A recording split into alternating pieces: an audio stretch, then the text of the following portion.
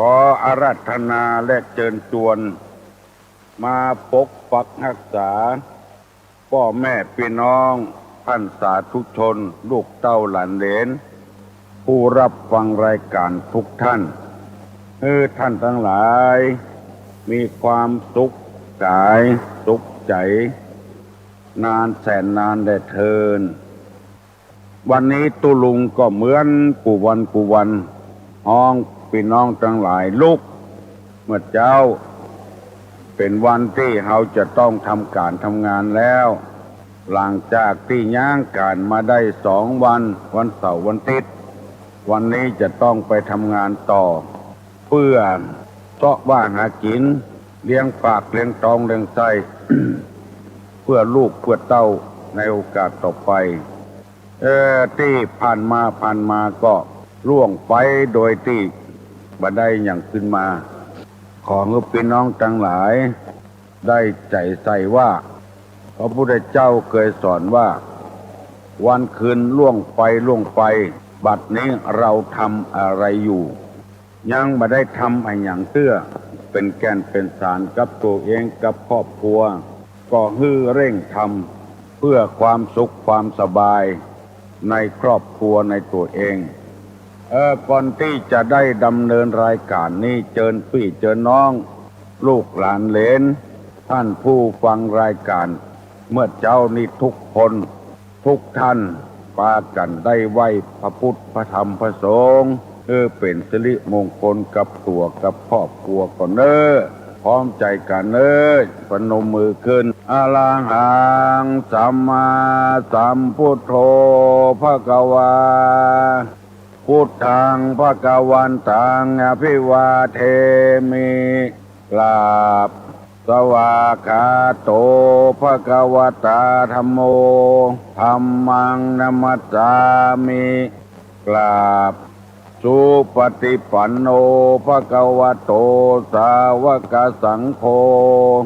สังฆังนะมามิกราบอันทมยังพุทธัสสะภควโตบุพาภะคณะมะกาลังกาโลมะเสนะโมตัสสะภะคะวะโตอะระหะโตสัมมาสัมพุทธัสสะนะโมตัสสะภะคะวะโตอะระหะโตสัมมาสัมพุทธัสสะนะโมตัสสะภะคะวะโตอะระหะโตสัมมาสัมพุทธัสสะพุทธังสรณังกัจฉามิธัมมังสรณังกัจฉามิสังฆังสรณังกัจฉามิตุติยัมปิพุทธังสรณังกัจฉามิตุติยัมปิธัมมังสรณังกัจฉามิตุติยัมปิสังฆังสรณังกัจฉามิกติยัมปิพุทธังสรณังกัจฉามิกติยัมปิธัมมังสรณังกัจฉามิตติยัมปิสังฆังสรณังกัจฉามิอิติปิโสภะคะวาอะระหังสัมมาสัมพุทโธวิชชาจารณะสัมปันโนสุขโตโลกวิทูอนุตตโลปุริสาธรรมสารถิสัทธาเทวะมนุษย์สานังพุทโธภควาติสวาขาโตภควตาธัมโมสันติติโกอากาลิโกเอหิปัสสิโกโอปัญญิโกปัจจัตตังเวทิตโพวินยูหิติสุปฏิปันโนภควโตสาวกสังโฆอุจุปฏิปันโนภควโตสาวกสังโฆ ญาญาปฏิปันโนภะคะวะโตสาวกสังโฆสามิจิปฏิปันโนภะคะวะโตสาวกสังโฆญาติตังจัตตาลิปุริสายุคานิอัฏฐะปุริสาปุคลาเอสะภะคะวะโตสาวกสังโฆอาหุไนโยปาหุไนโยสักขิไนโยอัญจลิกาละนิโยอนุตตะลังปุญญเขตังโลกัสสติกราบหนึ่ง กราบสองกราบสามโอ้สบายใจแล้วได้ไหว้พระเจ้าด้วยกันถ้าไผ่มีความสามารถไหว้ตึงวันกูเจ้า365 วันตึงได้กำปากไปในตัวตุลุงนำมาเสนอเป็นประโยชน์หมดสำหรับคนที่ติดตามตัวตามแล้วว่าตามจะบ่มีไผที่มาแนะนำเพื่อไหว้พระเจ้านอกจากพ่อแม่ที่ดีนำลูกนำผัวนำเมียไหว้พระเจ้าก่อนจะนอน ตื่นขึ้นมาเมื่อเจ้าคือเป็นสิริมงคลกับตัวไปไหนมาไหนมีคนฮักคนชอบคนหุมก็พอใจแล้ววันนี้ตุลุงจะนำเอากรรมบักเก่ามาแนะนำให้ท่านทั้งหลายได้พิจารณา มีกรรมบักเก่าบทหนึ่งว่าอย่าไปเอาจิ้นหนูไปใส่จิ้นราชสีห์ อย่าไปเอาเนื้อหนูไปใส่เนื้อราชสีห์อันนี้เป็นคำสอนของคนเฒ่าคนแก่เพิ่นว่าไว้หมายความว่าจะใดหนูนี่มันตัวน้อยเขียมจิ้นเขียมเนื้อเขียมหนังอยู่หั่นแล้วเอาจิ้นตัวไปเปาะไปใส่ฮื้อราชสีห์ราชสีห์นั้นมีจิ้นนักหนังนักมีกำลังวังชานัก แล้วเอาของเฮามันน้อยอยู่แล้วเราไปเปาะของเพิ่นใหญ่ทางที่ดีนั้นควรจะเอาเนื้อของราชสีห์มาใส่ให้หนูมันเฉลี่ยกันมันจะนักขึ้นแถมน้อยข้อนี้เป็นปริศนาธรรมเหมือนกับกรรมที่ว่าต่ำน้ำพริกละลายแม่น้ำมันบ่มีประโยชน์หยังสำหรับเฮาที่คนน้อยๆที่จะไปดูแลพ่อกอยผู้รักผู้ใหญ่ที่มีเงินมีทองมีอำนาจวาสนาแก่เฮาหรือว่ามีความรู้น้อยๆแต่ว่าเอาไปประกาศเอาไปเทศเอาไปออกอากาศให้คนอื่นซึ่งฟังแล้วมันบ่ได้ประโยชน์อันใดกับตัวซ้ำเป็นอันตรายแถมซ้ำดูแควนว่าเอามีความรู้น้อยแล้วเอาไปสอนความรู้นักๆเพราะว่าสอนโดยวิธีใดก็ตามประโยชน์ที่จะเกิดขึ้นมันบ่เกิดขึ้นบ่หันเลยเฮาเป็นผู้น้อยเฮาก็ทำตามผู้น้อยเฉลียเกียกายคือแก่ผู้น้อยเพิ่นมั่งมีสีสุขอยู่หั่นแล้วทรัพย์สมบัติเหลือกินอยู่หั่นใจเหลือกินเหลือใจแล้วเอาไปฮื้อเพิ่นแถม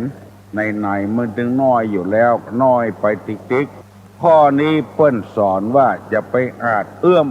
คืออยู่ไปตามน้ำทำไปตามตัวน้ำเพียงใดดอกบัวเพียงอันนี้เป็นคำสอนของโบราณ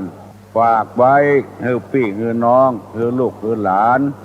นำไปพินิจพิจารณานำไปคิดคือว่าตัวเขาต่ำอยู่หั่นแล้วต่ำปอกคอกอยู่หั่นแล้วไปซื้อเสื้อแซงตังขวางมานุ่งแถมพอแล้วมันก็ต่ำไปแถมติ๊กนี่เป็นต้นโดยอาศัยเหตุนี้จึงนำเรื่องนี้มาฝากฝังพี่น้องทั้งหลายคือพิจารณาจะไปหวังไอ้หยังกระเปิ้นหวังบ่ได้แล้วเปิ้นรวยอยู่หั่นแล้วเปิ้นมีความรู้อยู่หั่นแล้วมียศถาบรรดาศักดิ์อยู่หั่นแล้วเอาจะหันได้ว่า สถานที่ต่างๆมีตุเจ้าไปแสดงธรรมบอกว่าในกรมในกองทหารกาตำรวจกาในสถานที่ต่างๆแต่สภาผู้แทนราษฎรเนี่ยไปบนิมนต์ตุเจ้าไปเทศน์เพราะว่าในสภานั้นมีคนหูนักลวกนักตะปะสะปืนมีในนั้นตุเจ้าจะไปเทศน์นี่เขาประดึงบนิมนต์ไปเทศน์ในมหาวิทยาลัยก็ตามมีคนมีความรู้ถึงครูบาอาจารย์ถึงนักศึกษาถึงนักเรียนตุเจ้าก็บ่อาจสามารถที่จะไปเทศน์ทำได้เพราะมีความรู้น้อยกว่าเขาก็เลยปล่อยปะละเลยไปเรื่อยๆหลงละเริงไปเรื่อยๆมีเหตุมีการดังที่เขาอยู่กับกันต่อไปนี้ตุลุงจะได้เอากรรมที่ว่าคนที่มีความทุกข์ถึงวันนี้เพราะคนที่มีความทุกข์ถึงวันนี้เพราะอะไรอย่างแล้วเหตุที่อายุสั้นก็อธิบายไปแล้วในหนึ่งในที่สองแล้วเหตุที่ทำอายุยืนหนึ่งทำความสบายให้แก่ตัวเองสองรู้จักประมาณในสิ่งที่สบายรู้จักประมาณไปกินนักไปใจนักเกินสบายก็บ่มีความสุขรู้จักประมาณในสิ่งที่สบายสามบริโภคสิ่งที่ย่อยง่ายๆกินง่ายๆย่อยง่ายๆที่เฮามักเฮาชอบสาม สัญจรไปมาในการที่สมควรสี่ห้าประพฤติเป็นเหมือนพรหมอันนี้ทำเพื่ออายุยืนวันนี้จะได้นำเอากรรมที่ว่าความทุกข์ของชาวบ้านของทุเจ้าที่เกิดทุกข์ตึงวันนี้เพราะอะไรนั้นมีน้ำดินมีอยู่ที่ดินอยู่มีน้ำกินน้ำใจ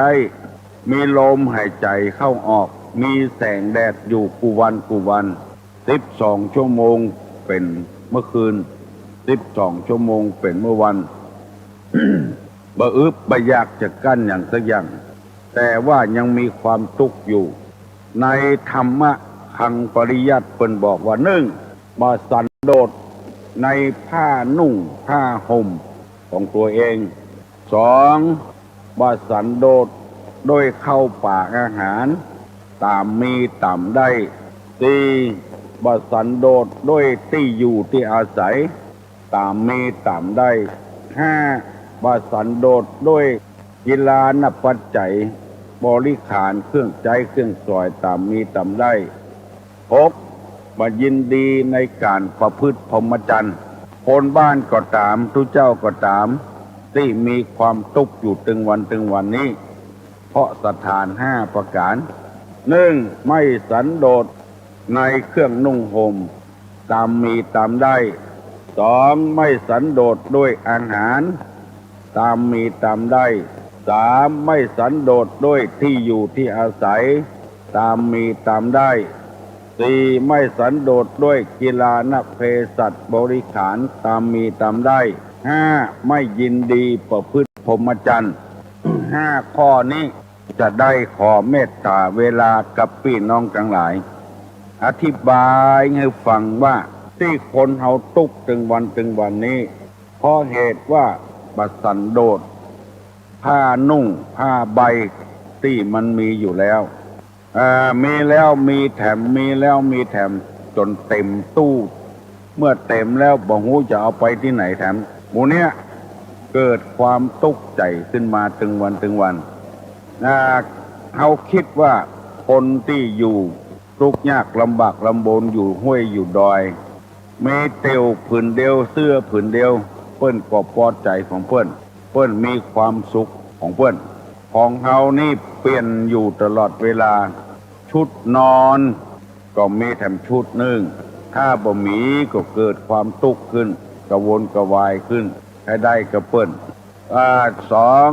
ชุดไปทำงานชุดไปงานศพชุดไปงานมงคลชุดไปงานวัดงานวาชุดอาบน้ำสารพัดอย่างมีแล้วมีแถมเอาแล้วเอาแถมเมื่อบ่มีเกิดความทุกข์ใจขึ้น ยิ่งพระสงฆ์พระเจ้าก็เช่นเดียวกัน จีวรที่มีอยู่แล้วก็พอใจจะต้องแสวงหาก็เกิดความทุกข์ขึ้นมา เพราะฉะนั้นในที่นี้เปิ้นบอกว่าสันโดษคือความพอใจความดีใจที่เราได้นุ่งได้ใบเวลานี้เมื่อเราพอใจดีใจแล้วบาเกิดความทุกข์ยากลำบากลำบนอย่างต่อใด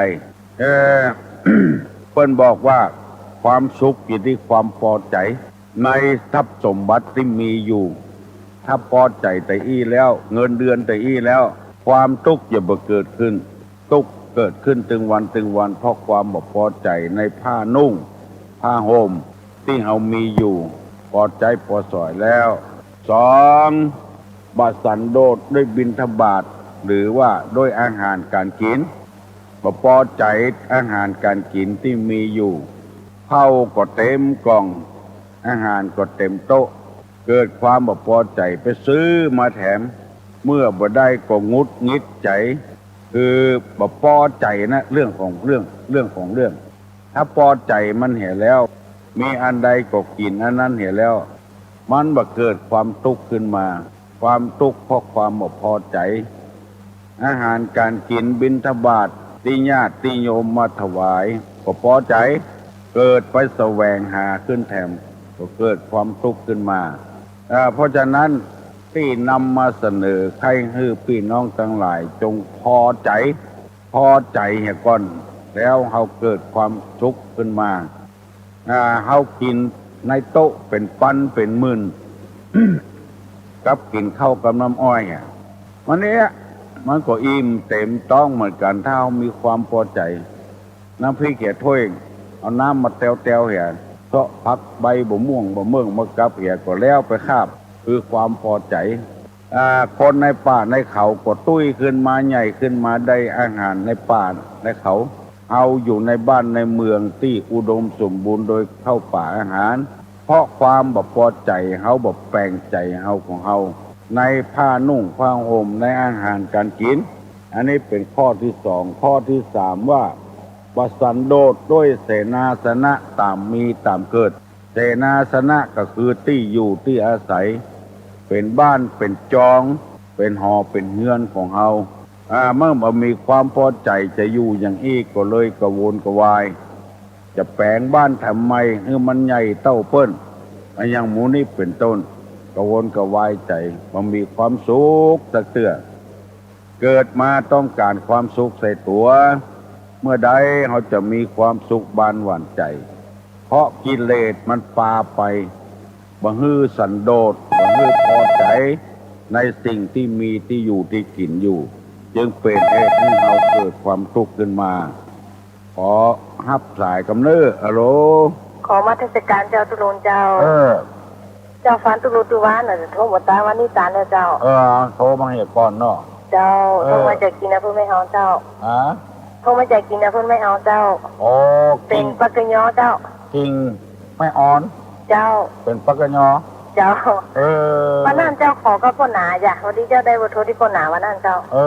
แหละเจ้าวันคุณเจ้าเลยเจ้าดีเนอะเจ้าเจ้าอยากจะถามว่าการไปทบุญแล้วประวัติเจ้าว่าเช่าเขานี่ทบุญหมดได้เจ้าว่าคนสีไปหมดได้แค่หน่อยเป็นบัดได้เนอะเจ้าก็อย่ามาพูดว่าสีหน่อยวันนี้เจ้าก็เตี้ยนะอยากเขาต่อดอกไม้ได้ไงเจ้าเป็นไปบัดได้เนอะไอ้ก็ทำบุญได้เนอะเจ้าบุญก็คือความดีนะเจ้าเจ้าเขาก็ทำได้คนอย่างทำได้หมดเนอะเจ้าบัดถ้าสงสัยเจ้าเยี่ยมเขาตอกดอกไม้ไปวัดไปวาเนาะเจ้าถูกต้องแล้วเนอะเจ้าถามว่าเจ้าเขานี่ทำบุญหมดได้อีกเจ้าเพราะว่าทำบุญหมดได้บุญได้แก่ทำดีได้ดีทำชั่วได้ชั่วคนที่ว่านะก็ได้บุญไปตัดของจางเบิ้ลคนจะเตียวเปิ้นจะเตียวไปเอาพักแล้วก็ไปห้ามเปิ้นมืออย่าเจ้าเขาน่าจะเป็นคนบ่ได้บัวเจ้าอยากจะไปวัดนะเจ้าอย่าวันขู่วันศีลนะเจ้าเจ้าจะซื้ออาหารกับกี่คนวันอย่างที่คือแม่เจ้าก่อนนะเจ้าดีแต่คือแม่แล้วก็จะมาที่บ้านแล้วก็ไปวัดเลยเจ้าเพราะคือแม่ไงก่อนเจ้าแล้วมันจะมองว่าเจ้าจังวันนอกวันศีลนอกเจ้าว่าผู้เจ้า โอ้ดีแต่เนอะ เจ้าขอมาเทศกาลเจ้า ว่าถ้าฝากเราขายเนอะ เจ้า ประกาศตัวเจ้าคนเร็วกว่าน่ะ เจ้าไปทำบุญเถอะ เจ้า ไปตัวก่อนดี เจ้า เจริญพรเนอะ เจ้าขอมาเทศกาลเจ้า บุญรักษาเนอะ เจ้า ไปห้ามเปิ้นก็อย่าได้ คนจะทำบุญทำทานคนจะทำความดี อันนี้เป็นข้อที่สองสันโดษด้วยอาหารการด้วยผ้าครัวสองด้วยอาหารการกินสามพอใจเสนาสนะที่อยู่ที่อาศัยบ้านของเฮาเฮือนของเฮาหันเปิ้นดูดีหรือเฮาจะไปพอใจในของเปิ้นว่าเงินเรา10,000ใน10 ล้านของคนอื่นบ่เต้า10,000ของเรา10 ล้านของคนอื่นบ่เต้า10,000ของเฮา10 ล้านในของเปิ้นมาแจ้ของเฮาเอาพอใจใน10,000ของเฮาก็พอใจแล้วตุลุงนำมาเสนอก็เพื่อว่าจะให้พี่น้องทั้งหลายมีความสุขอุกบานหวานใจยินดีตามมีตามเกิด เพราะว่าทุกเจ้าบอกว่าศรัทธาตามมีตามเกิดนะมันจะมีความสุขขอฮับสายทำกรรมเนอฮัลโหลขอถามขอถามก็ขออู้ตัวขออันนั่นแหละจะบอกอันหนึ่งว่าไหว้พระเจ้าละเจ้าขอไหว้พระเจ้าเนี่ยจะได้ขอเป็นเล่มกำไหว้พระเจ้าขอเป็นเล่มเจ้าอยู่ไกลว่ะอยู่ไม่แจ่มเจ้าไปขอกับเจ้าคณะอำเภอเนอะที่ไหนเจ้าอยู่ไม่แจ่มอย่าเจ้าวัดปูอย่าวัดปูไม่แจ่มมะนาไปขอฮันเตอร์คนต้องมีฮื้อกำไหว้พระเจ้าเป็นเล่มนะและอันที่แผ่นซีดีที่ตุลุงฝากแม่นั่นมันบดีแล้วเจ้าไปขอทำไมกะไปขอนะมันแผ่นซีดีนั่นนะเจ้าไปขอทำไมมันบดีมันเป็นยังไงเอามาเปิดนี่มันบาได้มันบาได้ยินเสียงอ่ะบาได้ยินเสียงเจ้าขอทำไมเป็นตะเครื่องของเฮาก็ใช่เหรอลองกวยกูเขียงมันมาดีจ้ะแผ่นอื่นเปิ้นดีอีเนาะจ้าเพื่อขอทำไมได้ลูกเอาจนได้ขอที่วัดฝ่ายหินนั่นจ้าขอที่วัดฝ่ายหินนั่นโทรศัพท์ไปหาเปิ้นจ้าเปิ้นถึงจะส่งไปให้เนอะจ้าถ้าเป็นเล่มเลยไปขอที่วัดกูนั่นวัดกูไม่แจมนะจ้าที่เจ้าคณะอำเภอหรือเปล่าของฮู้ตี้ก็วัดกูฮู้ตี้ค่ะน่าจะอยู่ตามหิมะก็อยู่ไกลอ่ะจ้าจ้ายินดีนะจ้าบุญรักษาจ้าสุดีมีสุขและอธิบายยังไม่เสี้ยนกรรมเพราะว่าคนฟังคนนักให้อู้กับตุลุงยังไม่เสี้ยนกรรมแล้วข้อที่สี่บัดสันโดษด้วยกีฬานปัจจัยบริขารตามมีตามเกิดคือมาว่าของใจไม่สอยครับเอาลดกาวิทยุกาทีวีกาที่เฮามันมีอยู่หั่นแล้วเนี่ยเฮาบอกพอใจสันโดษนี่พอใจตลอดถึงพระสงฆ์พระเจ้าที่อยู่ที่อาศัยวัดวาศาสนาศรัทธากับอุปถัมภ์อุปถากดีกูอย่างแต่เฮาบอกพอใจอันนี้ก็เกิดความทุกข์ขึ้นมาวิธีแนะนำคือมีความสุขก็ง่ายแล้วก็บ่ยินดีในการประพฤติพรหมจรรย์คือแบบประพฤติอยู่ในศีลบ่อยู่ในธรรมอย่างเงี้ยแสวงหาไอ้อย่างพี่เบ้างูเป็นทุกเจ้าก็เป็นทุกจ้างเจ้าบ้านฮับจ้างเจ้าบ้านอย่างหมู่เนี้ยก็เกิดความทุกข์ขึ้นมาขอฮับสายหน้าไม้กำเนอฮัลโหลไหวสาเนาะไหวสาเนาะรายการดูโรงดังบางเมืองนะอันไงครับไปทางไหนเขาก็ฟังดีแต่เนาะมันเป็นกรรมที่ถูกต้องอ่ะเนาะนี่เพียปากกยอปะโทมาปากกยอกอ่ะปากกยอประเด็นนี้พี่น้องไทยใหญ่ก็ฟังนะคุณลุงนั่นแหละครับไทยใหญ่ก็ฟังไทยใหญ่ไทยใหญ่เนาะครับอยู่ทั้งใดไทยใหญ่ฟังตัวเจ้าเองนะเป็นอุ้มวนเด้อวะ ฟังโดย เออ เป็นได้พ้องครับตุลง เป็นอันก็กดดีๆอย่างนั้นอ่ะมี สุขภาพกับประเด็งเนาะ ดี ครับไว้สาตุลงเนาะ ที่ไหนหา จากสำเมิงครับ อ๋อสำเมิงพวกหรอ ครับ ได้ยินอยู่หรอ ปดเท่า โอ้ ชัดเจนเดี๋ยวตุลง บ้านไหนยังอ่ะ บ้านห้วยคอกครับ บ้านห้วยคอกนี่กะฮะ ไว้สาครับ ปากกยอก็ฟังเนาะ ปะโทษปากกยอนเนาะฟังนะตุลง ครับ โอ้ใจใหญ่ก็ฟัง ตาใหญ่ก็ฟัง มันรู้เรื่องไง ประเด็น เนาะ นี้ตาใหญ่นักเนอเชียงใหม่นี่นะตุลง เขาอยู่ตั้งใดตำไหน ฮะ เขาอยู่ตั้งใดฮะใจใหญ่ ยังไงตุลงแบบประดังเนาะ ฮะ ไม่ได้กัน มันอยู่ตั้งใดฮะใจใหญ่อ่ะอ๋อ ตาใหญ่ไม่ต้องฝังทั้งในเวียงเนี่ยฉันนักตุลง โอ้แหละ ทั้งในเวียงเชียงใหม่นะขั้นนักไป200,000ปลายพุ่น โอ้ที่มาขายแรงงานน่ะก็ ครับ เอาก็ฟังหว่า ฟังครับ โอ้อัน จะ นี้ ถามเขาฟังตุลงทำก็16มันได้มันแห้งไงอันขึ้นก็16เนี่ย ก็ ก่อนมันบัตรใดมาอยู่ว่าดันส่วนดอกนะครับ ประเดี๋ยวไม่ย้ายมาอยู่เตียนวันนี้นาขีนี่มันเท่าพุทธส่งแห่ง โอ้ดีเนาะ ครับ ฟังกูเจ้าเหรอ เอามาดึงบักคาดดึงมาได้นะไม่คิดเอามาดึงเอ็มที่ข้างเนี่ยมันดึงกัน6 โมงถึง3มาหรอก ก็แต่ก่อนเครื่องส่งมันน้อยเนาะบัดดันอย่างงี้เนาะ ไอ้ครับ แต่ก่อนเครื่องส่งมันสั้นมันอย่างงี้ ประเดี๋ยวมันแห้ง เป็นเดี๋ยวนี้เป็นต่อไปแล้วเนาะ ครับมันเขาอย่างอู้ทำแม่คืนหุ้งฮะ อู้ทำแม่คืนหุ้งเนอะ คืนห้องมันหน่อยสถานีพุทธศาสนาด้วย ตั้งแต่มดเจ้าป้าเพียวให้มดเจ้ากันแล้วคืนห้องตี 2 ตี 3ก็มีตัวเจ้ามาอู้ไม่โอ้ดีแต่ เผยแพร่ธรรมะเนาะ ให้คนได้อยู่ในสิ่งกินได้ทำอะไรเนาะ แต่ก็ท่านตัวนะด้วยเพิ่นอ้อยตัวเนอะต้องอู้ตัวอ้อยตัว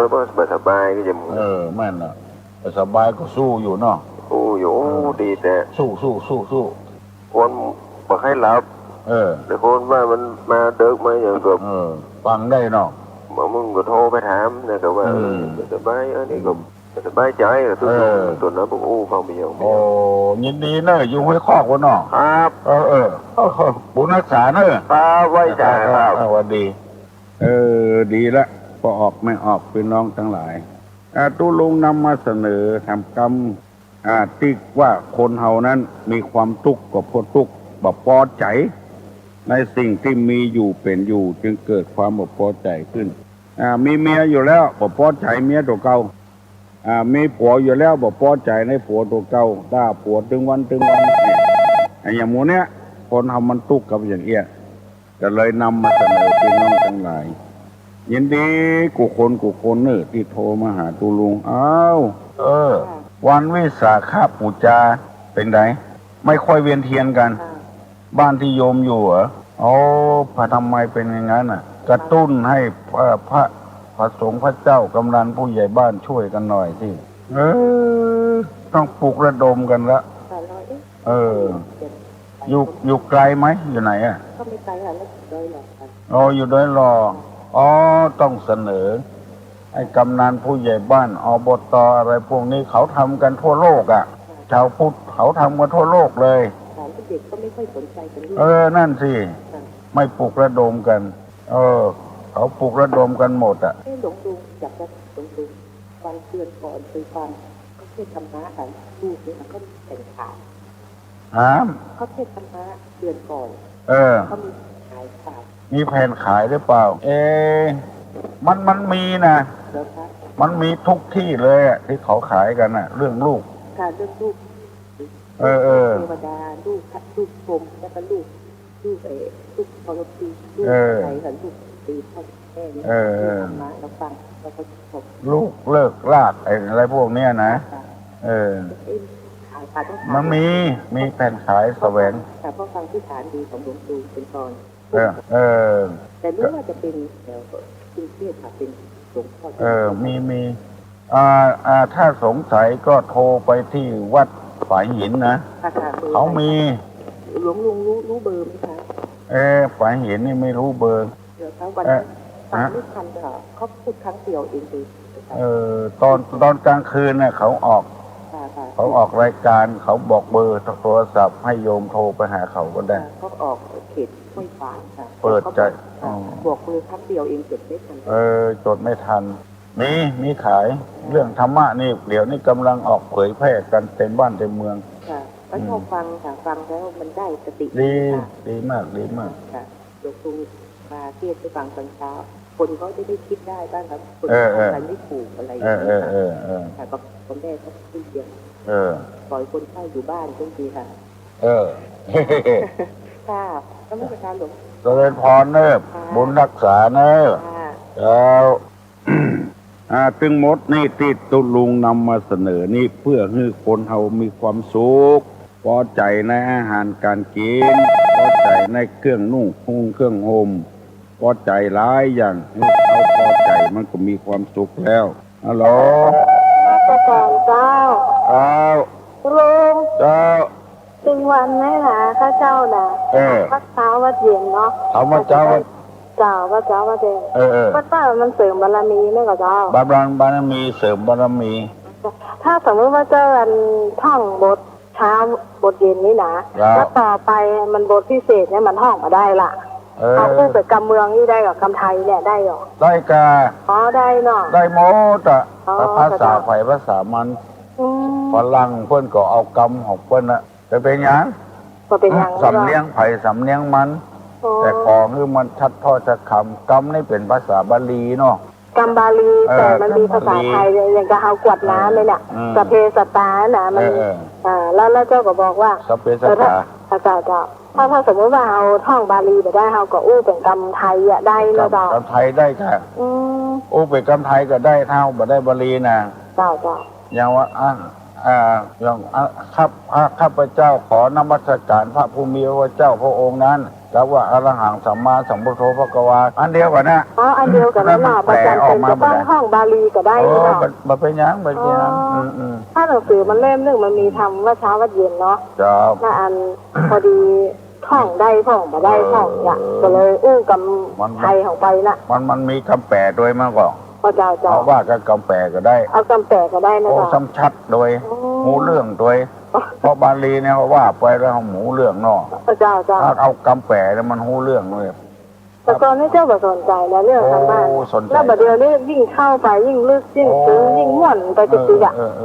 ถ้าปีนึงก็อยู่แต่2 เดือนเนาะเพราะน้องบวชชีที่5เนี่ยบวชตั้งเมื่ออายุ16ล่ะแล้วน้องเนี่ยแล้วบัดเดียวนี้เพิ่นก็สอนเจ้าไปเจ้าก็กราบไหว้อันบารมีของเพิ่นน่ะดีกราบเท้าเพิ่นนะเพราะว่าอันนั้นบ่ใช่น้องเฮาละเขาต้องกราบไหว้บารมีอ่ะถูกอ่ะเจ้าไหว้บารมี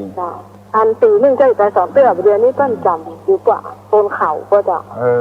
โอ้เจ้ายังว่าเนี่ยเจ้าว่าเนาะเจ้าเป็นพี่จะแต่เจ้าอย่างทำมาได้จะทำได้เกินนึงก็ยังดีเนาะอันเพิ่นไหวลูก1วัยวุฒโธอายุสูง2คุณวุฒโธมีคุณสมบัติอะไรอย่างนักหรือเฮาอย่างไหวได้กะชาติวุฒโธเกิดได้ตระกูลสูงณเชียงใหม่ณลำพูนนี่ไหวได้หมดอ่ะถ้ามันมีสูงกว่าเฮานะไม่ใช่ว่าอายุสูงอย่างเดียววัยสูงแล้วก็วุฒิสูงชาติวุฒโธคุณวุฒโธวัยวุฒโธคนมีอย่างอี้ลูกแบ่งเป็นอย่างเจ้าไปนะอันไปไหว้บารมีเปิ้นทุกครั้งดีว่าจะไหว้แล้วเปิ้นก็ฟังสอนจะว่านั่นแบบที่น้องเปิ้นแบบที่น้องเฮาเนออย่างบ่ใช่แม่นกราบไหว้เปิ้นเนอเปิ้นเปิ้นถึงอรหันต์แล้วนะอย่างแล้วเจ้าก็บอกคือแม่เนาะว่าแม่นั้นแบบที่ลูกเฮาแล้วเนอคือแม่กราบไหว้บารมีเจ็บไข้ได้ป่วยแล้วเฮาไปบ่ได้เฮาก็ไหว้ที่บ้านเฮาเนี่ยปฏิเสธว่าบ่เป็นน้องบ่ได้ต้องเป็นน้องอยู่ในด้านอายุแต่คุณธรรมน่ะสูงกว่าเฮายังหันว่าตุเจ้าเท่าอายุนักแล้วก็ไหว้ตุเจ้าอายุน้อยเนี่ยเพราะว่าคุณธรรมมันสูงไหว้เพิ่มเป็นหยังเจ้าเคารพนับถือเจ้าไหว้เท้าเพราะทุกครั้งที่ไปนะดีนึกถึงอันคุณธรรมเจ้าคุณธรรมมันก็เจริญรุ่งเรืองมาทุกครั้งเลยแต่ก็ตกต่ำขนาดเลยเพราะไหว้บารมีของเพิ่นนะมันก็ดีขึ้นนะเจ้าแต่อันอย่างก็ที่เขาสวดนี่เขาอู้กับไทยได้เนาะอู้กับไทยได้ เจ้าเจ้าว่ากำไทยไปเลยอ๋อแบบเดียวนี่นะมันม่วนไปจริงๆเนาะม่วนไปถ้าเข้าถึงธรรมะนี่นะบางทีเฮาหมม่วนงุดงี้เดี๋ยวเฮาก็ดูจีของเฮาฟังตัวลุงตึงวันเหรอเจ้าตึงวันเลยเจ้าอยู่ไกลเหรออยู่หมู่บ้านสุราษฎร์อันหลังหนองบัวส้มเนี่ยเจ้า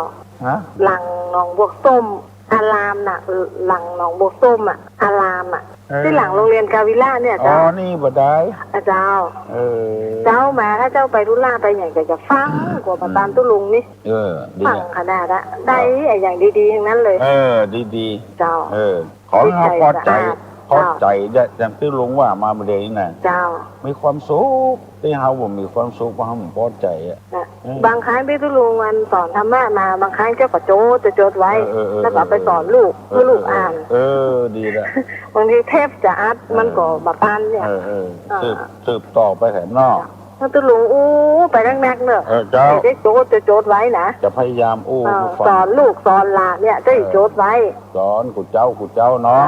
เจ้ายินดีเนอะเจ้ากราบนมัสการเจ้าบุญรักษาเจ้าเจริญพรดีแล้วก็ออกไม่ออกเอาคนลองสังเกตพอเตอะที่เฮาทุกถึงวันเพราะเฮาบ่พอใจในสิ่งเหล่านี้ถ้าเฮาพอใจแล้วก็มีปัญหาอย่างสักอย่างฮัลโหลลงแล้วค่ะนะคะ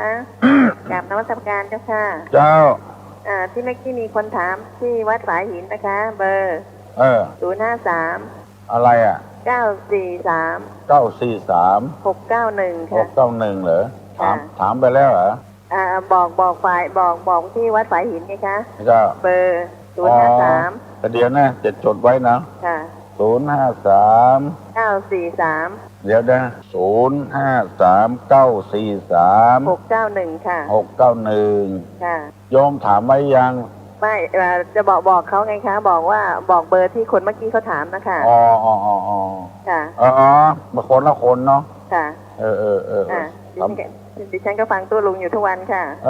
อยู่ทุกที่ไหนอ่ะปากกล้วยค่ะปากกล้วยเหรอค่ะคนละคนกับจอมทองเนาะค่ะนึกว่าคนเดียวกันขอโทษนะฟังทุกวันเหรอค่ะรู้เรื่องไหมรู้เรื่องค่ะดีมาอยู่นานอ่ะเนาะยังไม่นานเท่าไหร่ค่ะ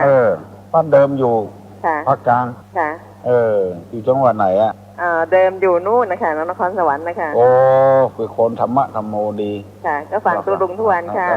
ยินดีมากนะค่ะกราบนมัสการค่ะบุญรักษาเนอะค่ะอยู่ดีมีสุขอายุมั่นขวัญยืนที่มาก้าขึ้นโชคมีลาภเนอะ ในพุทธศาสนาว่าอย่างเงี้ยถ้าเฮายังบ่พอใจเตื้อมันก็เกิดความทุกข์ขึ้นมาเฮาบ่พอใจนะมีโกรธมีล้านมีตื้อมีแสนมีให้นาสาโทสุดเช่นหูเช่นตาก็บ่มีความสุขเพราะฉะนั้นความสุขที่แท้จริงในทางพระพุทธศาสนาว่าอยู่ที่ความพอใจแปลงจิตแปลงใจตัวเองมีความพอใจในสิ่งนั้นพอใจในความเป็นผู้เจ้าความพอใจในความเป็นเจ้าบ้านความพอใจในความเป็นพ่อในความเป็นแม่ในการในงานที่เราทำอยู่ถึงวันนี้บางคนทำงานได้เดือน2 เดือนหนีไปเข้าทำงานที่อื่นพอตกงานมาก็เดือดร้อนหน้าที่จะด่าตัวเก่าบ่ด่าไปด่ารัฐบาลพูดมูนี้เป็นต้นใครจะกับตุลุงมาเตอร์เนอร์121 058มาเรื่อยๆเตอะจนแถว7 โมงแล้วก็จะได้ย่างกันถ้าใครจะกับอกกับใจอย่างมีปัญหาอย่างถามแม่ออกของตุลุงแถวปักกัญญอปุ่นปักกัญญอก็มีคนจีนก็มี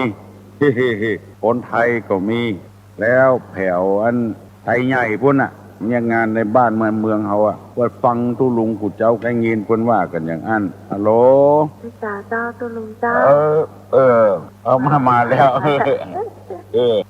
ตุลุงจดเอาไว้แถม2 เบอร์กันแล้วแถม2 เบอร์ของวัดฝายหินอันนี้ของที่เป็นถ้าโทรเข้าไปนี่จะเป็นออฟฟิศเรื่องงานของท่านวิศวะเลยบอกมาเถอะเคยบอกตุลุงแล้วอาจจะจำไม่ได้นะมันบอกว่าอย่าจำอย่าได้จังได้สิครับบอกมา053 226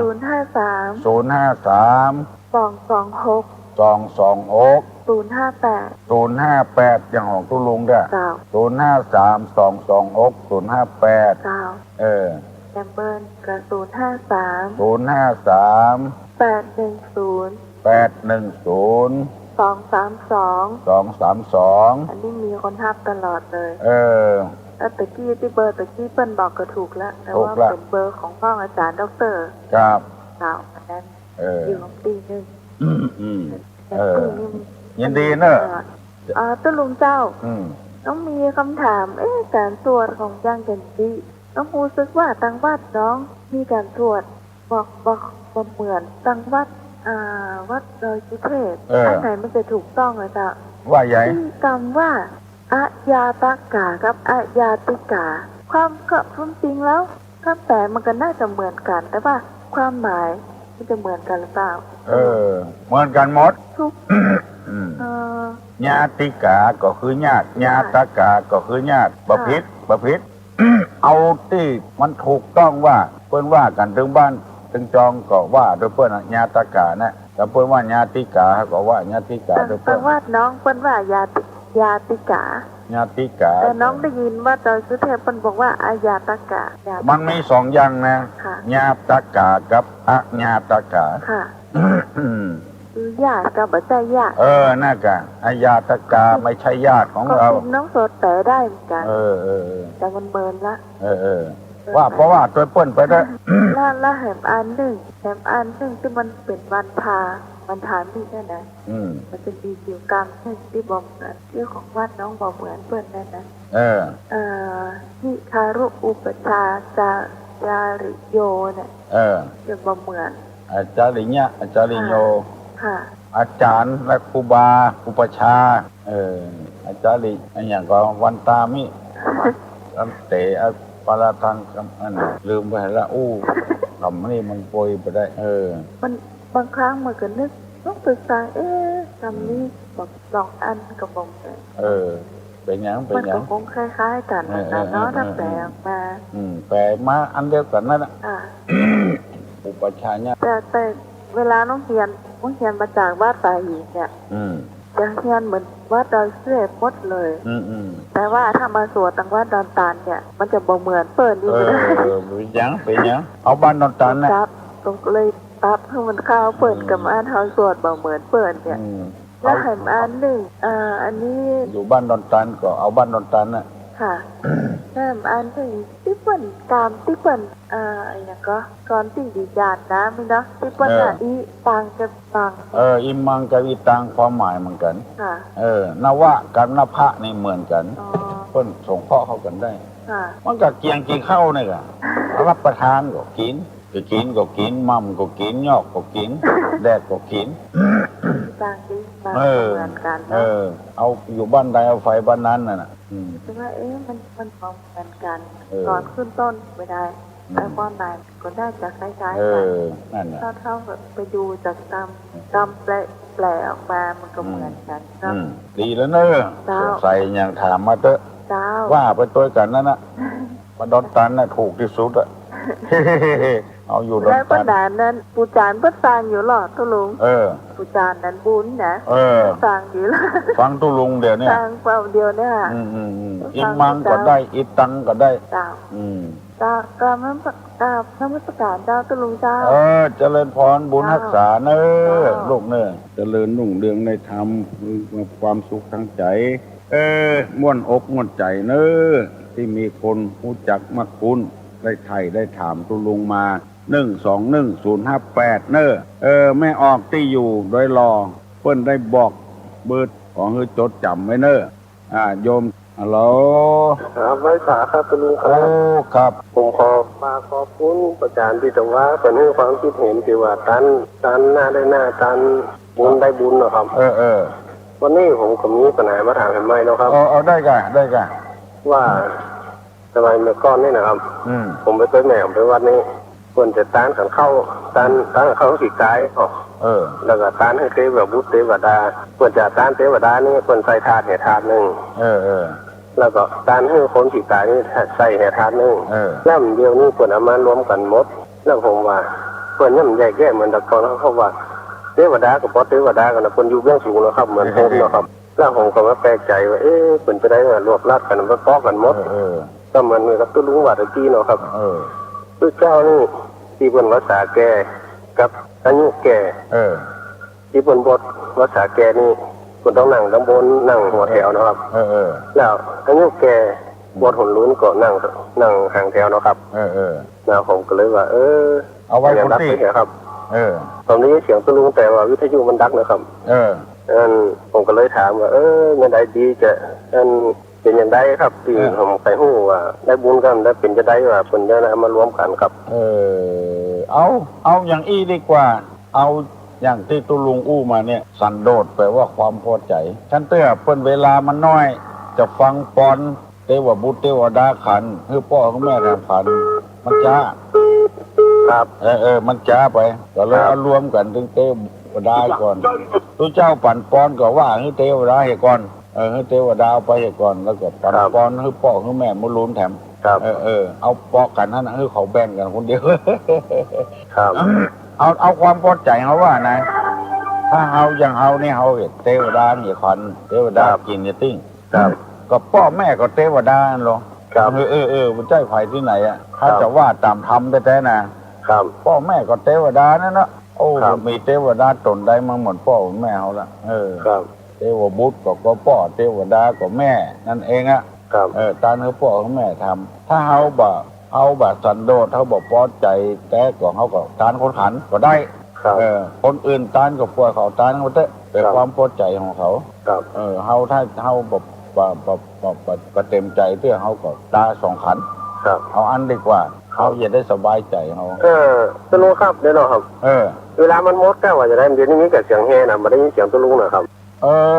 ปั๊มมดลงยังทำน้อยอยู่สถานีนี้มีแต่เสียงแห่อย่างเดียวครับแห่ไม่ได้ยินเสียงตะลุงนะครับพอวิทยุนะครับได้ยินเสียงกระติโทรศัพท์อย่างเดียวครับมันเป็นยังไงก็เสียงแห่ครับเสียงเป็นแห่กล้องแห่กองนะครับได้ยินอยู่อ่ะครับ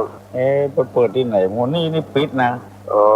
ที่สถานีของตะลุงนี่นะครับสถานีนี่ปิดนะแบบเปิดแห่มันเดี๋ยวนี้ตะลุงไม่ได้ออกอากาศนะออกอากาศโทรศัพท์นะครับ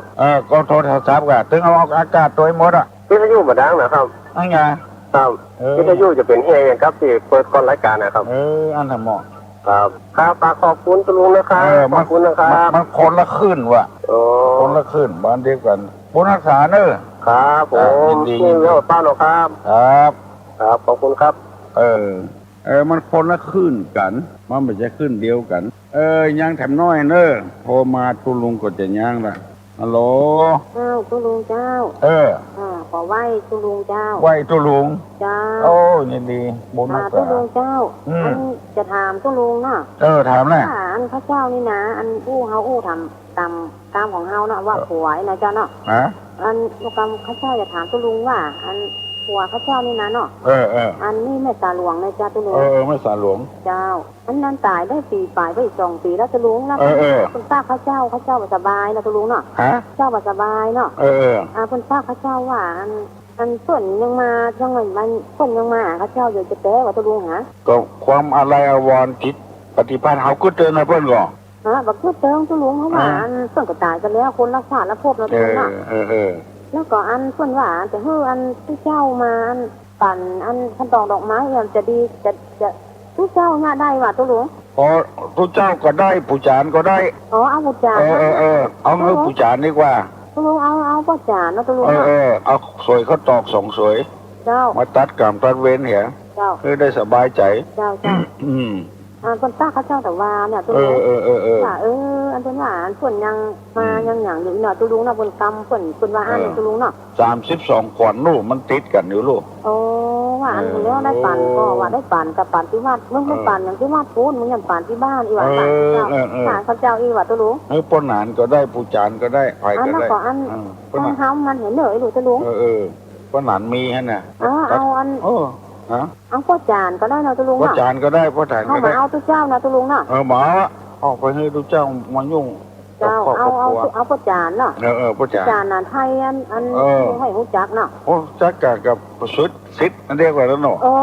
นั่นไทยกับลูกเนี่ยเราไปอยู่อันพวกอาจารย์วัดนะตุลุงอันนี้เอาได้นะตุลุงเนาะคนว่าอันมึงแบบสบายนายลูกผู้ข้างมึงยังมาอยู่แอบเป็นว่าอีลูกนะตุลุงตัดกรรมตัดเว้นเนี่ยเจ้าสวยเขาตอก2 สวยเจ้าเอาอันฝ้าย ก็มัดติดกันนั่นคือปุจจานว่ากรรมแล้วก็ตัดกรรมตัดเวรเนี่ยเอาก็เอาสวยเขาตอกเอาไว้บนหัวอย่างเจ้าตุลุงอันนึงเอาขวางเนี่ยหวานเจ็ดทำไม่แบบเจ็ดก็ได้นะลุงน่ะ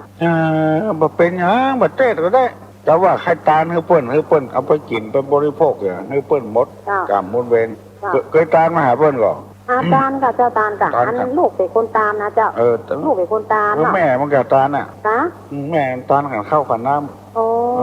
ไปอย่างเจ้าเป็นยังเป็นยังนะตุลุงนะเป็นยังเอาตัวเจ้ามาเตะก็ได้นะตุลุงนะบ่มาเตะก็ได้เอาลุงเอาก็จานอาไทยมาตานเป็นยังก็เจ้านะตุลุงเนาะตานขันข้าวมาเหี้ยขันเจ้าตานข้าวเปิดขันแล้วก็อันวันที่เขาเนี่ยนั่นขอลุงนันไทยมาก็ได้เนาะลุงนันไทยนั่นแกเจ้าลูกเนี่ยลูกไปอยู่แม่สายหลวงอ่ะเจ้าลูกบ้านสาราเนี่ยเจ้าบ้านเนี่ยเจ้าถึงอันพุ่นเสียอาจารย์วัดตุลุงแล้วก็อันคนว่าอันกี้คนเนี่ยกี้คนว่าอันอย่างก็อันฟังอันนี้อยู่แบบนี้อันนี้เสียงดังขนาดเลยตุลุงอันกันเจ้าเสียงดังเสียงตุลุงก็ยังเก่านะเจ้ามันคือเปิดสถานีอื่นมีเพลงอย่างเดียวก่อนตุลุงเนี่ยเจ้าอันนี้เสียงตุลุงชัดแจ๋วเลยเจ้านะชัดแจ๋วฟังถึงวันแต่ได้โทรฟังว่าได้ฟังตุลุงได้ปะเตี้ยกับปะตาเปิดตุลุงน่ะเจ้าแล้วเจ้าขอบคุณตุลุงนะเจ้าโอนแกงกระด้างล่ะเจ้าตุลุงขอบคุณนั่งนะเจ้าบุญรักษาเนอะอยู่ดีมีสุขเจ้าอายุมันฝันยืนเนอะให้มากล้าขึ้นขอให้กูคนที่ฟังรายการมาเจ้าวันนี้กูคนเนอะมีความสุขกายสุขใจขี่รถขี่ล่างไปตามถนนหนทางเกิดประมาทอาสาพอตั้งใกล้ตั้งเหนือเหตุก่อนทางด้วยความปลอดภัยเนอะ มีคนโทรมาอยู่เอาอกเอาใจเพื่อนให้จำฮัลโหลเจ้ารายการตู้ลุงหายไปละหายไปไหนก็ฮู้มันเปิดดนตรีร้องแม่ปิงเหรอวะมันใจขึ้นของตู้ลุงเนอะอันบ่ใช่จ้ะที่เปิ้นถ่ายใช่ค่ะเปิ้นกลัวบ่ได้เปิดร้องแม่ปิงให้คนแม่ริมฟังค่ะบ่มีที่นี่ปิดหมดออกรายการอยู่ค่ะจ้ะออกรายการอยู่ขอโทษจ้ะที่นี่ปิดหมดจะนึกว่าหลังไมค์ขอโทษจ้ะขอโทษดนตรีเนี่ยดนตรีนี่ปิดหมดจ้ะกราบนมัสการจ้ะโชคดี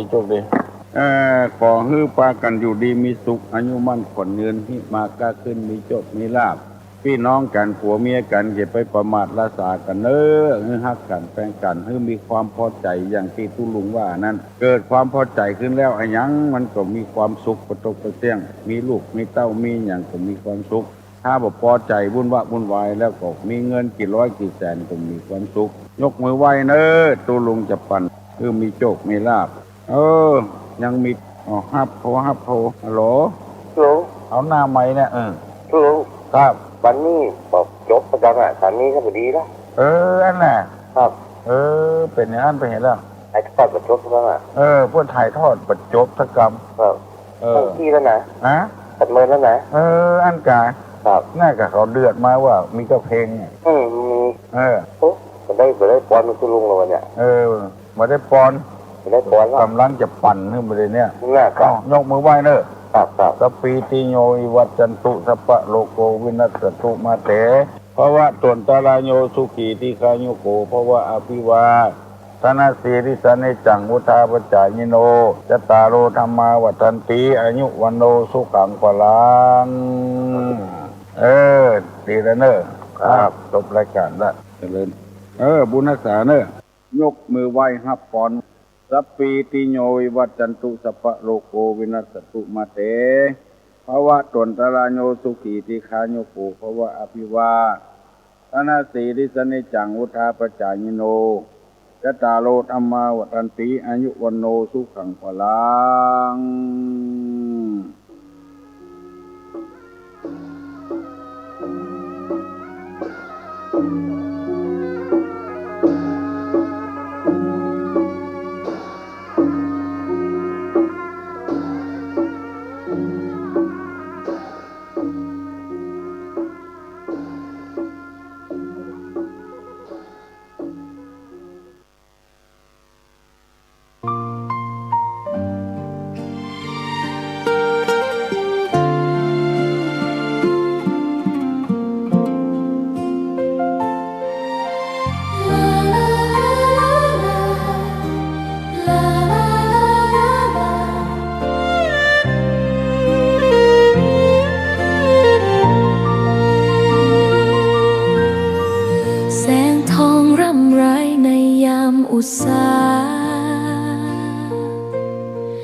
ยังเห็นพระเมตตาอยู่ทุกแห่งหนน้ำพระทัยฉโลมใจคนทั่วพื้นแผ่นดินยังอบอุ่นรอยยิ้มพระพักตร์ยังส่องแสงในดวงใจไทยไม่ลืมเสียงสายลมแผ่วเบาเหมือนเอ่ยคำปลอบว่าพระองค์ยังอยู่ใกล้ขอกราบแทบบาทด้วยรักนิรันดร์น้ำตาหลั่งพลันจากใจคนไทยแม้เสด็จสู่ฟ้าไกลแต่พระหฤทัยอยู่ในแผ่นดินนี้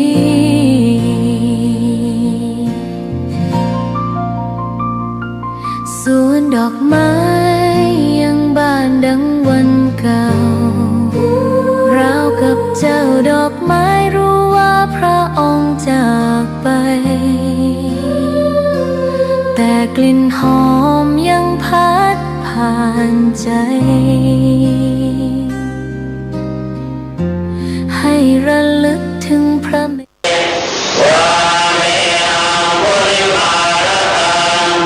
ตา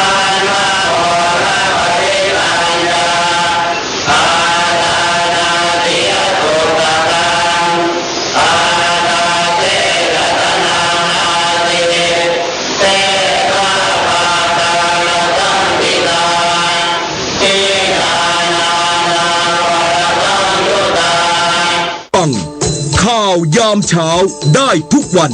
เวลา 6 นาฬิกาที่นี่สถานีวิทยุกระจายเสียงแห่งประเทศไทยขณะนี้เวลา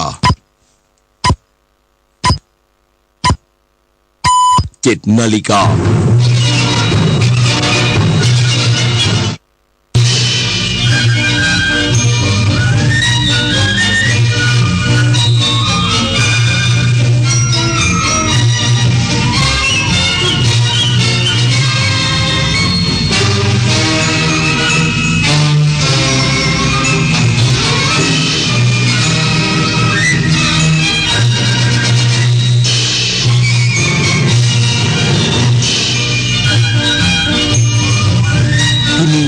สถานีวิทยุกระจายเสียงแห่งประเทศไทยต่อไปเสนอข่าวซึ่งมีหัวข้อข่าวดังนี้รัฐบาลประชุมติดตามและประเมินสถานการณ์พลังงานมอบหมายกระทรวงพลังงานพิจารณาแหล่งนำเข้าน้ำมันดิบนอกเหนือจากภูมิภาคตะวันออกกลางกระทรวงการต่างประเทศเป็นห่วงการสู้รบในตะวันออกกลางเริ่มขยายพื้นที่ไปยังเลบานอนขอให้คนไทยเร่งอพยพออกจากพื้นที่เสี่ยงและลงทะเบียนกลับประเทศโดยเร็วสหภาพยุโรปและกลุ่มประเทศอ่าวอาหรับเรียกร้องให้อิหร่านยุติการโจมตีที่ไร้ความชอบธรรมโดยทันทีการแข่งขันแบดมินตัน World Tour Super 1000 Yonex All England Openพรประวีช่อชูวงศ์พร้อมด้วยกุลวุฒิวิทิตสารผ่านเข้ารอบก่อนรองชนะเลิศต่อไปเป็นรายละเอียดของข่าว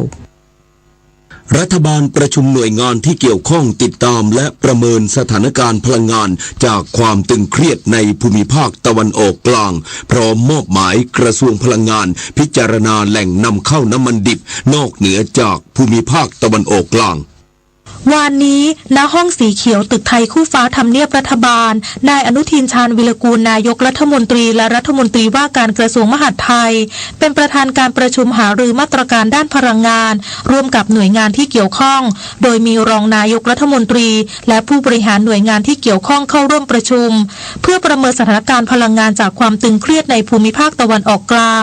โดยนายกรัฐมนตรีกล่าวว่าสถานการณ์การสู้รบในภูมิภาคตะวันออกกลางส่งผลให้มี มีการปิดช่องแคบฮอร์มุสซึ่งเป็นเส้นทางสำคัญในการขนส่งน้ำมันดิบของโลกและอาจส่งผลกระทบต่อการนำเข้าน้ำมันของประเทศไทย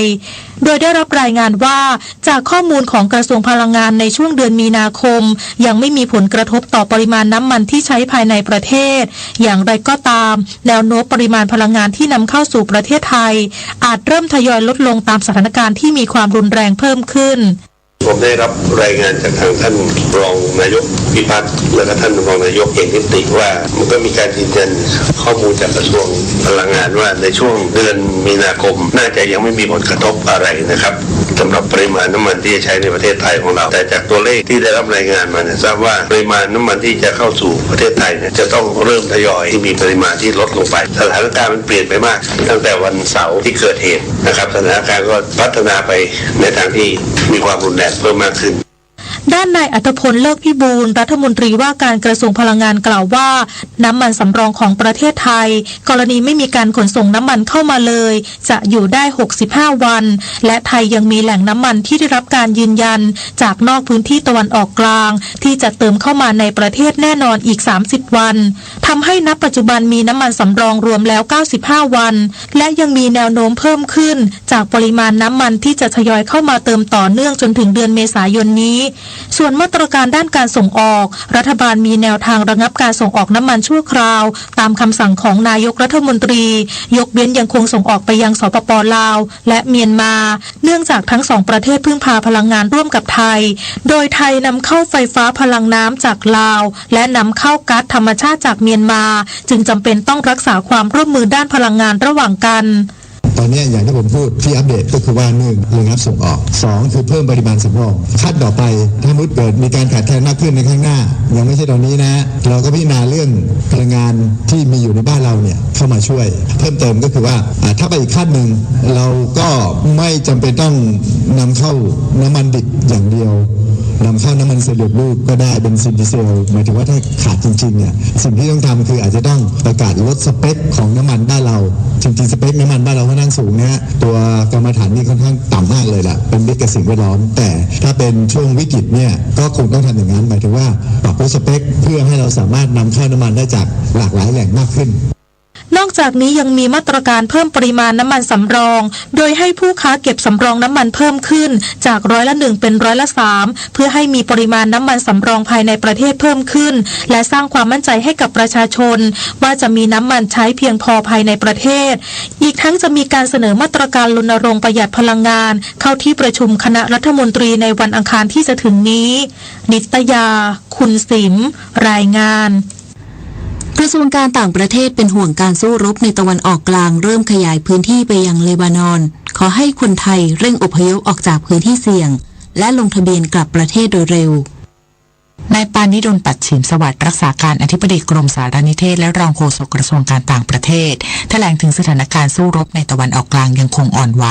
ส่งผลกระทบไปยังประเทศเลบานอนที่ถูกโจมตีทางอากาศแล้วมีผู้ได้รับผลกระทบกว่า 65,000 คนแต่ไม่มีรายงานคนไทยได้รับบาดเจ็บย้ำให้คนไทยพิจารณาออกจากพื้นที่เสี่ยงโดยเร็วขณะที่ความคืบหน้าการช่วยเหลือคนไทยในอิหร่านล่าสุดมีผู้ลงทะเบียน117คนจะเดินทางรอบแรกวันที่7มีนาคมนี้จำนวน68คนรอบ2วันที่10มีนาคมจำนวน49คนและบางส่วนอยู่ระหว่างการจัดทำวีซ่านอกจากนี้เจ้าหน้าที่กรมการกงสุลยังเดินทางไปตุรกีเพื่อคอยอำนวยความสะดวกผู้ที่เดินทางกลับไทยส่วนประเทศเลบานอนมีคนไทยในพื้นที่118คนโดยสถานเอกอัครราชทูตณกรุงริยาดได้ออกประกาศให้อพยพออกพื้นที่เนื่องจากสถานการณ์เริ่มรุนแรงขณะนี้เครื่องบินพาณิชย์ยังเปิดให้บริการอยู่จึงขอให้รีบลงทะเบียนเพื่อประสานการเดินทางประเทศบาห์เรนมีผู้ลงทะเบียนกลับไทย917คนมีคนไทยกลุ่มแรก9คนเดินทางข้ามด่านพรมแดนซาอุดีอาระเบียบาห์เรนเดินทางไปยังท่าอากาศยานนานาชาติคิงฟาฮัดเมืองดัมมัมของซาอุดีอาระเบียกลับถึงไทยแล้วและยังมีอีก 3-4 กลุ่มเดินทางกลับต่อไปทั้งนี้ได้เปิดศูนย์ช่วยเหลือณเมืองดัมมัมเพื่อช่วยเหลือคนไทยเดินทางกลับอย่างปลอดภัยประเทศคูเวตและกาตาร์น่านฟ้ายังปิดอยู่จะเร่งหาเส้นทางเพื่อช่วยเหลือโดยเร็วส่วนประเทศอื่นๆได้ประสานกับกงสุลใหญ่เพื่อประสานงานหน่วยงานทั้งการสำรวจเส้นทางอพยพเพิ่มเติม ทางกระทรวงการต่างประเทศขอเรียกร้องให้พี่น้องคนไทยพิจารณาออกจากพื้นที่เสี่ยงโดยเร็วที่สุดสถานเอกอัครราชทูตและสถานกงสุลใหญ่ในพื้นที่ได้อำนวยความสะดวกให้พี่น้องคนไทยที่ประสงค์กลับประเทศประสานหน่วยงานที่เกี่ยวข้องเพื่อเร่งรัดกระบวนการและยังคงสำรวจเส้นทางอพยพเพิ่มเติมกรณีเกิดเหตุฉุกเฉินนะครับรองโฆษกกระทรวงการต่างประเทศกล่าวด้วยว่ารัฐมนตรีว่าการกระทรวงการต่างประเทศได้แสดงความกังวลกับสถานการณ์เนื่องจากมีความเปราะบางและทางการไทยต้องดำเนินการอย่างสมดุลยึดกฎหมายระหว่างประเทศและตั้งอยู่บนพื้นฐานความปลอดภัยของประชาชนเป็นหลักซึ่งประเด็นดังกล่าวถือเป็นความท้าทายขอให้ทุกคนใช้วิจารณญาณที่ตั้งอยู่บนพื้นฐานความรับผิดชอบและความปลอดภัยของคนไทยในประเทศตะวันออกกลางปริศนาถ ขวัญแสนสุขรายงานรัฐมนตรีว่าการกระทรวงการต่างประเทศปฏิเสธข่าวเรื่องสหรัฐขอใช้สนามบินอู่ตะเภาเป็นฐานทัพทหารพร้อมย้ำจุดยืนไทยต้องการเห็นสันติภาพแก้ปัญหาด้วยการทูตและสันติวิธี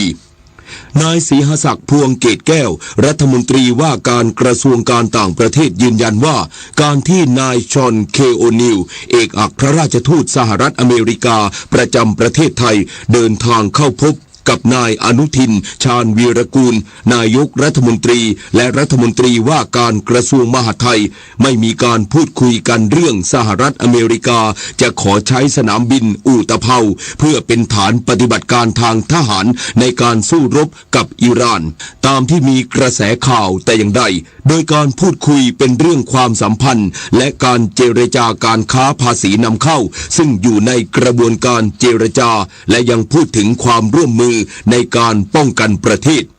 รัฐมนตรีว่าการกระทรวงการต่างประเทศกล่าวยืนยันว่ารัฐบาลไทยมีจุดยืนอันดับแรกคือความปลอดภัยของคนไทยและไทยไม่ใช่คู่กรณีในความขัดแย้งอีกทั้งต้องการเห็นสันติภาพและการเจรจาทางการทูตรวมถึงการแก้ไขปัญหาด้วยกฎหมายระหว่างประเทศและกฎบัตรสหประชาชาติและสิ่งที่รัฐบาลไทยแถลงมีความชัดเจนมีความเหมาะสมกับสถานการณ์และเป็นการปกป้องผลประโยชน์ของประเทศโดยเฉพาะการดูแลคนไทยกว่า100,000 คนในแถบตะวันออกกลางกระทรวงแรงงานตั้งวอรูมเกาะติดสถานการณ์ตะวันออกกลางชะลอส่งแรงงานและเร่งประชาสัมพันธ์ใช้แอปพลิเคชัน Smart TOEA ติดตามพิกัดรับมือผลกระทบทันท่วงทีนายสันตินันตสุวรรณรองปลัดกระทรวงแรงงานและโฆษกกระทรวงแรงงานร่วมแถลงข่าวผ่านศูนย์แถลงข่าวร่วมสถานการณ์ฉุกเฉินในตะวันออกกลางและกระทรวงการต่างประเทศว่าหลังจากเกิดสถานการณ์สู้รบระหว่างสหรัฐอเมริกาอิสราเอลและอิหร่านเมื่อวันที่28กุมภาพันธ์ที่ผ่านมากระทรวงแรงงานจัดตั้งวอรูมเพื่อเป็นศูนย์ช่วยเหลือและติดตามสถานการณ์โดยรับเรื่องและประสานการช่วยเหลืออย่างใกล้ชิดและได้ชะลอการจัดส่งแรงงานไทยไปทำงานในภูมิภาคตะวันออกกลางโดยเฉพาะอิสราเอลและอิหร่านรวมทั้งประชาสัมพันธ์ให้แรงงานไทยใช้แอปพลิเคชัน Smart TOEA เพื่อบันทึกพิกัดที่อยู่สถานที่ทำงานและที่พักของแรงงานไทยให้สามารถช่วยเหลือแรงงานไทยได้ทันท่วงทีหากเกิดเหตุฉุกเฉินพร้อมทั้งใช้เป็นช่องทางในการสื่อสารและแจ้งข้อมูลข่าวสารที่สำคัญรัฐมนตรีว่าการกระทรวงการอุดมศึกษาวิทยาศาสตร์วิจัยและนวัตกรรมสั่งการเตรียมแผนช่วยเหลือนักศึกษาและบุคลากรในสังกัดกลุ่มประเทศตะวันออกกลางที่ขณะนี้มีจำนวนกว่า 4,500 คนนายสุรศักดิ์พันเจริญวรกุลรัฐมนตรีว่าการกระทรวงการอุดมศึกษาวิทยาศาสตร์วิจัยและนวัตกรรมเปิดเผยว่าได้สั่งการให้สถาบันอุดมศึกษาและหน่วยงานในสังกัดและกำกับตรวจสอบข้อมูลและรายงานจำนวนนักศึกษาและบุคลากรสถาบันอุดมศึกษาของไทยที่กำลังศึกษาฝึกงานทำวิจัยหรือฝึกอบรมในพื้นที่เสี่ยงแล้วซึ่งจากข้อมูลจากกองตะวันออกกลางกระทรวงการต่างประเทศพบว่าปัจจุบันมีนักศึกษาไทยพำนักอยู่ในประเทศต่างๆในภูมิภาคตะวันออกกลางประกอบด้วยอิหร่าน180 คนอิสราเอล56 คนจอร์แดน360 คนอียิปต์ 3,400 คนซาอุดิอาระเบีย425 คนเยเมน120 คนและอิรัก10 คน สำนักงานคณะกรรมการกิจการกระจายเสียงกิจการโทรทัศน์และกิจการโทรคมนาคมแห่งชาติเตือนประชาชนรับจ้างเปิดซิมม้ามีโทษหนักจำคุกสูงสุด3 ปีปรับ 300,000 บาทตามกฎหมายปราบปรามอาชญากรรมทางเทคโนโลยีฉบับใหม่นายไตรรัตน์วิริยศิริกุลรองเลขาธิการรักษาการแทนเลขาธิการคณะกรรมการกิจการกระจายเสียงกิจการโทรทัศน์และกิจการโทรคมนาคมแห่งชาติหรือกสทช.กล่าวว่าการรับจ้างใช้ข้อมูลตนเองเปิดซิมหรือยินยอมนำซิมไปให้ผู้อื่นหากพิสูจน์ได้ว่าหมายเลขดังกล่าวถูกนำไปก่ออาชญากรรมทางเทคโนโลยีอาจเข้าข่ายการกระทำความผิดตามกฎหมายพระราชกำหนดมาตรการป้องกันและปราบปรามอาชญากรรมทางเทคโนโลยีพุทธศักราช 2566 แก้ไขเพิ่มเติมฉบับที่ 2 พุทธศักราช 2568 คือเจ้าของซิมม้าต้องระวางโทษจำคุกไม่เกิน3 ปีหรือปรับไม่เกิน 300,000 บาทหรือทั้งจำทั้งปรับผู้ที่เป็นธุระจัดหาโฆษณาเพื่อให้มีการซื้อขายให้เช่าหรือให้ยืมบัญชีเงินฝากบัตรอิเล็กทรอนิกส์บัญชีเงินอิเล็กทรอนิกส์ตลอดจนเลขหมายโทรศัพท์สำหรับบริการโทรศัพท์เคลื่อนที่ต้องระวางโทษจำคุกตั้งแต่ 2-5 ปีหรือปรับตั้งแต่ 200,000 บาทถึง 500,000 บาทหรือทั้งจำทั้งปรับวันนี้มูลนิธิแพทย์อาสาสมเด็จพระศรีนครินทราบรมราชชนนีหรือพอสวออกให้บริการประชาชนในพื้นที่จังหวัดแม่ฮ่องสอนที่หมู่ 4บ้านจอลือใต้ตำบลแม่สวดอำเภอศพเมยจังหวัดตากที่หมู่ 9บ้านเด่นไม้ซุงตำบลแม่สลิดอำเภอบ้านตากจังหวัดน่านที่หมู่ 7บ้านน่านมั่นคงตำบลป่าแลวหลวงอำเภอสันติสุขจังหวัดบุรีรัมย์ที่โรงเรียนบ้านโคกสนวนตำบลโคกสนวนอำเภอชำนิจังหวัดสกลนครที่โรงเรียนบ้านดงสารตำบลโพนงามอำเภออากาศอำนวยจังหวัดเลยที่โรงเรียนชุมชนบ้านหนองคันตำบลหนองคันอำเภอภูหลวงจึงขอเชิญชวนประชาชนในพื้นที่ดังกล่าวไปรับบริการโดยไม่เสียค่าใช้จ่ายใดๆแสนอาลัยสมเด็จพระพันปีหลวงไทยทั้งปวงหมองมนกลร่ำให้พระผู้เสด็จสู่ฟ้าสวรรคาลัยแนบดวงใจ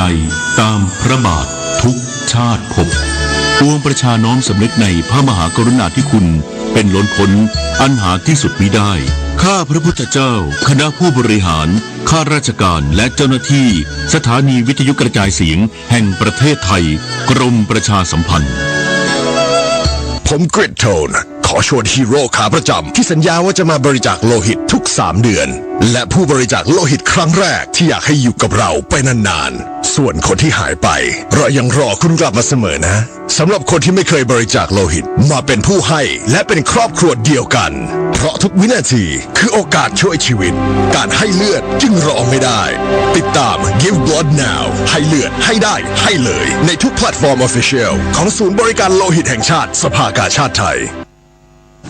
7:15 นาทีต่อไปรับฟังข่าวต่างประเทศสำนักข่าว AFP รายงานว่ารัฐมนตรีต่างประเทศของสหภาพยุโรปหรือ EU และคณะมนตรีความร่วมมือแห่งรัฐอ่าวอาหรับหรือ GCC ซึ่งประกอบด้วยบาห์เรนซาอุดิอาระเบียกาตาร์สหรัฐอาหรับเอมิเรตส์คูเวตและโอมานเข้าร่วมการประชุมฉุกเฉินผ่านระบบวิดีโอคอนเฟอเรนซ์เมื่อวันพฤหัสบดีที่ผ่านมาเพื่อหารือเกี่ยวกับวิกฤตในตะวันออกกลางหลังอิหร่านโจมตีหลายประเทศในภูมิภาคแห่งนี้เพื่อตอบโต้ที่สหรัฐและอิสราเอลเปิดปฏิบัติการโจมตีครั้งใหญ่ในอิหร่านภายหลังการประชุมดังกล่าวรัฐมนตรีต่างประเทศ EU และ GCC ออกแถลงการร่วมที่ประณามอย่างรุนแรงต่อการที่อิหร่านโจมตีแบบไม่เลือกหน้าต่อกลุ่มประเทศ GCC ซึ่งเป็นการกระทำที่ไร้ความชอบธรรมรวมทั้งคุกคามความมั่นคงของภูมิภาคและของโลกพร้อมกันนี้ยังเรียกร้องให้อิหร่านยุติการโจมตีโดยทันทีและยืนยันว่ากลุ่มประเทศ GCC มีสิทธิอันชอบธรรมที่จะใช้มาตรการที่จำเป็นเพื่อป้องกันตนเองนายอับบาส อารักชีรัฐมนตรีต่างประเทศของอิหร่านเปิดเผยระหว่างการให้สัมภาษณ์กับสถานีโทรทัศน์ NBC News ของสหรัฐ ที่ระบุว่าอิหร่านไม่ได้เรียกร้องให้มีการหยุดยิงและไม่มีเหตุผลใดๆที่จะต้องเจรจากับสหรัฐหลังจากที่อิหร่านเจรจากับสหรัฐมาแล้วถึง2 ครั้งและทุกครั้งสหรัฐก็โจมตีอิหร่านระหว่างการเจรจารัฐมนตรีต่างประเทศอิหร่านยังกล่าวเพิ่มเติมว่ารัฐบาลอิหร่านไม่มีเจตนาที่จะปิดช่องแคบมุสซึ่งเป็นหนึ่งในเส้นทางเดินเรือที่มีความสำคัญที่สุดของโลกในเวลานี้แต่เมื่อสงครามในภูมิภาคตะวันออกกลางดำเนินต่อไปทำให้อิหร่านต้องพิจารณาทุกฉากทัศน์ความเคลื่อนไหวดังกล่าวมีขึ้นขณะที่สหรัฐและอิสราเอลยังคงเปิดปฏิบัติการโจมตีอิหร่านอย่างต่อเนื่องตั้งแต่ช่วงสุดสัปดาห์ที่ผ่านมาอย่างไรก็ตามนายอารักชียืนยันว่าอิหร่านเชื่อมั่นว่าสามารถเผชิญหน้ากับทั้งสหรัฐและอิสราเอลและนั่นจะเป็นหายนะครั้งใหญ่ของทั้งสองประเทศนายแพทย์ทีโดรส อัดฮานอม กีเบรเยซุสผู้อำนวยการใหญ่องค์การอนามัยโลกหรือ WHO ออกแถลงการเมื่อวานนี้ที่ระบุว่า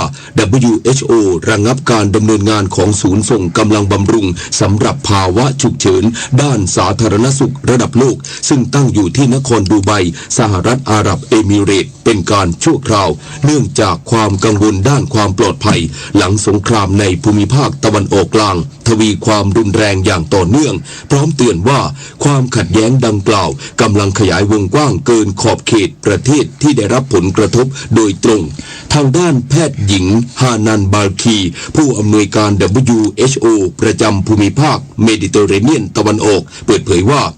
การระงับการดำเนินงานศูนย์ส่งกำลังบำรุงสำหรับภาวะฉุกเฉินสาธารณสุขระดับโลกในนครดูไบจะส่งผลให้ไม่สามารถเข้าถึงเวชภัณฑ์เพื่อมนุษยธรรมมูลค่า$18 ล้านสหรัฐขณะเดียวกันเวชภัณฑ์มูลค่า$8 ล้านสหรัฐไม่สามารถจัดส่งมายังศูนย์ดังกล่าวได้ซึ่งจะส่งผลกระทบต่อการร้องขอเวชภัณฑ์ฉุกเฉินมากกว่า50รายการจาก25ประเทศนายโมฮัมหมัดซาบูรัฐมนตรีว่าการกระทรวงเกษตรและอาหารของมาเลเซียเปิดเผยว่าความมั่นคงทางอาหารของมาเลเซียยังคงมีเสถียรภาพแม้สถานการณ์ความขัดแย้งในภูมิภาคตะวันออกกลางยังดำเนินต่อไปเนื่องจากแหล่งนำเข้าอาหารหลักของมาเลเซียไม่ได้มีส่วนเชื่อมโยงโดยตรงกับประเทศที่มีส่วนเกี่ยวข้องกับความขัดแย้งดังกล่าวทั้งนี้แหล่งนำเข้าอาหารหลักของมาเลเซียมาจากกลุ่มประเทศอาเซียนอินเดียปากีสถานออสเตรเลียนิวซีแลนด์บราซิลและอาร์เจนตินาขณะที่นายซาบูเตือนว่าหากสถานการณ์ความขัดแย้งยังยืดเยื้อออกไปและราคาน้ำมันที่พุ่งสูงขึ้นอาจส่งผลให้ต้นทุนสินค้านำเข้าสูงขึ้นตามไปด้วยอย่างไรก็ตามรัฐบาลเตรียมแผนบรรเทาผลกระทบดังกล่าวแล้วต่อไปรับฟังข่าวกีฬาค่ะศึกแบดมินตันรายการเก่าแก่ที่สุดในโลก World Tour Super 1000 Yonex All England Open Badminton Championship 2026 ที่ยูทิลิต้าอารีนาเบอร์มิงแฮมประเทศอังกฤษในประเภทหญิงเดี่ยวรอบ2พปวีช่อชูวงมืออันดับ8ของโลกตบเอาชนะมิเชลลีมืออันดับ11ของโลกจากแคนาดา2-0 เกมมาเข้าสู่รอบ8คนสุดท้ายต่อไปส่วนชายเดี่ยวกรวุฒิวิชิตสารมืออันดับ2ของโลกตบเอาชนะโทมัสจูเนียร์โปปอฟมืออันดับ17ของโลกจากฝรั่งเศส2-1 เกมมาเข้าสู่รอบ8คนสุดท้ายได้เช่นกันด้านคู่ผสมรอบ2พกพลธีรรัตน์สกุลกับซัสซิลีแต้รัตนชัยตบเอาชนะหยางโปซวนกับหูหลิงฟางคู่มืออันดับ27ของโลกจากไต้หวัน2-1 เกมมาเข้าสู่รอบก่อนรองชนะเลิศต่อไปกอล์ฟหญิง LPGA ทัวร์ช่วงเอเชียนสวิงต้นปีรายการสุดท้าย Blue Bay LPGA พา72ที่สาธารณรัฐประชาชนจีนในรอบแรกโปรแหวนพรอนงเพชรล้ำทำผลงานดีสุดในกลุ่มนักกอล์ฟไทยสกอร์4อันเดอร์พาอยู่อันดับ7ร่วมสุธเนศ ตีวรรณแสนทำผลงาน3อันเดอร์พาอยู่อันดับ14ร่วมขณะที่ตำแหน่งผู้นำร่วมอยู่ที่6อันเดอร์พามีด้วยกัน3คนได้แก่หลิวแมรี่และจางเว่ยเว่ย2โปรเจ้าถิ่นจากจีนรวมถึงฮวางโยมินจากเกาหลีใต้พลเอกเดชาเหมกระศรีนายกสมาคมกีฬาจักรยานแห่งประเทศไทยเปิดเผยว่าจากสถานการณ์สงครามในภูมิภาคตะวันออกกลางระหว่างสหรัฐอเมริกาและอิสราเอลกับประเทศอิหร่านที่ส่งผลกระทบให้สนามบินในตะวันออกกลางต้องปิดสนามบินหรือยกเลิกเที่ยวบินเป็นจำนวนมากจากปัญหาดังกล่าวสมาคมกีฬาจักรยานซึ่งจะเป็นเจ้าภาพจัดการแข่งขันจักรยานทางไกลนานาชาติ Tour of Thailand 2026 เส้นทางในจังหวัดหนองคายและจังหวัดอุดรธานีระหว่างวันที่24มีนาคมถึง2เมษายนได้ตรวจสอบไปยังทีมที่เข้าร่วมการแข่งขันทั้งหมดแล้วไม่น่ามีผลกระทบใดๆในการเดินทางมาร่วมการแข่งขันเนื่องจากทีมส่วนใหญ่สามารถเดินทางตรงมายังประเทศไทยได้เลยโดยไม่ต้องผ่านสนามบินใหญ่ในตะวันออกกลางแต่ก็มีบางทีมที่อาจมีปัญหา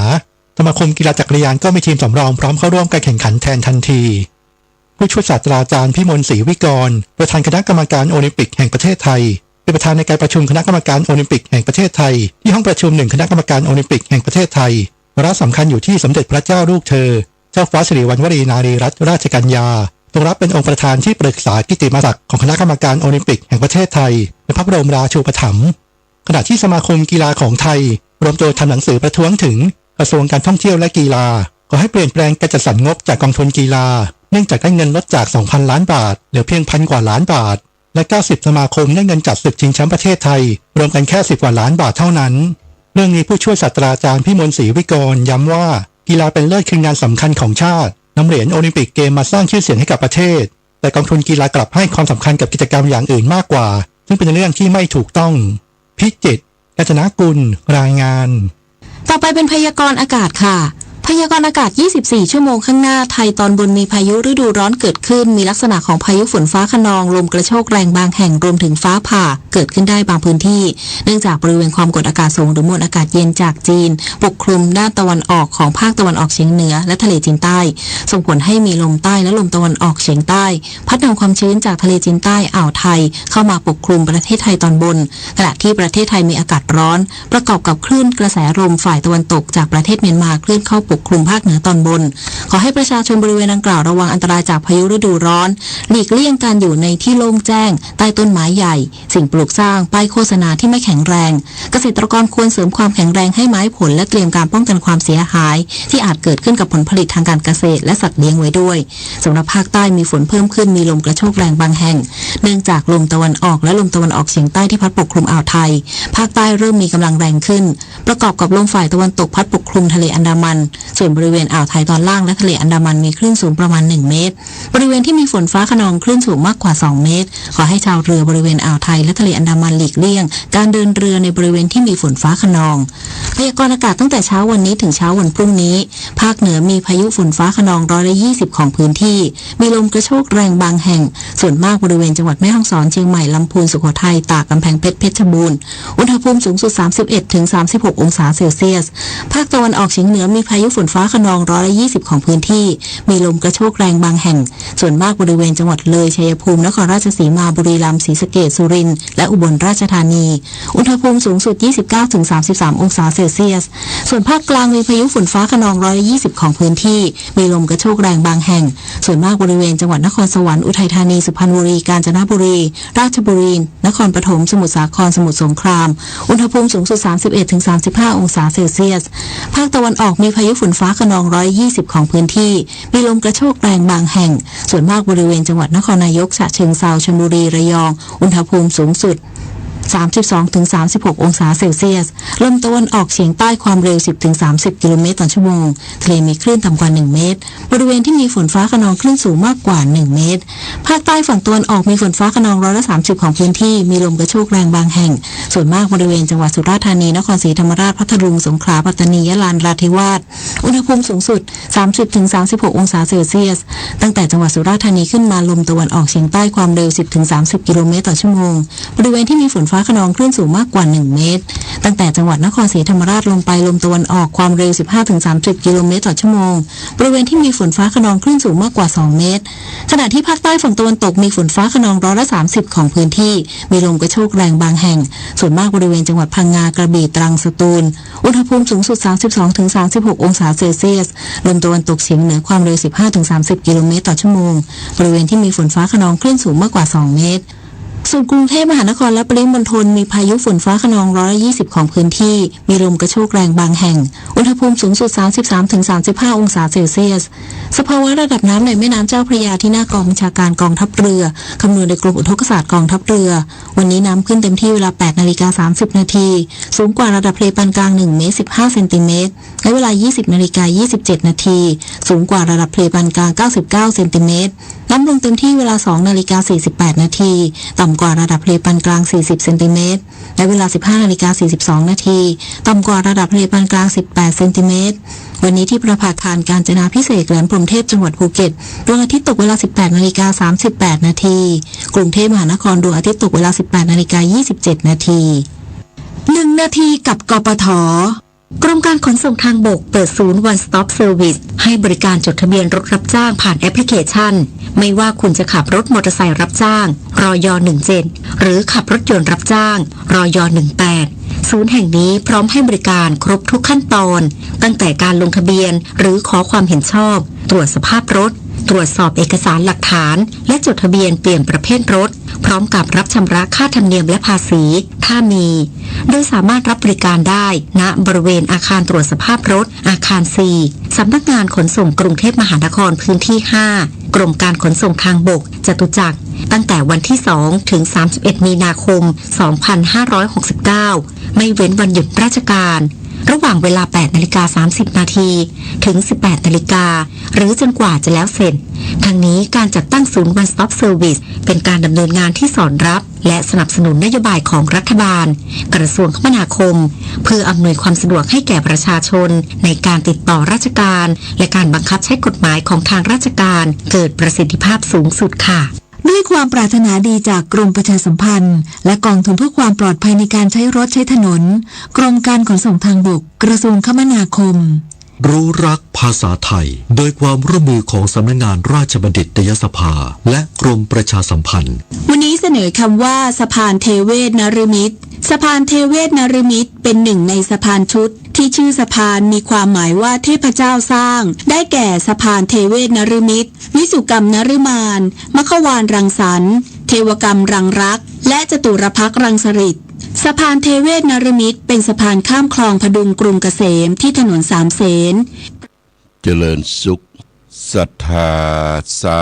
ธุชนญาติโยมท่านพุทธบริษัทต่างหลายวันนี้รายการธรรมประทีปส่องต่างก็ได้มาพบปะกับพ่อแม่พี่น้องศรัทธาสาธุชนญาติโยมแห่งครั้งหนึ่งครูบาอาจารย์ท่านบอกว่าจะไปวัดเพื่อดูฐานอย่าไปบ้านให้ดูครัวคำว่าไปวัดให้ดูฐานฐานนี่คืออย่างญาติโยมฐานก็คือห้องน้ำเรียกว่าฐานเป็นที่คับที่ถ่ายที่ของสกปรกไปวัดให้ดูฐานไปบ้านให้ดูครัวฐานที่วัดวาอารามเขาก็ต้องดูแลเช็ดถูปัดเพี้ยวปัดกวาดทำความสะอาดเพราะมีคนมาใช้บริการญาติโยมนะอย่างวัดใหญ่ๆวัดท่องเที่ยววัดที่มีคนพลุกพล่านเนี่ยเปิ้นมาเอี่ยวมาแองมาถามมาถึงวัดเขาจะถามทันทีว่าห้องน้ำมีที่ไหนเจ้าห้องน้ำมีที่ไหนครับแต่ในปัจจุบันนี่เปิ้นก็จะเขียนป้ายติดถึงแม้ว่าห้องน้ำจะอยู่ไกลอยู่ตามริมกำแพงกาที่หลังศาลากาต้องเขียนป้ายภาษาอังกฤษว่าทอยเล็ตเป็นห้องน้ำมีรูปกางเกงป้อจายอะไรมีรูปกระโปรง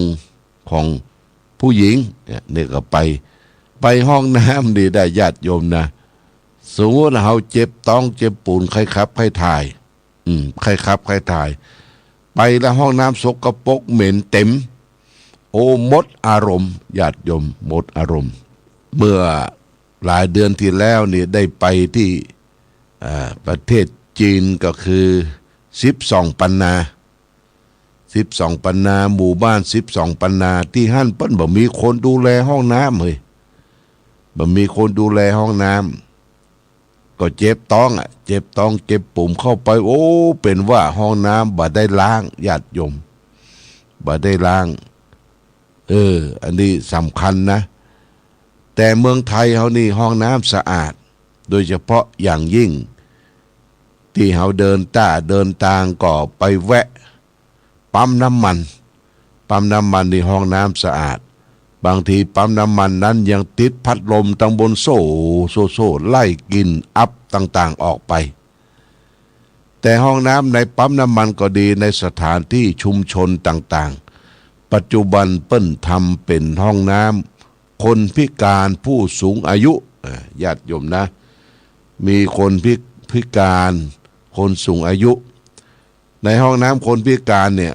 หลวงพ่อก็จะเข้าบ่อยๆเพราะมันสะดวก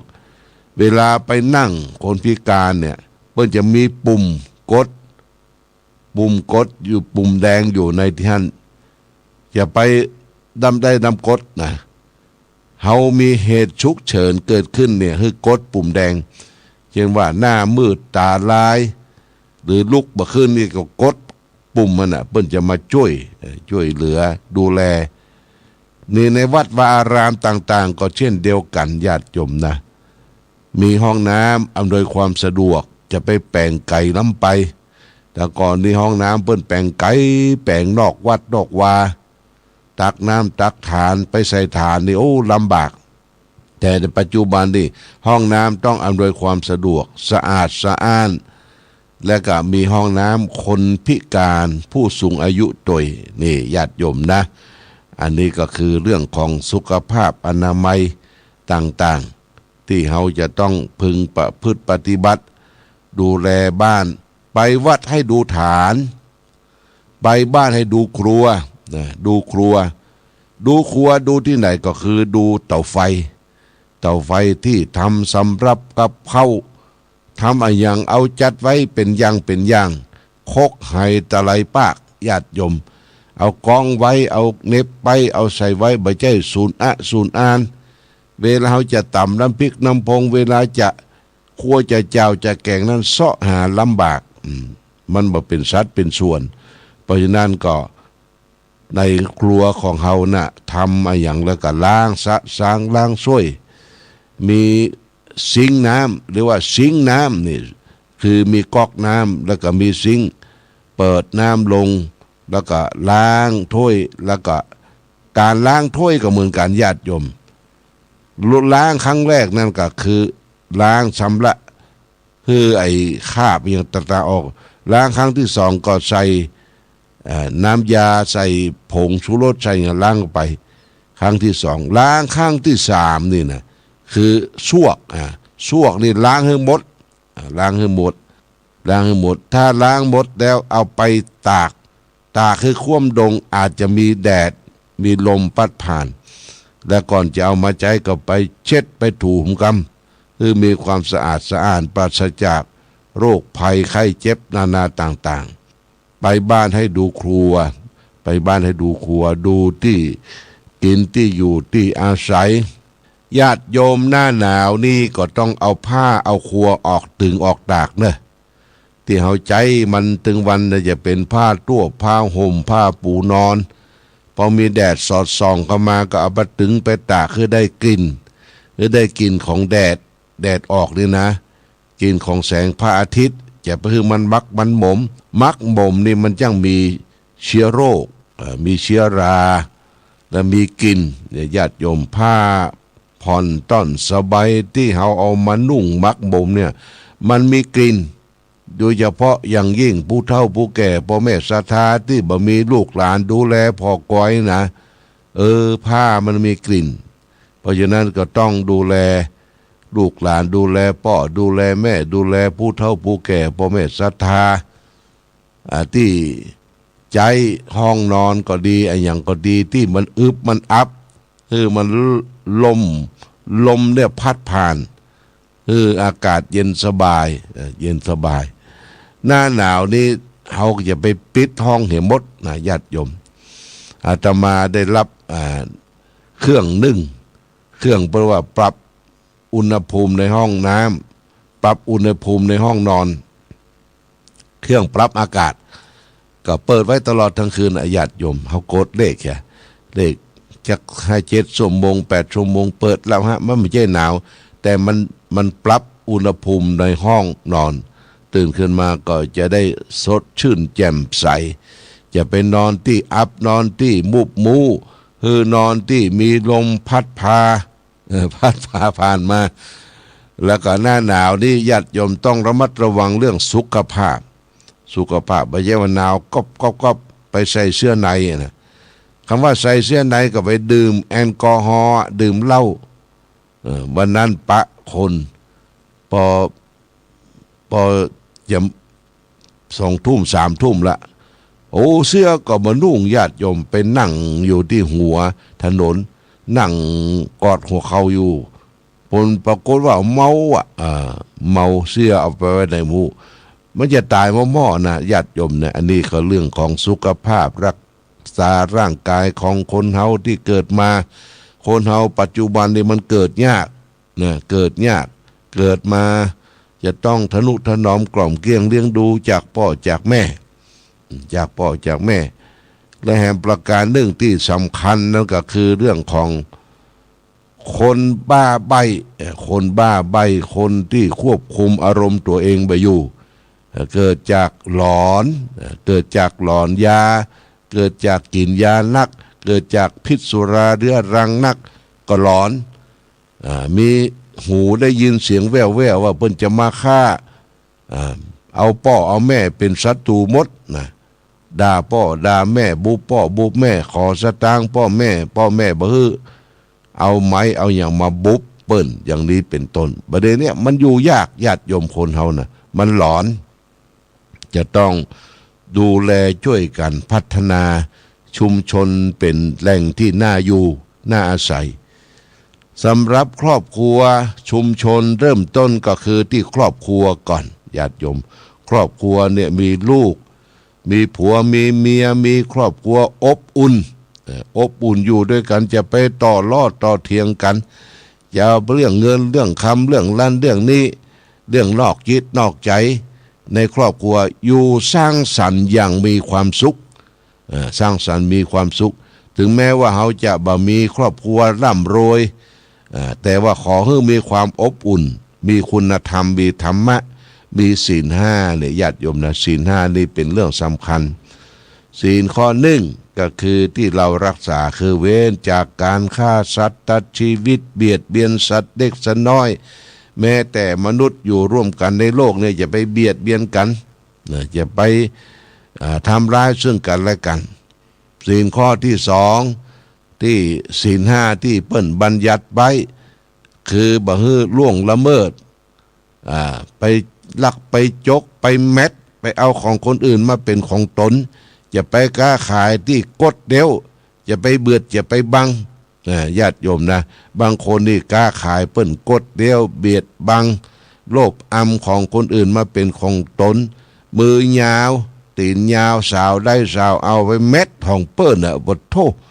ของภัยก็ฮักเนี่ยผิดศีลข้อสองนะอทินนาทานากาเมละอทินนาทานาเวละมณีสิกขาเว้นจากการถือเอาสิ่งของที่เจ้าของบ่ได้ให้ด้วยการยิบฉวยขโมยของคนอื่นศีลข้อที่สามพึงเว้นจากล่วงละเมิดของรักของชอบใจคนอื่นเขาก็คือบัญญัติศีลข้อที่สามนี้ไว้เพื่อสังคมอยู่ร่วมกันอย่างมีความสุขระหว่างผัวและเมียอย่าไปนอกอกนอกใจกันออกอกนอกใจมีสองมีสามมีน้อยมีใหญ่เนี่ยญาติโยมความเดือดร้อนวุ่นวายเกิดขึ้นถึงวันเนี่ยเพราะตัณหาตัวเดียวตัณหาคืออย่างตัณหาคือความทะยานอยากได้เปิ้นมาเป็นของตนฝ่ายตั้งแม่ยิงก็มีความอยากจะได้เงินได้ทองบางทีก็ห้องคนที่มาคบมาปะกันเนี่ยเป็นอาเซียเป็นอาเฮียวะบางวันเจ็ดเหี่ยวปบตันต้องเสาะสตางไปคือเขาญาติโยมนะอันนี้ต้องระมัดระวังแล้วก็แตกแยกละครอบครัวแตกแยกเจ้าบ้านเจ้าจองเล่าหน้าติชินนินทาเล่าหน้าจาขวนมันไม่ใช่พระเอกหายนะพิษศีลพิษธรรมความเสื่อมเสียเกิดขึ้นกับสังคมครอบครัวเกิดขึ้นครอบครัวแตกแยกเนี่ยเฮาพอเตอะในทีวีก็เหมือนกันดาราแยกกันว่าเอามาลงข่าวลงหยังปะโทลงข่าวลงหยังแยกกันไปเนาะความทุกข์เท่านั้นน่ะนี่ญาติโยมนี่คือผิดศีลข้อที่สามศีลข้อที่สี่จาจะไปปดมดเท็จ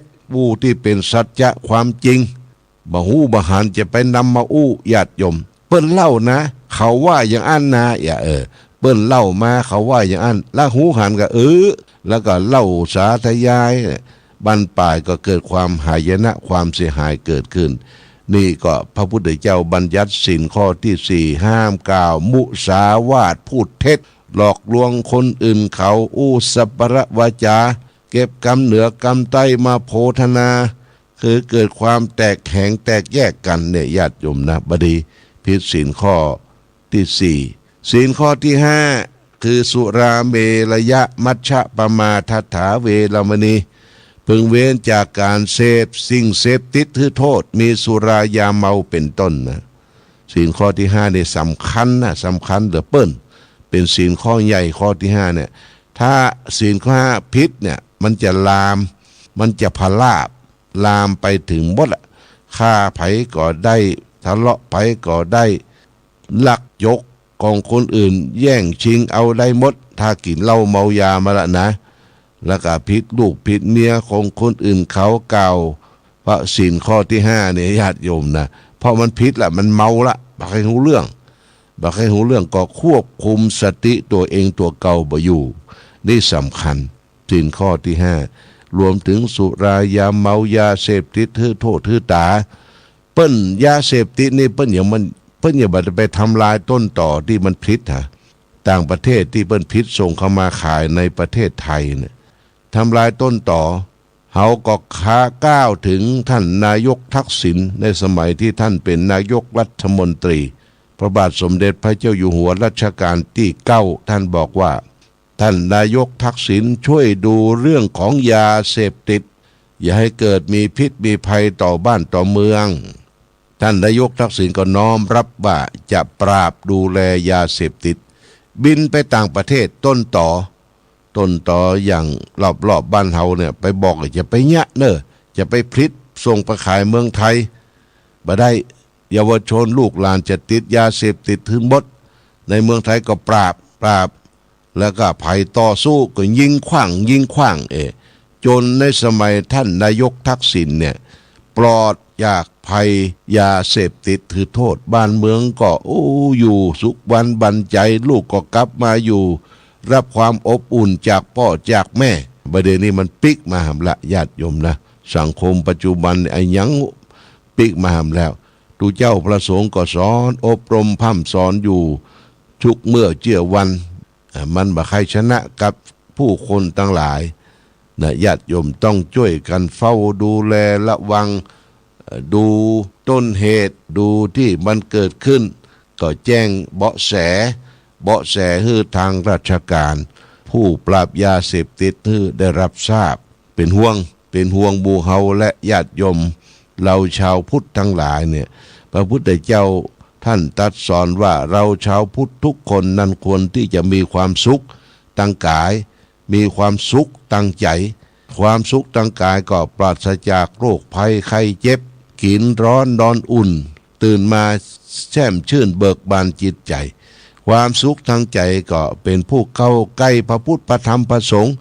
มีพระรัตนตรัยเกิดขึ้นไปที่ไหนมีพุทโธธัมโมสังโฆแล้วก็อยู่ในจิตในใจอยู่ตลอดเวลาเพราะฉะนั้นความสุขเล็กๆน้อยๆเนี่ยพึงแสวงหาอย่าไปหาอันโทษมาใส่ตนใส่ตัวไปคิดโลภเบียดบังอำของคนอื่นเนี่ยอย่าไปแยะเด็ดขาดญาติโยมไปกล้าไปขายไปกาดไปลีหรือเขาไปซื้อขายจ่ายแลกสตางค์เปิ้นหล่ำมาเนี่ยเอาไปคืนเปิ้นเวยเปิ้นทอนมาหล่ำมาไปคืนไปไว้เจ๊ใบใจโชคดีละญาติโยมนะเปิ้นอาจจะบ่ฮู้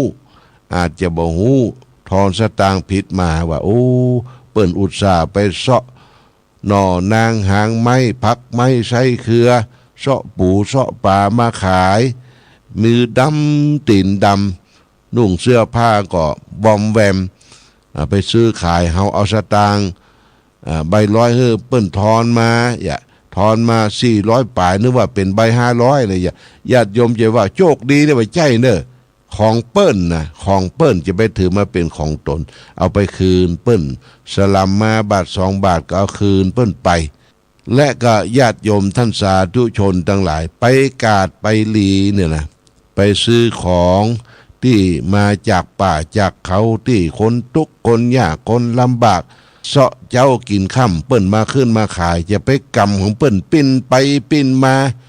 จะซื้อก็บ่ซื้อกำปิ้นไปปิ้นมาแล้วไปขอต่อรองเปิ้นมันลำบากซื้อกันเหมาะกันไปญาติโยมมีเมตตาเหมาะกันไปบางครั้งโอกาสเวลาอาตมาภาพจ้างผ่านไปทางแม่สวยนะทางแม่สวย แล้วก็ปีกมาจะเข้ามาทางบ่อน้ำมันผ่านแม่สวยเข้ามาไปทางเส้นนี้ระหว่างทางมีชาวเขามาขายของป่าหรือพี่น้องตังเจียงตุงเนี่ยหิมป่าไม้เพิ่นมาขายของป่ามาขายปีพ่องขายอย่างหลายๆอย่างเนี่ยเขาก็ซื้อญาติโยมซื้อมาไว้ช่วยเขาบ่ฟักแก้วฟักมนซื้อช่วยเขาจักข้านอย่างต่างๆซื้อช่วยเขาเขามีโอกาสวันนี้ตุลุงบ่ได้ขายสักบาทเตื้อนั่งเฝ้าตั้งแต่เจ้าละนี่ก็ซื้อเพื่อแผ่ตานไปตัวได้ของมาตัวญาติโยมนะอันนี้คือจิตใจกว้างอย่าไปจิตใจแคบญาติโยมคือจิตใจกว้างจิตใจเบิกบานแจ่มใสเราชาวพุทธเนี่ยมีจิตใจเบิกบานแจ่มใสอันนี้ก็อูจาทักทาปราศัยเก็บสิ่งละเล็กละน้อยมามาโพธนาว่าเฮาเป็นยุคของการพัฒนาก็คือทำสิ่งที่ดีมีอยู่แล้วเนี่ยคือดีขึ้นเจริญขึ้นวัดวาอารามก็ต้องมีการพัฒนาบ้านจองที่อยู่ที่ใสก็ต้องมีการพัฒนาแม่ตนตัวเราก็มีการพัฒนาเขี้ยวมันลุดมันเว้าไปก็หาอันใหม่มาใส่เอาไว้กินข้าวกินอย่างก็เป็นการพัฒนาผ้าอาภรณ์ที่นอนหมดมุ่งจะเพื่อมันเก่ามันซ่อมซ้อจะเพื่อมันกินมินอัพคือพัฒนานี่คือความเจริญที่มีอยู่เดี๋ยวคือเจริญขึ้นดีขึ้นญาติโยมจะอยู่อย่างเก่าอย่างเดิมบ่ได้นี่ฝากไว้คือแก่ญาติโยมท่านสาธุชนทั้งหลายเรื่องบุญญาจินกถาเนี่ยว่าด้วยการสั่งสมบุญพระพุทธเจ้าตรัสไว้ในพระไตรปิฎกคุตกนิกายธรรมปฐกถาพระไตรปิฎกเล่ม25หน้า122พระพุทธเจ้าตรัสว่ายาวะมันเยทะปุญญัสสะนมัตตังนาคะมิสสติทุพินทุทิปาเตนะทุกรรมโพปิปูรติทีโรบุญยัสสะโถกังโรกาปิอาจินังถ้าแปลเป็นไทยก็ได้ใจความว่าไม่ควรดูหมิ่นบุญว่ามีประมาณน้อยจักไม่มาถึงแม้หม้อน้ำยังเต็มด้วยน้ำที่ตกลงทีละหยดได้ผู้มีปัญญาเมื่อสั่งสมบุญไว้ทีละน้อยก็ย่อมเต็มไปด้วยบุญได้เหมือนกันนี่พระพุทธเจ้าตรัสว่าอย่าไปประมาทบุญน้อยญาติโยมท่านเปรียบเหมือนว่าเฮาเอาภาชนะเอาถ้วยชามอย่างไปรองน้ำฝนที่ตกจากฟากฟ้าสุราไรสลมลงมาเม็ดฝนตกทีละเม็ดได้ยากก็ยังเต็มอ่างภาชนะชันใดผู้มีปัญญาเมื่อสั่งสมบุญไว้ทีละน้อยก็ย่อมเต็มไปด้วยบุญได้เหมือนกันทีนี้กิริยาญาติโยมกิริยาของการทำบุญนั้นมีกิริยาที่จะต้องทำบุญเกิดจากการรักให้ทานบุญเกิดจากการรักษาศีลบุญเกิดจากการเจริญสมาธิภาวนาทานศีลภาวนาเนี่ยเป็นหลักบุญใหญ่เป็นกิริยาของการทำบุญการให้ทานก็เป็นส่วนหนึ่งการได้ไปรักษาศีลก็เป็นส่วนหนึ่งการได้ปั้มเพ็งเจริญภาวนาไหว้พระสวดมนต์ก็เป็นส่วนหนึ่งเนี่ยมันจะต้องครบทั้ง3ประการในญาติโยมการให้ทานเป็นจะต้องให้ทานคือให้อามิตรและสิ่งของที่เราควรให้แก่คนบุคคลที่ควรให้เช่นให้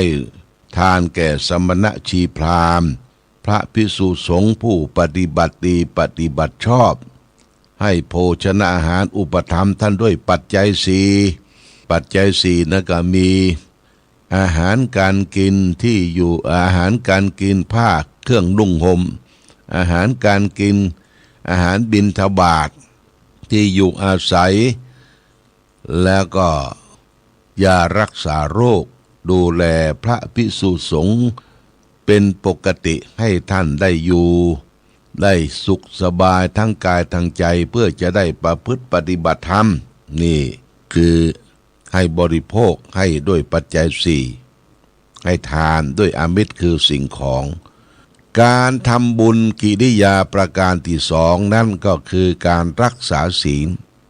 ทำไมเราจะต้องรักษาศีลญาติโยมศีลแปลว่าปกติกายปกติวาจาทุกคนเมื่อกายวาจาของตนเองปกติบุคคลผู้นั้นถือว่าเป็นผู้มีศีลเป็นผู้มีความสงบกายวาจาศีลอยู่กับผู้ใดนำศีลนำไปประพฤติปฏิบัติผู้นั้นก็จะมีความสุขสงบไม่ไปเบียดเบียนใครไม่ไปโลภไปเบียดไปบังทรัพย์สินของคนอื่นเขาไม่ผิดลูกผิดเมียคนอื่นเขาแล้วก็ไม่ทำร้ายตัวเองด้วยสุรายาเมายาเสพติดก็มีความสุขละเนี่ยศีลเป็นแห่งบุญเป็นสายบุญส่วนหนึ่งที่จะทำให้เกิดความสุขก็คือศีลห้าเนี่ยง่ายๆประพฤติปฏิบัติง่ายๆจากนั้นจากศีลขึ้นไปชั้นหนึ่งก็คือได้เจริญสมาธิภาวนาเป็นอย่างใดเป็นจะใดเราจะต้องมานั่งเพื่อเกิดสมาธิภาวนาเนี่ยเป็นกรอบที่จะทำให้จิตใจสงบเย็นสุขอื่นใดจะเกิดจากความสงบไม่มีแต่สุขความสงบที่จะมีต้องสงบใจก่อนเมื่อใจเป็นประธานใจเป็นนายกายเป็นบ่าวเมื่อใจสงบแล้วกายก็สงบวาจาก็สงบเราจะพบเห็นทางหนทางแห่งความสุขเกิดจากการภาวนามีสองประการคือสมถภาวนาเพื่อให้เกิดอุบายให้ใจสงบเช่นเราจะภาวนาสัก10 นาที5 นาทีที่ไหนที่อื่นก็บอกว่าเราและท่านทั้งหลายตั้งจิตใจสงบให้พิจารณาถึงบุญกุศลให้พิจารณาถึงทานศีลที่เราได้ทำแล้วจะสงบสัก5 นาทีสมถกรรมฐานเป็นอุบายทำให้ใจสงบวิปัสสนากรรมฐานตัวที่สองเนี่ยคือยกระดับจิตใจของตนเองให้สูงขึ้นโดยพิจารณารู้สภาพสังขารของตนเองการเกิดดับของสังขารรู้แจ้งเห็นจริงในกองสังขารรู้จักธาตุสี่ดินน้ำลมไฟรู้จักใจที่ประกอบด้วยเวทนาสัญญาสังขารและวิญญาณแยกแยะออกเป็นส่วนโดยไม่ติดข้องไม่ติดอยู่ในรูปในเสียงในกลิ่นในรสในโผฏฐัพพะทั้งหลายนี่แสดงว่าเราพิจารณาเข้าวิปัสสนารู้แจ้งเห็นจริงเพราะฉะนั้นการประพฤติปฏิบัติเข้าวิปัสสนากรรมฐานเนี่ยถือว่าเป็นบุญชั้นสูงนะญาติโยมบุญชั้นยอดนี่จึงมีโครงการเข้าวิปัสสนากันทั่วไปเพื่อจะดึงให้ญาติโยมให้มีความสุขตั้งกายและตั้งใจได้อย่างแท้จริงคือความสุขกายสุขใจเนี่ยเป็นเป้าหมายในทางพระพุทธศาสนาพุทธศาสนาที่เรายอมรับนับถือทุกวันเนี่ยคือต้องการให้ญาติโยมท่านสาธุชนทุกท่านมีความสุขตั้งกายและก็ตั้งใจความสุขตั้งกายนี่มีวันละผิวพรรณอันผ่องใสมีร่างกายปราศจากโรคภัยไข้เจ็บนานาต่างๆไม่ทุพเป็นคนทุพพลภาพความสุขตั้งกายก็อิ่มเอิบเบิกบานจิตใจโยมเห็นลูกในแง่ดีบางครั้งไปหันความชั่วหันยังมาผ่านตั้งตาหูจมูกลิ้นกระใจก็มองโลกในแง่ดีนี่คือความสุขตั้งใจก็จะเกิดขึ้นเพราะฉะนั้นขอฝากเรื่องบุญกิริยาให้ญาติโยมท่านสาธุชนทั้งหลายได้พิจารณาว่าจะฮื้อตานอย่างเดียวก็รักษาศีลไปโดยได้แล้ว กายวาจาพร้อมแล้วก็ยกระดับจิตใจของตนเองให้สูงขึ้นเรียกว่ามันภาวนามีสมถกรรมฐานและวิปัสสนากรรมฐานอย่างนี้เป็นต้นวันนี้รายการธรรมะประทีปส่องต่างก็ต้องขอลาก่อน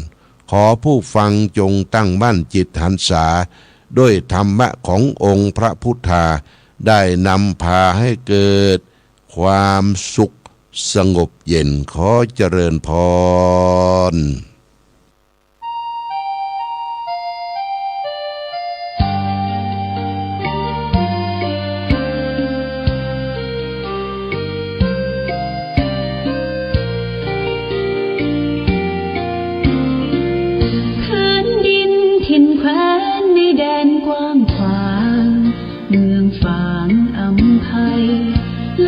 ล้างวิไลชวนให้ไปหาทุ่งเขาเนาไพรหากใครได้มาม่วนใจนักหนาได้มาแอวเมืองฟ้าชุ่มเย็นช่ำล้ำเที่ยวทำตักเต่าแดนเก่าโบราณเรียบล้อลำธารเที่ยวดอยอ่างขางเขื่อนน้ำแม่นางเยี่ยมชาวบ้านยางป่าคาดอยลางกลางถ้ำผาพึ่งพนาป่าสวยน้ำใสน้ำใจสะอาดเมืองฟ้าธรรมชาติเสกสรรปันมาหลากพื้นเผ่าพันธุ์ร่วมกันพร้อมหน้าเสน่ห์นำพายมาเมืองฟ้าดอยดงหน้าแดนแห่งนี้มีชื่อเมืองปางท่ามกลางลมหนาวทุ่งท้องกวาวชวนให้ลุ่มลง ธงชาติและเพลงชาติไทยเป็นสัญลักษณ์ของความเป็นไทยเราจงร่วมใจยืนตรงเคารพธงชาติด้วยความภาคภูมิใจในเอกราชและความเสียสละของบรรพบุรุษไทยประเทศไทยรวมเชื้อชาติไทยเป็นประชารัฐผ้าไทยของไทยทุกส่วนอยู่ดำรงคงไว้ได้ทั้งมวลด้วยเพลงล้วนหมายรักษาบังยินไทยนิรักสงบแต่ถึงรบไม่กล้าเอกราชจะไม่ให้ใครคุมขีสละเลือดทุกอย่างเป็นชาติทะเลพลังประเทศชาติไทยก็เวทีชัยชโย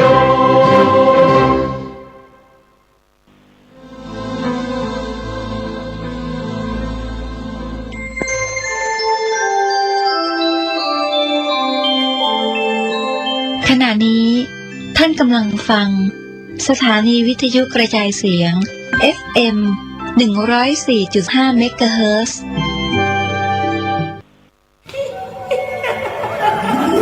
กระจกวิเศษจงบอกข้าเถิดใครงามเลิศในปัทภีก็พระนางน่ะสิราชินีผู้เลอโฉมดูสิตั้งแต่ท่านพาชาวประชางดเผาป่าและขยะในครัวเรือนชาวไร่ชาวนาก็งดเผาตอสั่งข้าวฟางข้าวหันไปไถกลบทำปุ๋ยหมักแปรรูปเป็นอาหารสัตว์หรือเอาไปอัดเป็นก้อนแทนอากาศก็ดีไม่มีฝุ่น PM 2.5 คอยกวนใจหน้าตาท่านก็สดใสผิวพรรณผุดผ่องเป็นที่สุดพะยะค่ะ ต้องแบบนี้สิเจ้าพูดถูกใจข้ายิ่งนักเพราะทุกการเผานั่นคือการสะสมฝุ่นแต่ถ้าทุกคนร่วมใจกันหยุดเผาเราก็จะมีแต่อากาศบริสุทธิ์ไว้หายใจห่างไกลมะเร็งปอดสุขภาพก็ดีมันคือที่สุดแล้วราชินีจงเป็นอมตะราชินีจงเป็นอมตะข้าขอบูชาท่านพะยะค่ะ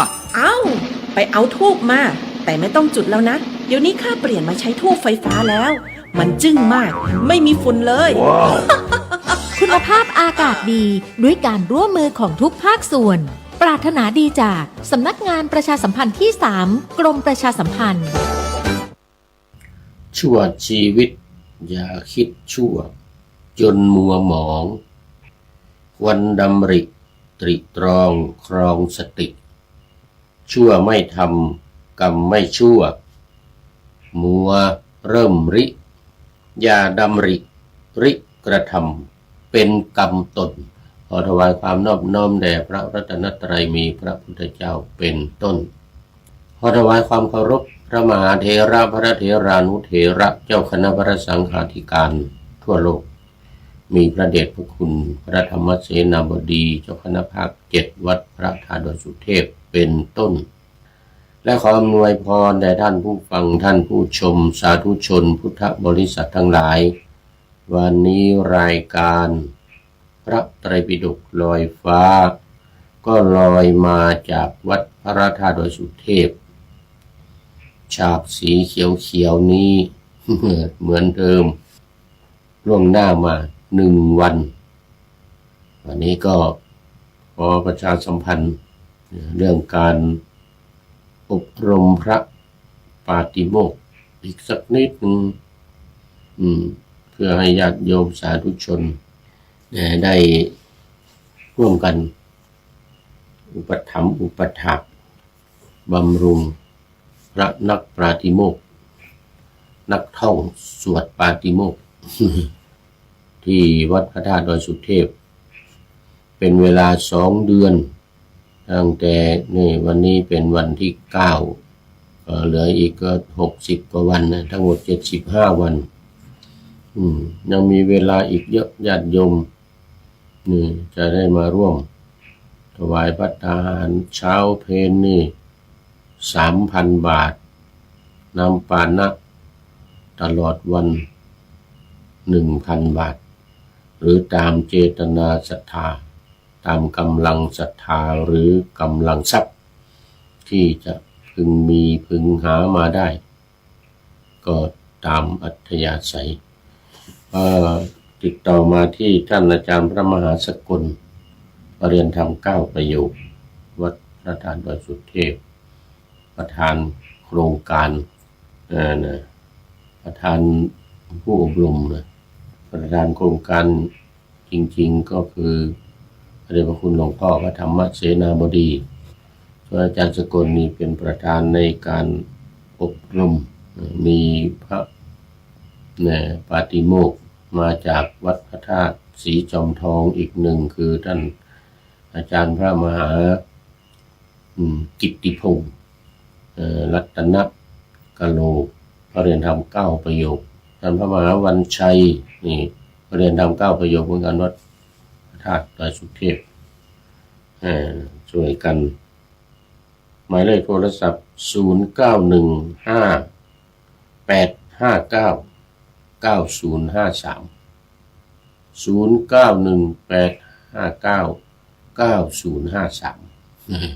0918599053ติดต่อมาโดยตรงที่ท่านอาจารย์พระมหาสกล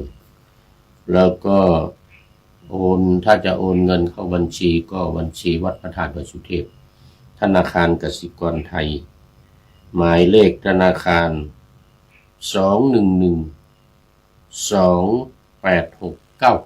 211-286ตามอัธยาศัยตอนนี้ขอต้อนรับ FC ทองสุขพิริยะจิระอนันต์นี่เป็น FC ใหม่FC ใหม่เดี๋ยวต้องเขียนไว้ก่อน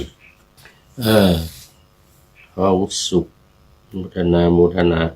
ทองสุขพิริยะจิระอนันต์พิริยะจิระอนันต์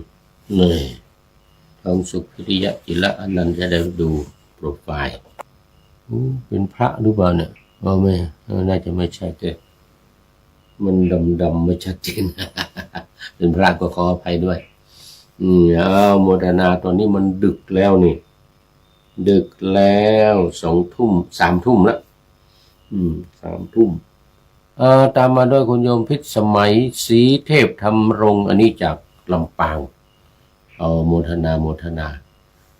จากลำปางยังไม่หลับไม่นอน โอ้เป็นเพื่อนกันอีก2 รายการวันนี้อีก2 รายการถ้าพระไตรปิฎกลอยฟ้านี้เสร็จแล้วก็จะเป็นธรรมะหลังธรรมวัดเย็นโอ้นาวาวังทองเนี่ยทั้งพักเช้าทั้งพักบ่ายนะวันพรุ่งนี้วันศุกร์พักเช้า7:30 นาทีพักบ่ายนี่บ่ายโมงถึงบ่าย2วัดพระธาตุดอยสุเทพบ่าย2ถึงบ่าย3 โมงวัดฝายหินสำหรับพระไตรปิฎกลอยฟ้านี้ก็5 สถานีเหมือนเดิมวัดฝายหินวัดปากทางเจริญอำเภอดอยหล่อแล้วก็วัดพระพุทธบาทอุดมอำเภอฝางจังหวัดเชียงใหม่หมดเลยเสร็จแล้วก็ลำปางมั่งจังหวัดลำปางสถานีวิทยุมจรวิทยาลัยสงฆ์นครลำปางมีอาจารย์จิรศักดิ์ปันรำเป็นผู้อำนวยการสถานีนี่ก็8 ถึง 9 นาฬิกาตอนเช้า8 ถึง 9 นาฬิกาตอนเช้าแล้วก็ตอนกลางคืนนี่วัดพระธาตุดอยสุเทพของเรา5 ทุ่มถึงเที่ยงคืนนี่ทุกวันวัดฝายหินอีก4 สถานีนั้นวันจันทร์ถึงวันศุกร์นะวันจันทร์ถึงวันศุกร์ดังนั้นก็อาจจะไม่ตรงเหตุการณ์นะเพราะว่าบางทีของวันเสาร์วันอาทิตย์เนี่ยทางวัดฝายหินก็อาจจะนำมาออกในวันจันทร์อังคารพุธพฤหัสศุกร์ได้ นะแต่ทำทุกวันรายการนี้ทำทุกวันบางทีก็อาจจะตรงวันประชาสัมพันธ์ให้รับทราบโดยทั่วกัน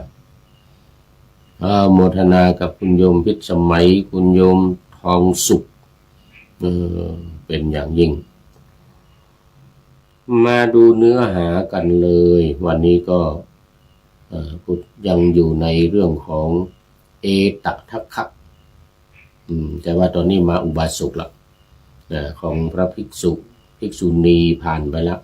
ภิกษุณีผ่านไปเดี๋ยวถ้าครบหมดทุกคนแล้วจะได้มาสรุปอีกทีหนึ่งทั้งภิกษุณีอุบาสกอุบาสิกาที่ได้รับการยกย่องว่าเป็นเลิศในทางใดทางหนึ่งตอนนี้อยู่ในหมวดที่6ฉัพกะวรรคหมวดที่6หมวดย่อยนะหมวดใหญ่ยังอยู่ในหมวดที่14เอตทัคคะวรรคที่ว่าด้วยผู้ที่เป็นเลิศในทางนั้นๆผู้ที่เป็นเลิศในทางนั้นๆเมื่อวานนี้ก็มาจบที่อุบาสก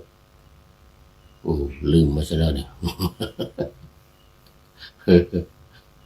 ซึ่งก็ประวัติยาวน่าดูเงี้ยนะแต่ลืมมานึกไม่ออกไม่เป็นไรมาวันนี้เลยดีกว่ามาวันนี้ก็เป็นคนที่สองต่อจากเมื่อวานอยู่ในวรรคเดียวกันนี่แหละอยู่ในวรรคที่6หมวดที่6สุทัตตะปิณฑิกะขหบดีนะสุทัตตะปิณฑิกะขหบดีอันนี้ชื่อคุ้นๆชื่อคุ้นๆในหน้าที่249นะเป็นคนที่2ของวรรคที่6นี้สุทัตตะปิณฑิกะขหบดีอันนี้เป็นได้รับการยกย่องว่าเป็นเลิศทางด้านการยินดีในการถวายทานยินดีในการให้ทานหรือถวายทานให้ทานก็ได้ให้หมดไม่เลือกหน้าคนยากคนจนพระสงฆ์สามเณรตั้งแต่พระพุทธเจ้าทรงเป็นประธานด้วยความยินดียิ่งขนาด ข้าวของล่อยหลอนะเงินหมดยังไม่หยุดไม่ยอมหยุดให้อยู่เหมือนเดิมแม้แต่ว่าจะต้มผักต้มข้าวต้มผักก็ยังใส่อยู่นะกล่าวทูลพระองค์ว่าต้องขออภัยว่างั้นตอนนี้เงินล่อยหลอเป็นเศรษฐีเงินล่อยหลอแต่ยังให้ทานอยู่ต้องขออภัยเครื่องไทยทานจะไม่เลิศไม่ประณีตนะอภัยเศร้าหมองพุทธองค์ก็ตรัสว่าโอ้อย่าคิดว่าถวายของเศร้าหมองหรือของไม่ประณีตมันอยู่ที่ใจนะมันอยู่ที่จิตจิตมีความศรัทธามีความเลื่อมใสย่อมจะได้บุญเต็มที่หรือได้บุญมหาศาลเหมือนเดิมอย่าตกใจในเรื่องของว่าของมันจะไม่ประณีตมีผักดองเป็นที่สุดเหมือนกันนะเอาผักกาดมาดองแล้วก็ต้มถวายพระตัวเองก็กินอย่างนั้นนะตัวเองก็กินอย่างนั้นนะนี่จึงได้รับการยกย่องว่ายินดีอย่างยิ่งในการให้ทานเนี่ยโรงทานทั้งหลายก็มีอยู่เหมือนเดิมแต่อาหารค่อนข้างจะล่อยหลอมีอยู่เหมือนเดิมข้าวมีอยู่เหมือนเดิมปินดีกลับไปว่าก้อนข้าวตกลงในบาตรพระตกลงในกะลาของคนยากคนจนที่มาหรือคนเดินทางไกลมาเนี่ยเดิมเนี่ยชื่อสุทัตตะเนี่ยเดิมชื่อสุทัตตะนี่ประวัติของเขาเนี่ยเสร็จแล้ววันหนึ่งไปเยี่ยมเพื่อนที่กรุงราชคฤห์ก็ปรากฏว่าได้ไปหาเพื่อนแล้วได้ฟังธรรมได้พบพระพุทธเจ้าแสดงธรรมให้ฟังบ้านเพื่อนที่กรุงราชคฤห์เพื่อนก็ทำบุญตักบาตรไปเจอเพื่อนที่ทำบุญตักบาตรกับพระพุทธเจ้าพอดีเลยก็ได้ฟังธรรมกับเพื่อนบรรลุเป็นโสดาบันกลับมาสาวัตถีกลับมาบ้านเดิมตัวเองก็เป็นมหาเศรษฐีนี่เลยสร้างวัดถวายทานอันนี้เล่ามาหลายครั้งแล้วก็จะไม่เล่าซ้ำอีกแล้วมาสร้างวัดเจตวันนี่ถวายพระพุทธเจ้าแล้วก็จึงให้ทานแค่เจตวันนี่ก็หมดเงินไปหลายล้านนะด้วยความยินดี54 โกฏนี่นะ54 โกฏก็คือ540 ล้านนะเฉพาะที่ดินนะที่ดิน54 โกฏ540 ล้านแล้วก็โอ้โหที่ดินมันกว้างใหญ่บนภูเขาบนเนินเขานั่นขนาดครึ่งเดียวนะครึ่งเดียวจ่าย540 โกฏนี่นะเจ้าเชษฐ์เห็นโอ้หยุดว่างั้นนะเอาเงินไปปูมีเงินขนาดนั้นเจ้าเชษฐ์ว่าหยุดเพราะนั้นข้าพเจ้าขอถวายครึ่งหนึ่งว่างั้นนะร่วมกันว่างั้นนะที่ซื้อเนี่ยเอาแค่ครึ่งเดียวพอไม่ซื้อละเนี่ยที่เหลือนี่ครึ่งหนึ่งขอถวายด้วยถ้าไม่ได้รับการร่วมถวายกับเจ้าเชษฐ์นะเจ้าเชษฐ์นี่เป็นน้องชายของพระเจ้าประสิทธิโกศลนะนี่เป็นเศรษฐีมหาศาลเหมือนกันเป็นเจ้าด้วยเชื้อเจ้า900 ล้านเนี่ย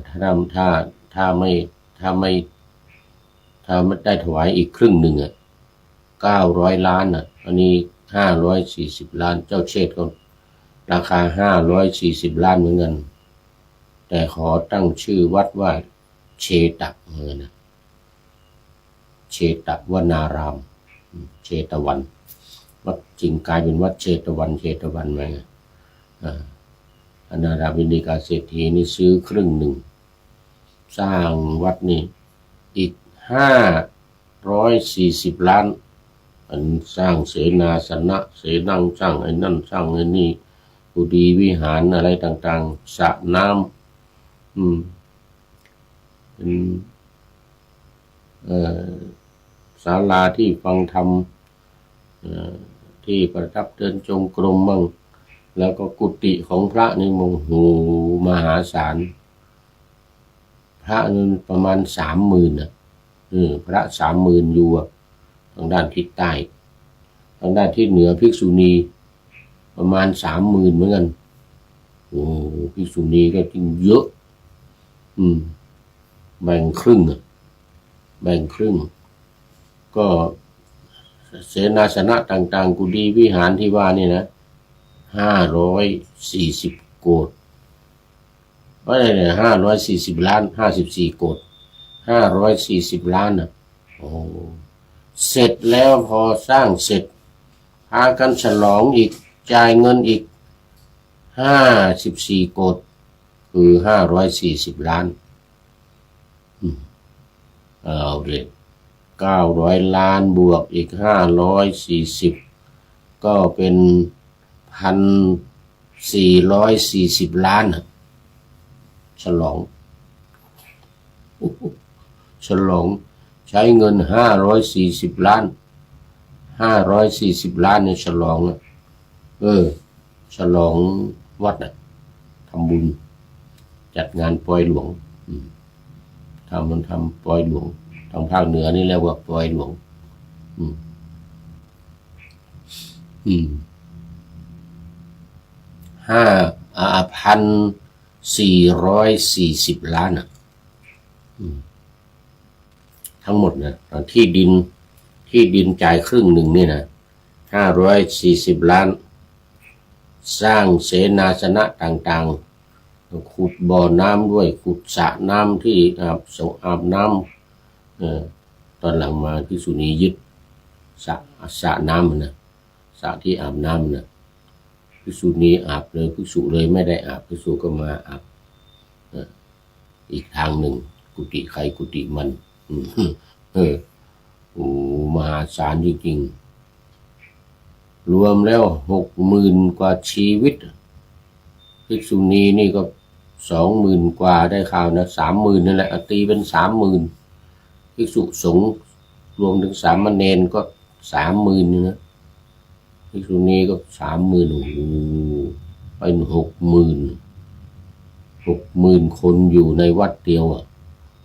แบ่งครึ่งกันห้ามไปภิกษุไปเขตภิกษุณีห้ามภิกษุณีมาเขตภิกษุพระภิกษุจะไปได้ก็รูปที่ไปแสดงธรรมต้องเป็นพระอรหันต์นะรูปแสดงธรรมให้แก่ภิกษุณีฟังจึงไปได้ไปก็อยู่ที่แสดงธรรมไม่ใช่ไปตามกุฏิไม่ได้นะ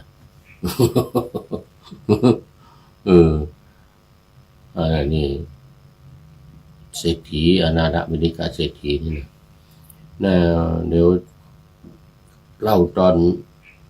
เงินล่อยหลอหน่อยสาเหตุที่เงินล่อยหลอเงินหมดไปนี่นะก็เพราะว่ามีคนมายืมแกก็ใจดีนะให้ยืมแล้วเขาไม่คืนนะให้ยืมนอกจากว่าหมู่มาขอทานมากินอาหารที่ให้ทุกวันนี่นะมันยังมีหมู่ไอ้ที่เศรษฐีบ้างไม่เป็นเศรษฐีบ้างไม่เป็นแต่เป็นคนธรรมดาเนี่ยมากู้เงินเอาไปลงทุนเอาไปทำไร่ไถนาเอาไปค้าขายอะไรนะใครมาแกก็ให้หมดใครมาขอกู้ให้หมด นั่นก็ประมาณ50 โกฏเงินนะประมาณ50 โกฏก็คือ500 ล้านนะประมาณ500 ล้านเสร็จแล้วเอาไปไว้ที่เอาไปฝังไว้นะเสร็จแล้วน้ำมันเซาะเข้ามาน้ำแม่น้ำอจิรวดีนะเงินนี่ก็ตกลงไปในน้ำอีกประมาณ50 โกฏเหมือนกัน50 โกฏ500 ล้านเนี่ยเลยทำยังไงมีบัญชีไว้หมดนะมีบัญชีไว้หมดนะใครมายืมนี่นะเขียนบัญชีไว้จำนวนเท่านี้คนนี้ยืมเท่านี้คนนี้ยืมเท่านี้เป็น500 ล้านทำยังไงทีนี้แกก็ไม่ไปทวงคนยืมแล้วไม่ยืมแล้วไม่คืนก็ไม่ไปทวงโอ้ขอต้อนรับท่านอาจารย์วชิระคุณาธรท่านพระครูปลัดวิเชียรวัดเจดีย์แม่ครัวอำเภอสันทรายโอ้สาธุสาธุครับผมโอ้ยังไม่นอนเนาะรายการก่อนก็ก่อนไปทำวัดเมื่อกี้นี้ก่อนไปทำวัดก็ทำรายการหนึ่งท่านพระครูก็ว่าฟังอยู่ว่างั้นนะ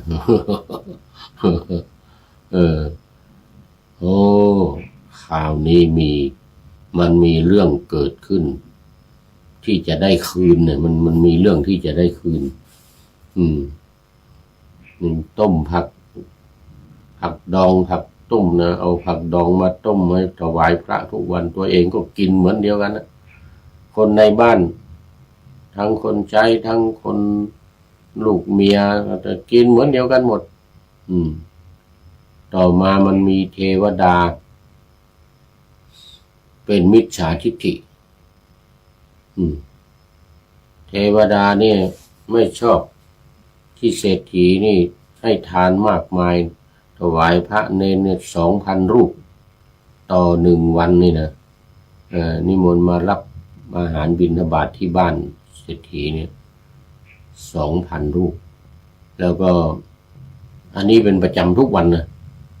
เป็นประจำทุกวันวันละ 2,000 รูปมหาศาลมาก็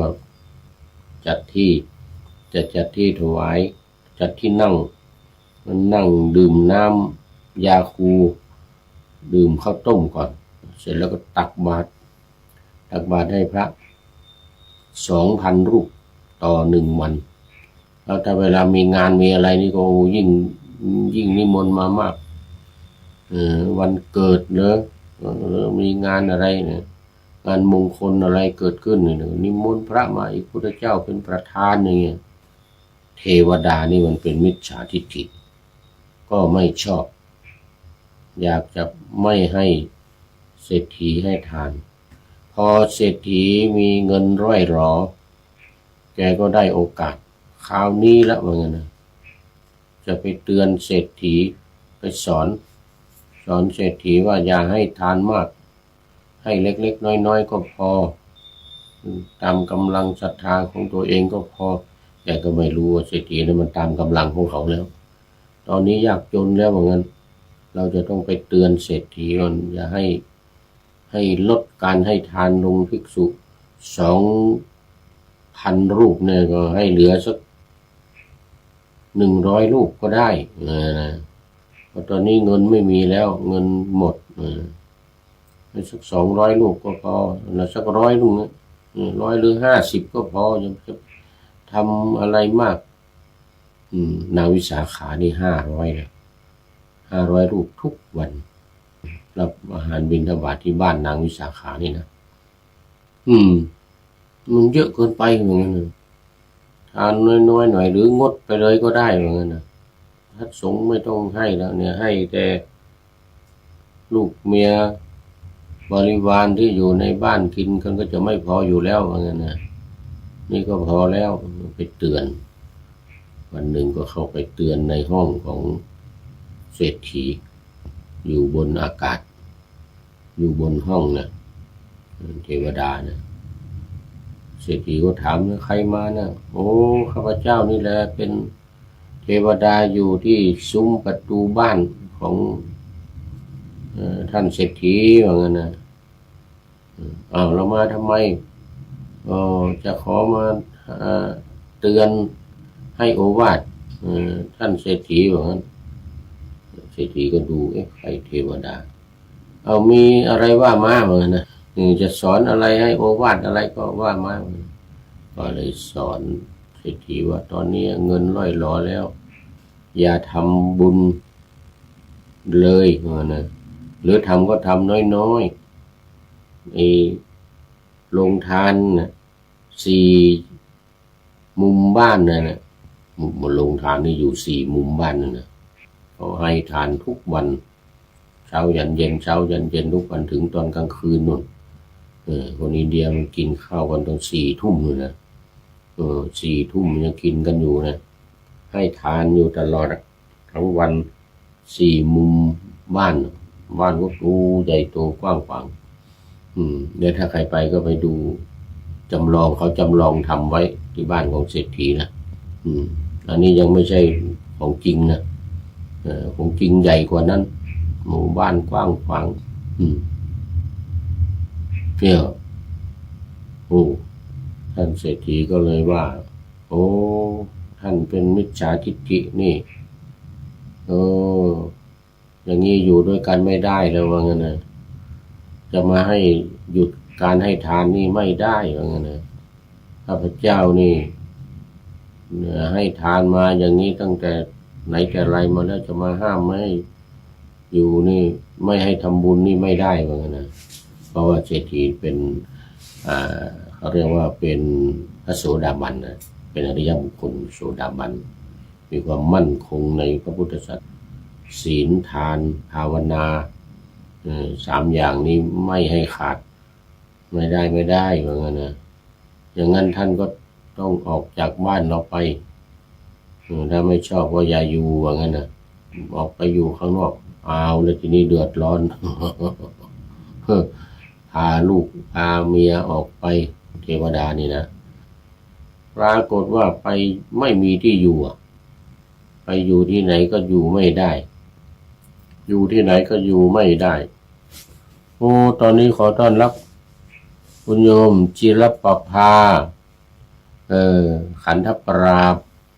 นะอยู่กรุงเทพมหานครวันนี้กรุงเทพเข้ามา1มีFC ใหม่คุณโยมทองสุขพิริยะจิระอนันต์นี่นะยังไม่ได้เข้าไปดูโปรไฟล์โมทนาโยมจิรภายังไม่หลับ ยังไม่หลับนี่พูดถึงอนาถบิณฑิกาเศรษฐีก็ไล่เทวดาออกไปก็อยู่ที่ไหนก็ไม่ได้ไม่มีที่อยู่จะไปอยู่ที่ไหนเดือดร้อนเลยอยากจะมาขอขมาขอโทษก็เลยไปหาท้าวจตุโลกบาลทั้ง4มีท้าวอะไรทัตตลักษณ์บ้างอะไรบ้างเขาเรียกท้าวจตุโลกบาลเนี่ยนะคอยดูแล4 มุมเมืองเลยนะไม่ใช่มุมเมืองสาวัตถีนะทั่วจักรวาลนี่นะเขาเรียกว่ามีน้ำล้อมรอบ4 ทิศมีเวชสุวรรณมีเวชสุวรรณอยู่องค์หนึ่งเขาทั้งหลายก็ไม่กล้าไม่กล้าไม่ได้หรอกจะไปพูดกับอนาถบิณฑิกาเศรษฐีไปขอขมานะไม่ได้หรอกนะไม่กล้าเข้าไปหรอกไปหาพญาอินทร์เทวดานี่นะท้าวสักกะเทวราช ขอให้ไปพูดกับอนาถบิณฑิกาเศรษฐีขอให้เราเนี่ยข้าพเจ้าเนี่ยได้ไปอยู่ที่ซุ้มประตูเหมือนเดิมเหมือนกันยินดีไปขอขมาเหมือนกันนะขอโทษเหมือนกันแต่ไม่กล้าเข้าไปด้วยตนเองเหมือนกันนะท้าวสักกะเทวราชก็ไม่กล้า ไม่กล้าเหมือนกันนะไม่กล้าไปหาเศรษฐีนี่เขามั่นคงในการให้ทานการรักษาศีลเนี่ยโอ้ไม่กล้าไปบอกไม่กล้าไปพูดเหมือนกันนะถ้าเขาไม่ให้อยู่ก็ไม่กล้าไปพูดเลยแต่แนะนำท้าวสักกะเทวราชนี่แนะนำเทวดาเนี่ยว่าให้ไปทวงเอาเงินคืนจากเจ้าหนี้จากลูกหนี้ทั้งหลายของเศรษฐีนะลูกหนี้ทั้งหลายของเศรษฐีนะให้จำแรงแปลงตัวเป็นนายเสมียนของเศรษฐีอย่างนั้นนะให้ปลอมตัวคือจำแรงตัวเองนะเนรมิตเทวดานะเป็นเสมียนแล้วก็ไปเอาบัญชีที่คนมายืมเงินของเศรษฐีนั่นแหละเอาบัญชีได้ก็เอาไปปลอมตัวเป็นเสมียนของเศรษฐีนะแล้วก็เอาบัญชีเนี่ยไปหาลูกหนี้ของเศรษฐีบอกว่าเศรษฐีเนี่ยให้มาทวงหนี้400-500 ล้านปรากฏว่าก็ยอมทำตามนั้นแล้วก็มันมีเงินที่น้ำเซาะฝั่งเงินของเศรษฐีที่ลงไปในน้ำให้ไปงมเอามาให้หมดเหมือนกันเงินมันไม่เปียกสมัยนั้นเงินมันเป็นตะกั่วเป็นเหล็กเป็นอะไรเป็นเงินจริงๆก็มีเอามาตีเป็นค่าแล้วเอาไปจ่ายแลกเปลี่ยนกันเขาเรียกว่ารูปียะมันไม่มีเป็นแผ่นกระดาษเหมือนสมัยนี้นะแผ่นกระดาษไม่มีเหมือนเงินที่เอาไปปูซื้อที่ดินของเจ้าเชษครึ่งภูเขาเนี่ยเงินอย่างนั้นเป็นเงินจริงๆเนี่ยหรือว่าเป็นตะกั่วหรือเป็นอันนี้ก็ตามแต่ว่าทำเป็นสัญลักษณ์ว่าตามถูกต้องตามกฎหมายแลกเปลี่ยนได้นะจมลงไปในน้ำให้ไปงมเอามาเหมือนกันนะอีก500 ล้านกว่านะ500 ล้านกว่าเอาไปใส่ในที่เก็บเงินของเศรษฐีเต็มเหมือนเดิมเต็มหมดเลยเสร็จแล้วก็ไปบอกเศรษฐีไปบอกเศรษฐีว่าโอ้ข้าพเจ้ามาขอขมาเข้าไปในห้องเศรษฐีเหมือนเดิมนะตอนนี้ข้าพเจ้าสำนึกผิดแล้วก็ไปท้าวสักกะเทวราชแนะนำให้ไปเอาเงินจากลูกหนี้มาคืนหมดแล้วตอนนี้เอาไว้ในที่เก็บเงินของท่านเศรษฐีไปดูได้ว่างั้นนะแล้วที่มันจมลงไปในน้ำก็ไปงมเอามาหมดแล้วว่างั้นนะไปงมเอามาหมดแล้วตอนนี้ก็เอามาใส่ไว้ในยุ้งในฉางในอะไรที่เก็บเงินของถ้าเราไปบ้านเศรษฐีเราจะมีที่เก็บเงินนะมีที่เต็มหมดแล้วว่าตอนนี้ว่างั้นนะเราก็ขอเศรษฐียกโทษให้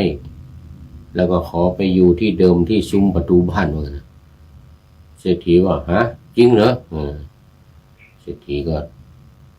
ไปดูเลยทีเนี้ยโอ้เงินทองกลับมาเหมือนเดิมเลยคราวนี้ก็ถวายทานสบายแล้วเนาะเศรษฐีนี่นะสุทัตตะเศรษฐีนี่นะสุทัตตะบิณฑิกะเศรษฐีนี่โอ้ดีใจอ้าวถ้าอย่างนั้นไปอยู่ที่เดิมเหมือนกันนะอยู่ที่ซุ้มประตูที่เดิมเทวดามิจฉาทิฏฐินี่นะและก็เปลี่ยนนิสัยเดิมจากเป็นมิจฉาทิฏฐิเป็นสัมมาทิฏฐิเทวดาตรงนี้นะเทวดาที่อยู่ซุ้มประตูบ้านของ อนาถบิณฑิกาเศรษฐีนี่นะอย่างนี้ก็เศรษฐีก็ได้ทำบุญให้ทานเหมือนเดิมข้าวปลาอาหารอะไรก็ทำอร่อยปราณีตซื้อเนื้อซื้อปลาซื้ออาหารอะไรต่างๆมาอุดมสมบูรณ์เหมือนเดิมต้มผักดองไม่เอาแล้วว่าต้มผักดองอะไรไม่เอาแล้วนี่ก็เล่าบางส่วนนะมันเยอะเรื่องของเศรษฐีเนี่ยอนาถบิณฑิกาเศรษฐีเนี่ยตอนที่เจ็บป่วยอีกตอนที่ใกล้จะตายนะก็ให้คนไปนิมนต์พระสารีบุตรมาแสดงธรรมนิมนต์พระพุทธเจ้าก็ให้พระสารีบุตรมาแสดงธรรมให้กับเศรษฐีที่บ้านถึงแก่อสัญญกรรมตายไปเกิดเป็นเทพบุตรอนาถบิณฑิกาเศรษฐีเทพบุตรอยู่บนสวรรค์นู่นอยู่บนสวรรค์ชั้นดาวดึงส์อยู่บนสวรรค์ชั้นดาวดึงส์นู่นมีวิมานหลังใหญ่เพราะว่าได้รับการยกย่องจากพระพุทธเจ้าว่าเป็นผู้ยินดีในการให้ทานยินดีอย่างยิ่งในการให้ทานยังไม่ตายเนี่ยปรากฏว่ามีปราสาทอยู่รออยู่ข้างบนแล้ววิมานหลังใหญ่รออยู่ข้างบนแล้วที่รู้นี่ก็คือโมคคัลลานะพอโมคคัลลานะขึ้นไปบนสวรรค์ไปเห็นหมู่วิมานหลังใหญ่ปราสาทหลังใหญ่แล้วก็มีนางฟ้านางสวรรค์นางอัปสรทั้งหลายอยู่คอยบริการอยู่ก็ไปถามดูว่าอันนี้เป็นวิมานของใครเป็นปราสาทของใครนะทั้งหลายนางอัปสรทั้งหลายก็บอกว่านี่เป็นวิมานของอนาถบิณฑิกาเศรษฐีอนาถบิณฑิกาเศรษฐียังไม่ตายอยู่ข้างล่างแต่ว่ามีวิมานรออยู่แล้วเหมือนกันนะวิมานนั้นเป็นทิพย์รอมหาเศรษฐีอนาถบิณฑิกาเศรษฐีอยู่ข้างบนแล้วพระโมคคัลลานะลงมาก็มากราบทูลพระพุทธเจ้าคนยังไม่ตายเนี่ยถามพระพุทธเจ้าทูลถามพระพุทธเจ้าคนยังไม่ตายนี่ก็มีวิมานรออยู่ข้างบนหรือว่างั้นนะพระพุทธเจ้าก็ตรัสว่าก็เธอไปเห็นมาแล้วด้วยตาไม่ใช่หรือ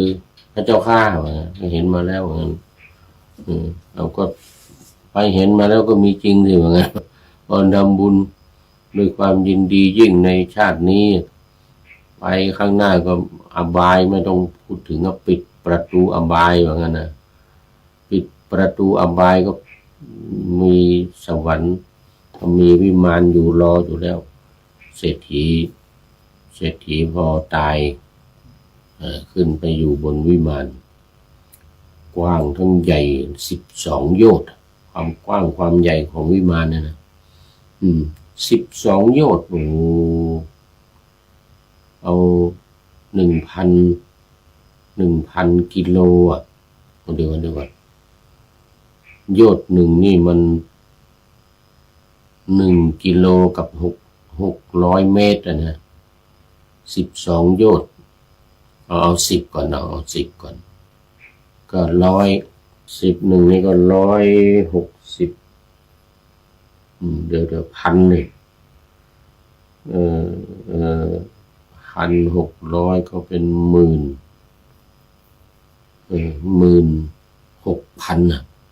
16,000 ตารางกิโลเมตรกี่เท่าไหร่แล้วก็ว่าไปตามนั้นคูณเข้าไป 1,600 เมตรคูณ12ความกว้างข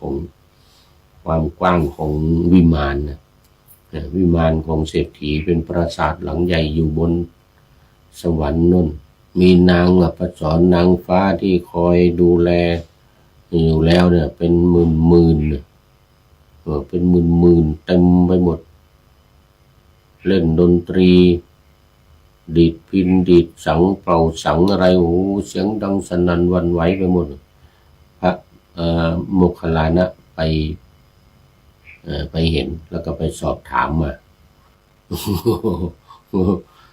มีตั้งแต่ยังไม่ตายตั้งแต่ยังไม่ตายอันนี้จบไปหนึ่งวันนี้จบไปหนึ่งเดี๋ยวต้องเอาอีกข้อที่250นะ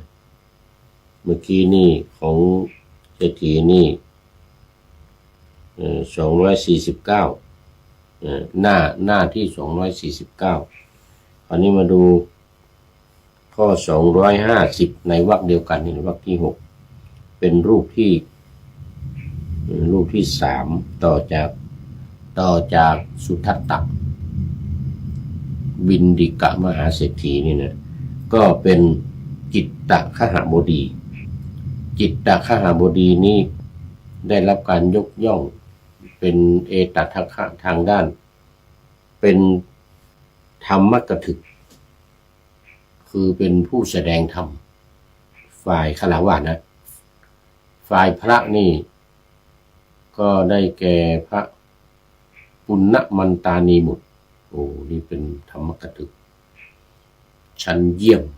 ได้รับเอตทัคคะจากพระพุทธเจ้าแล้วก็ผู้หญิงพุทธสาวิกาที่เป็นธรรมกถึกก็คือพระเถรีธรรมทินนาเถรีธรรมทินนาเถรีก็ได้รับการยกย่องจากพระพุทธเจ้าว่าเป็นยอดเอตทัคคะในเรื่องเป็นธรรมกถึกเนี่ยยิ่งกว่าสาวิกาอันนั้นปุณณมันตานิบุตรนั้นสารีบุตรปุณณมันตานิบุตรนั้นเป็นฝ่ายภิกษุสงฆ์นะภิกษุณีสงฆ์นี่พระเถรีธรรมทินนาทีนี้มาอุบาสกก็คือจิตตคหบดีว่าตัวนี้คือจิตตคหบดีนี่เป็นเลิศกว่าอุบาสกทุกคนทางด้านการเป็นธรรมกถึกแสดงธรรม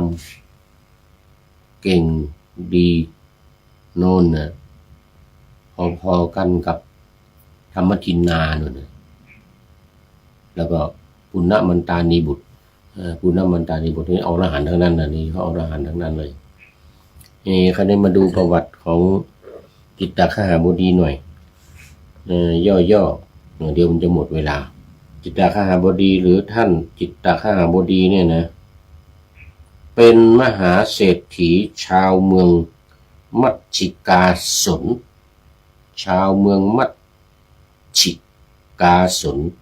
ผู้ได้รับยกย่องจากพระพุทธเจ้าว่าเป็นเอตทัคคะเลิศกว่าอุบาสกทั้งหลาย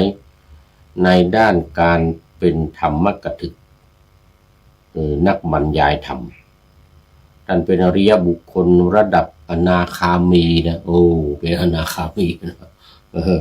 เป็นอุบาสกแล้วก็เป็นอนาคามีอนาถวินดิกะคหบดีเมื่อกี้นี้เป็นโสดาบันนะอันนี้นี่ยิ่งกว่านะอนาคามีแล้วก็เป็นสกทาคามีนะแล้วก็อนาคามีนะโสดาบัน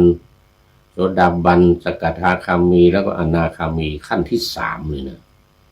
ขั้นที่3เป็นว่าอนาคามี ขอไปเป็นผู้มีศรัทธามั่นคงในพระรัตนตรัยพระพุทธพระธรรมพระสงฆ์เนี่ยฉลาดในการแสดงธรรมและเป็นอุปถากที่ใจบุญเป็นอุปถากที่ใจบุญแต่ที่ได้รับการยกย่องนั่นคือเป็นผู้ที่เป็นธรรมกถึกก็เพราะมีความฉลาดนี่ไงจึงได้เป็นธรรมกถึกไม่งั้นก็ไม่ได้เป็นธรรมกถึกข้อมูลสำคัญของจิตตคหบดีก็คือ 1. การบรรลุธรรมบรรลุเป็นโสดาบันหลังจากฟังธรรมจากพระมหานามะและต่อจาก และต่อมาก็บรรลุเป็นพระอนาคามี โดยการได้ฟังธรรมจากพระพุทธเจ้า ตอนที่ฟังจากพระมหานามะนี่ก็เป็นพระอรหันต์เหมือนกันเป็นเจ้าสักยวงศ์นะเป็นเจ้าสักยะเป็นพระประยุรญาติของพระพุทธเจ้าเลยมหานามะต่อมาก็บรรลุเป็นพระอนาคามี 2. การถวายอารามน้อมถวายสวนอัมพาตกวันอัมพะนั่นนะอัมพะคือสวนมะม่วงแล้วก็อาตกะของปกติอาตกะนี่แปลว่าปากทางที่จะเข้าดงปากทางที่จะไปโน่นไปนี่นั่นนะมาบวกกับอัมพะเป็นอัมพาตกะวนะอัมพาตกะวันสวนมะม่วงเป็นวัดในพระพุทธศาสนาอีกแห่งหนึ่งในเมืองอะไรฉันเดี๋ยวก่อนนี่ว่าแล้วก็ลืมมัชชิกาสันหรือสนเนี่ยมัชชิกาสนคือมัชชิกะสนนี่ก็แปลว่าราวไพรไพรป่าไม้เหมือนกันป่าไม้ราวป่าเขาเรียกว่าสันดะหรือสนมัชชิกาสนน้อมถวายสวนอัมพาตกวันต้นมะม่วงนี่นะในพุทธศาสนา 3. ความสามารถเป็นผู้แตกฉานในธรรมมีปฏิภาณเฉียบแหลมสามารถโต้วาทีและแสดงธรรมโปรดผู้อื่นได้อย่างสมเหตุสมผลเป็นนักพูดน่าจะมีสโมสรฝึกการพูดวันนี้โยมเกษินีชัยเทพไม่เข้ามาเนี่ยเพราะนั้นต้องเอาพระเนี่ยอุบาสกเนี่ยไปสอนที่สโมสรฝึกการพูดแห่งลานนาไทยในข้อสั่ง4ข้อที่ 4ศรัทธามีศรัทธาไม่คลอนแคลนเป็นแบบอย่างของอุบาสกที่ดีในการปกป้องพระพุทธศาสนาศรัทธาไม่เสื่อมไม่ว่าจะมีทำไม่ดีทำเสียชื่อเสียงเหมือนกับที่ผ่านมาในเมืองไทยเนี่ยที่มีพระก่อนเข้าพรรษาที่แล้วนะปีที่แล้วคนที่ไม่หนักแน่นไม่เป็นโสดาบันอนาคามีนะมีศรัทธาที่คลอนแคลนก็เลิกนับถือพระพุทธศาสนาหรือไม่เลิกก็ด่าเป็นปืนเป็นไฟแต่นี่อุบาสกนี่เป็นผู้ที่เป็นอนาคามีแล้วไม่หวั่นไหวไม่เสื่อมถอยศรัทธาไม่เสื่อมศรัทธาไม่วิปริตไม่วิปริตผิดแผกแตกต่างไปจากเดิมก็ตั้งแต่โสดาบันเป็นต้นไปละตั้งแต่โสดาบันไปนี่ก็ไม่เสื่อมศรัทธานี้ไม่เสื่อมไม่หวั่นไหวไม่งอนเง่นคลอนแคลนโสดาบันสกทาคามีอนาคามีมีศรัทธาที่มั่นคงไม่หวั่นไหวนี่4อย่างจิตตคามณีได้รับการยกย่องว่าเป็นตัวอย่างของผู้รู้จริงทั้งในแง่การปฏิบัติธรรมและการเข้าใจหลักธรรมจนสามารถแสดงให้ผู้อื่นได้รับฟังอย่างมีเหตุมีผลเป็นผู้ที่รู้จริงเหมือนกันเป็นผู้ที่รู้จริงแม้แต่ในประวัติของอสีติมหาสาวกนี่นะจิตตคหบดีนี่ก็ได้รับการยกย่องนะอยู่ในนั้นอยู่ในอสีติมหาสาวกอยู่ในอสีติมหาสาวกได้รับการยกย่องให้เป็นเลิศกว่าอุบาสกทั้งหลายในทางเป็นธรรมกัตถิกนักบรรยายธรรมเป็นชาวเมืองมัชชิกา สันมชิกาสนแคว้นมคธอยู่ในแคว้นมคธวันที่เกิดมีปรากฏการณ์ประหลาดคือมีดอกไม้หลากสีตกลงทั้งเมืองวันที่เกิดนะวันที่เกิดไม้นะเป็นนิมิตหมายแห่งความวิจิตรสวยงามจึงได้นามว่าแปลว่ากุมารผู้น่าพิศวงหรือกุมารผู้ก่อให้เกิดความวิจิตรบิดาเป็นเศรษฐีจึงได้เป็นเศรษฐีสืบจากบิดาในวงการพระพุทธศาสนาเรียกท่านว่าจิตตคหบดีก่อนที่จะมานับถือพระพุทธศาสนามีโอกาสพบพระมหานามะหนึ่งในปัญจวัคคีย์มหานามะอัสสชิรูปที่4แล้วเนี่ยโกณทัญญวัปปะพัทธิยะมหานามะแล้วก็อัสสชินี่เป็นมหานามะนะเป็นหนึ่งในปัญจวัคคีย์นะได้พบพระมหานามะเห็นสงบสำรวมน่าเลื่อมใสมากจึงมีความศรัทธานิมนต์ไปฉันที่คฤหาสน์ของตนได้สร้างที่พำนักแก่ท่านในสวนชื่ออัมพาตการามถวายมือทำวัดถวายเอาสวนถวายเลยอัมพาตการามนิมนต์ให้อยู่เป็นประจำพระมหานามะได้แสดงธรรมให้จิตตคหบดีฟังอยู่เสมอวันหนึ่งพระมหานามะได้แสดงธรรมเรื่องอายตนะ6คือตาหูจมูกลิ้นกายใจเนี่ยนะสื่อสำหรับติดต่อโลกภายนอก6ประการคือตาหูจมูกลิ้นกายใจหลังจบพระธรรมเทศนาจิตตคหบดีก็ได้บรรลุเป็นอนาคามิผลละสังโยชน์ได้อีก2คือกามราคะแล้วก็ปฏิฆะนอกจากโสดาบันนะนอกจากโสดาบันสักกายทิฏฐิวิจิกิจฉาศีลวัตตปรามาสนี่ละได้หมดแล้วก็ไปทำกิเลสราคะโทสะโมหะให้เบาบางลงเป็นพระสกทาคามี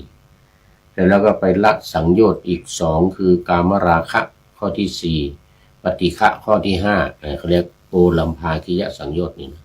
เบื้องต่ำโอลัมภาคิยสังโยชน์เบื้องต่ำนี้ได้เป็นพระอนาคามีท่านจิตตคหบดีเอาใจใส่พิจารณาธรรมอยู่เนืองๆจนแตกฉานมีความสามารถในการอธิบายธรรมได้ดีเป็นที่ยอมรับอย่างกว้างขวางในเวลาต่อมาเคยโต้วาทะกับบุคคลสำคัญของศาสนาอื่นมาแล้วเช่นนิครนนาถบุตรศาสดาของมหาเชน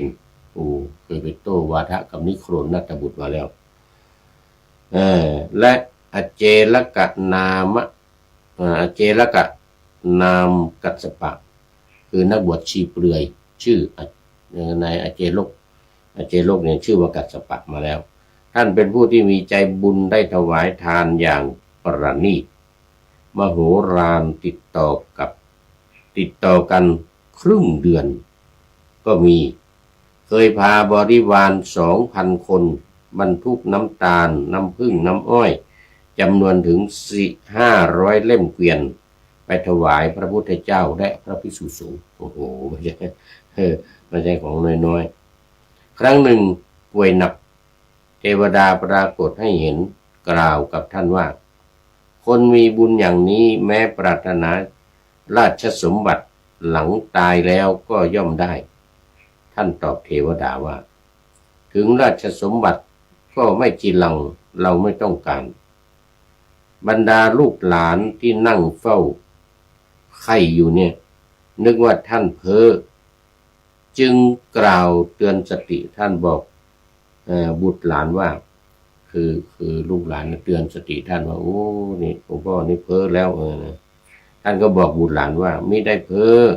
เทวดามาบอกให้ปรารถนาราชสมบัติต่อแต่ท่านปฏิเสธยังมีสิ่งที่ดีน่าปรารถนากว่า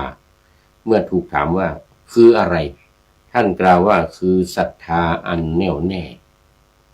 มั่นคงใน พระธรรมและพระสงฆ์ต่อมามีพระรูปหนึ่งนามว่าสุธรรมเถระยังเป็นปุถุชนพามาพำนักประจำณอัมพตการามเป็นเวลานานจนนึกว่าตัวเป็นสมภารวัดพระสุธรรมเป็นปุถุชนจิตตคหบดีเป็นอริยบุคคลระดับอนาคามีถือเพศฆราวาสก็ยังแสดงธรรมแสดงความเคารพแสดงความเคารพวันหนึ่งพระอัครสาวกทั้งสองคือพระสารีบุตรกับพระโมคคัลลานะผ่านมาจิตตคหบดีนิมนต์ให้พระอัครสาวกทั้งสองพำนักอยู่ที่อัมพัตตาการามอัมพาตการามพร้อมนิมนต์ฉันอาหารที่บ้านในวันรุ่งขึ้นแล้วก็นิมนต์พระสุธรรมไปฉันด้วยโอ้ตอนนี้ขอต้อนรับคุณโยมโบตันโจนส์โอ้ได้จากคิงส์บอมลีย์ถ้าจำไม่ผิดเนอะคิงส์บอมลีย์นู่นเบอร์มิงแฮมประเทศอังกฤษโอ้โหสาธุสาธุโอ้นี่ไม่เจอนานไม่ได้เข้ามานานแล้วนะนี่ โอ้โมทนาโมทนาเป็นท่านสุดท้ายพอดีหมดเวลา วันนี้หมดเวลาพอดีเล่าเรื่องถึงจิตตคหบดีได้รับยกย่องว่าเป็นธรรมกถึกพอได้รับฟังธรรมได้รับการฟังแสดงธรรมเป็นถึงอนาคามิผลแล้วก็ได้รับยกย่องจากพระพุทธเจ้าวันนี้หมดเวลาพอดีเอาละหมดเวลาจบจิตตคหบดีไว้แค่นี้ก่อนความจริงยังมีเรื่องเล่าต่ออีกหน่อยไม่เป็นไรวันนี้มันหมดเวลาแล้วมาดูข้อคิดท้ายรายการวันนี้บอกว่านี่ได้จากพิสิทธิ์ศิวิไลพิสิทธิ์ศิวิไลบอกว่าชั่วชีวิตอย่าคิดชั่วจนมัวหมองควรดำริตริตรองครองสติชั่วไม่ทำกรรมไม่ชั่วมัวเริ่มริอย่าดำริกระทำเป็นกรรมตนนี่ต้องขอบคุณคุณพิสิทธิ์ศิวิไลไว้ณที่นี้เป็นอย่างยิ่งขอนำพระไตรปิฎกลอยฟ้าไปจากผู้ฟังทั้งหลายในโลกล่าวันต่อไปจะได้จรย้อนกลับมาสู่สถานีใหม่ให้ท่านฟังอย่าลืมเปิดวิทยุหรือเครื่องรับโทรศัพท์โมบายคอมพิวเตอร์พัง YouTube เฟซเพจไลน์ให้ดังๆเพื่อชมฟังรายการวันต่อไปขอทุกท่านมีความสุขทุกคืนวันนำธรรมะประกอบการงานทั้งหลายเช่นขยันทำงานทางวาจากายใจขวนขวายกิจการงานนานาบำเพ็ญสาธารณประโยชน์เว้นสิ่งที่มีโทษโหดเยี่ยงสาประกอบแต่กรรมดีมีราคาแสวงหาเงินทองครองใจคนเสียสละพลทรัพย์นับมากน้อยไม่ให้ล้านก็ให้ร้อยไม่ด้อยผลเอื้อคนรวยช่วยคนยากฝากคนจนให้ทุกคนเท่ากันมาตรฐานเดียวขอเจริญพร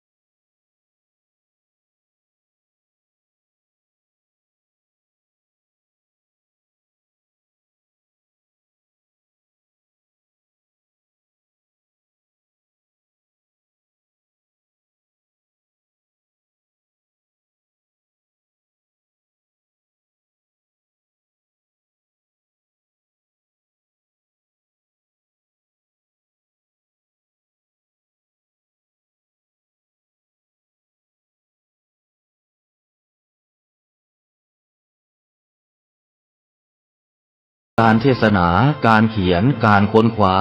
ซึ่งอาจจะเป็นเรื่องเฉพาะตัวแต่ก็สามารถฝึกขึ้นมาได้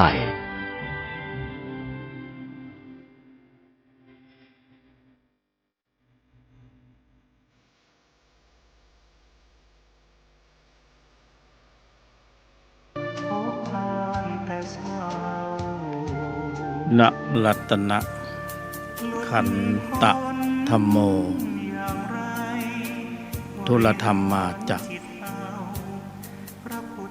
พุทธธัมมา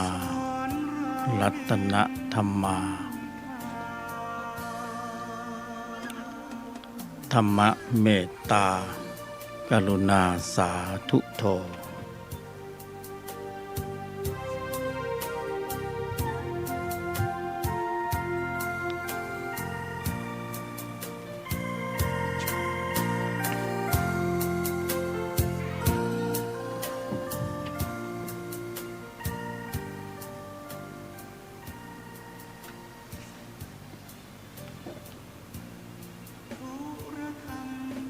ครั้งที่แล้วก็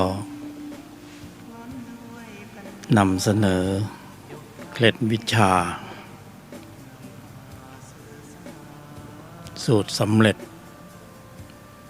เคล็ดวิชาที่ไม่ลับ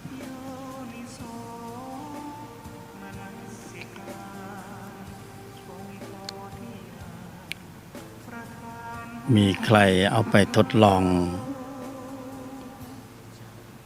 ปฏิบัติบ้าง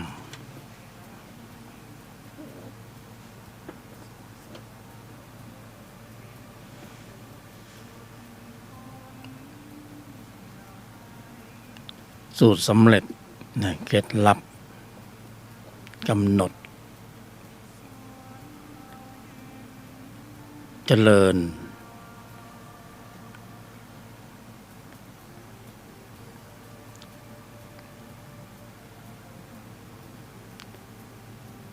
ถ้าเต็มๆก็กำหนดเจริญควบคุมการแสดงออก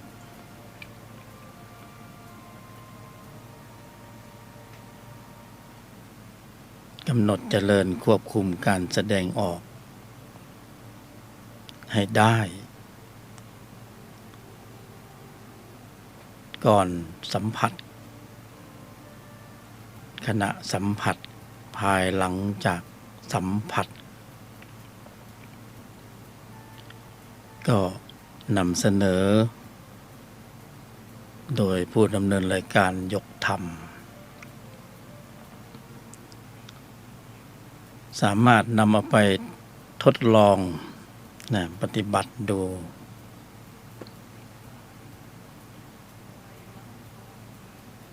แต่จะเอาสั้นๆก็สบายๆนิ่งๆกำหนดหมายเจริญนิ่งในไม่โต้ตอบคำสั้นๆแค่นี้เอง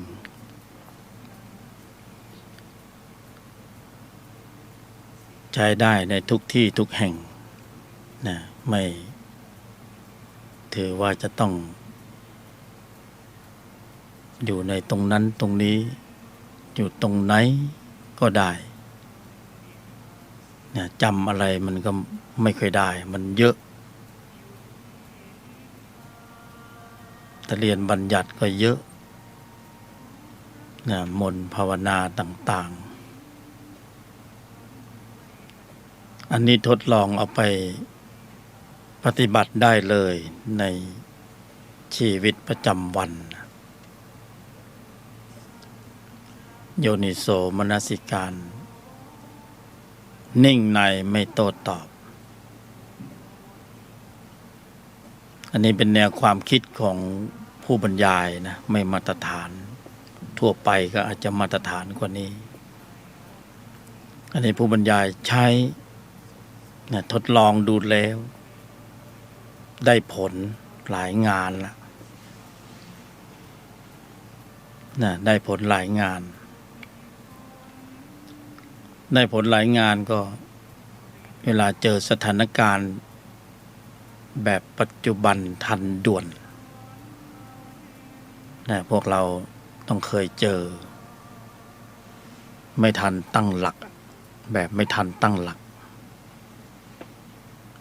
มาไม่ปรากฏทิศทางเสียงเข้าหูตาเห็นลูกไม่ทันตั้งหลักจริงๆนะแต่ว่าส่วนมากเราจะหลุดแต่พอกำหนดโยนิโสนิ่งในไม่โต้ตอบอันนี้สั้นที่สุดแล้วนะสั้นที่สุดใช้ได้ในชีวิตประจำวันในทุกสถานการณ์ในทุกที่นะทุกแห่งก็ใช้ทดลองดู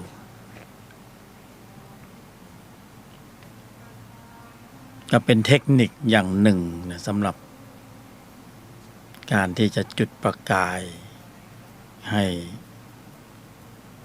กำลังภายในให้ปรากฏเกิดขึ้นในใจนี่เป็นเทคนิคจะเรียกว่ากำหนดเจริญนะมรรคก็ยังเขาวาดได้นะแต่ต้องลองเอาไปทำดูก่อนนะถึงจะรู้ว่าเบื้องหลังนะอักขระสั้นๆเหล่านี้นะมีอานุภาพขนาดไหน กำหนดเจริญนิ่งในไม่โต้ตอบนะทำหน้าที่การงานอยู่กับผู้คนสังคมครอบครัวติดต่อธุรกิจ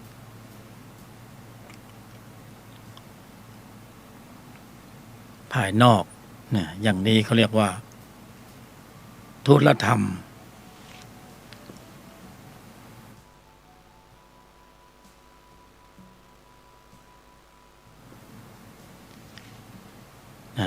อย่างนี้เขาเรียกว่าธุรธรรมในภายในพอกำหนดหมายกำหนดเจริญอยู่ข้างในอยู่ในใจลึกๆนิ่มๆนิ่งๆไม่โต้ตอบนิ่งในภายในนะคือไม่อยากนำเสนอเนื้อความเยอะเพราะเราจำไม่ได้แล้วก็นอกจากจะจำไม่ได้แล้วองค์ความรู้ที่ได้ ศึกษาล่ำเรียนโดยเฉพาะบัญญัติมันจะตีกันก็เลยจับต้นชนปลายไม่ถูกไม่รู้ว่าจะจับหลักไหนดีอันนี้คือกำหนดเจริญกำหนดเจริญเรียกว่ามรรคในแนวความคิดของผู้บรรยายนะไม่ใช่ ส่วนมรรคที่เราศึกษาก็ศึกษากันไปอันนี้ก็เป็นแนวความคิดหนึ่งนะที่ได้นำเสนอนะพร้อมๆกับมาฝึกฝนการบรรยายธรรมนะอันนี้นักเรียนฝึกหัดฝึกบรรยายมาหลายปีก็ยังบรรยายได้แค่นี้แต่ก็ต้องมีอะไรเป็นเอกลักษณ์เฉพาะตนบ้างนะไปเอาบัญญัติมาที่เขาก็มีผู้ดำเนินรายการมากแล้วไม่ต้องไปซ้ำกับเขานะในความคิดของผู้บรรยายก็ถ้ามันไม่ถูกต้องถูกตรงหรือไม่สมบูรณ์ถึงพร้อมก็ขอคำแนะนำด้วยนะยินดีน้อมรับเพราะเราก็แสวงหานะมาก็พอสมควรแต่มีผู้ที่มีองค์ความรู้ที่สมบูรณ์ถึงพร้อมมากกว่าก็ขอคารวะขอน้อมช่วยบอกหน่อยเถิดช่วยบอกหน่อยเถิดแต่ตอนนี้ก็เนี้ยศึกษามาอย่างเนี้ย ก็ได้มาแค่นี้แล้วก็สรุปเป็นบทเขาเรียกว่าบทปฏิบัติการสั้นๆถ้ายาวเนี่ยมันจำไม่ได้แล้วไม่รู้จะลำดับอันไหนต้นอันไหนปลายอันไหนกลางอันไหนปลายเนี่ยเวลาเราเจอสถานการณ์มาแบบปัจจุบันทางด่วนนะซ้ายขวาไม่รู้ว่าอะไรเข้ามาบ้างทางอายตนะภายนอกนะแล้วก็มาพร้อมความหมายของผลประโยชน์ที่เสียไปส่วนมากทำใจไม่ได้คือนิ่งในไม่โต้ตอบไม่ได้หรอกเป็นอันต้องสวนหมัด มีหมัดก็สวนหมัดมีปากก็สวนด้วยปากนี่ถ้ามีอาวุธก็ก็เตรียมตัวงานเข้าได้เลยหลายรูปหลายนามก็หมดอนาคตไปเพราะว่านิ่งไม่พอหยุดไม่พอเย็นไม่พอโต้ตอบเนี่ยไอ้ตัวโต้ตอบเนี่ยคือไอ้ตัวอัตตามันขึ้นแล้วผลงานหลังจากที่มันไม่นิ่งแล้วโต้ตอบเนี่ยมันมาเยอะมากเนี่ยมีแต่ปัญหาทั้งนั้นเลยเรื่องวุ่นวายทั้งนั้นเพราะนั้นก็นำเสนอบ้างนะพอจำได้หลักสั้นๆก็มาแบ่งปันนะมาฝึกการบรรยายธรรมเอาธรรมะที่คิดว่าใช่เอามาแบ่งปันเนี่ยก็บอกว่ากำหนดเจริญนะนิ่งในไม่โต้ตอบเนี่ยเป็นระดับชั้นของมรรคมรรคมีองค์8จะเป็นมรรคแท้มรรคเทียมก็ผู้ฟังที่ฟังอยู่ก็ช่วยวินิจฉัยหน่อยแล้วกันครับ ช่วยตีความหน่อยแล้วกันครับว่าผู้บรรยายหลงทางแล้วมั้งเข้าใจอะไรผิดหรือเปล่า ก็น้อมรับด้วยความยินดีขอคำแนะนำด้วยเถิดหลายปีมานี้โทสะโลภะโมหะไม่ลงเลยนะมาลงก็เพราะอันนี้แหละนิ่งในไม่โต้ตอบนี่แหละชะลอตัวได้พอสมควรนี่สมัยก่อนค้าขายไอ้พวกมาเอาไปแล้วก็ไม่จ่ายจะลากปืนไปยิงเขานะไม่งั้นไม่ได้มานั่งบรรยายแล้วเกือบไปแล้ว แต่ธรรมะเขาบอกให้มองในภายในให้มายิงข้างในเนี่ยไม่ต้องไปยิงข้างนอกนะมาเล็งใจของเราเองด้วยนี่แหละนะโยนิโสมนสิการนิ่งในไม่โต้ตอบโอ้ได้ผลมันไม่ได้เล็งข้างนอกแล้วตอนเนี้ยในภายในคือนิ่งในเล็งข้างในนะเล็งข้างในก็ไม่ใช่ว่าจะไปล่อเป้าไอ้โทสะโลภะโมหะไม่ถึงขนาดนั้นนะแต่ว่าพอกำหนดเจริญอย่างนี้แค่นี้แหละไม่ได้มีอะไรมากเลยนะมากๆแล้วมันมียุคหลังๆสมัยพุทธกาลก็ยังไม่มีบัญญัติเยอะมีพระอรหันต์ท่านก็บอกต่อเนี่ย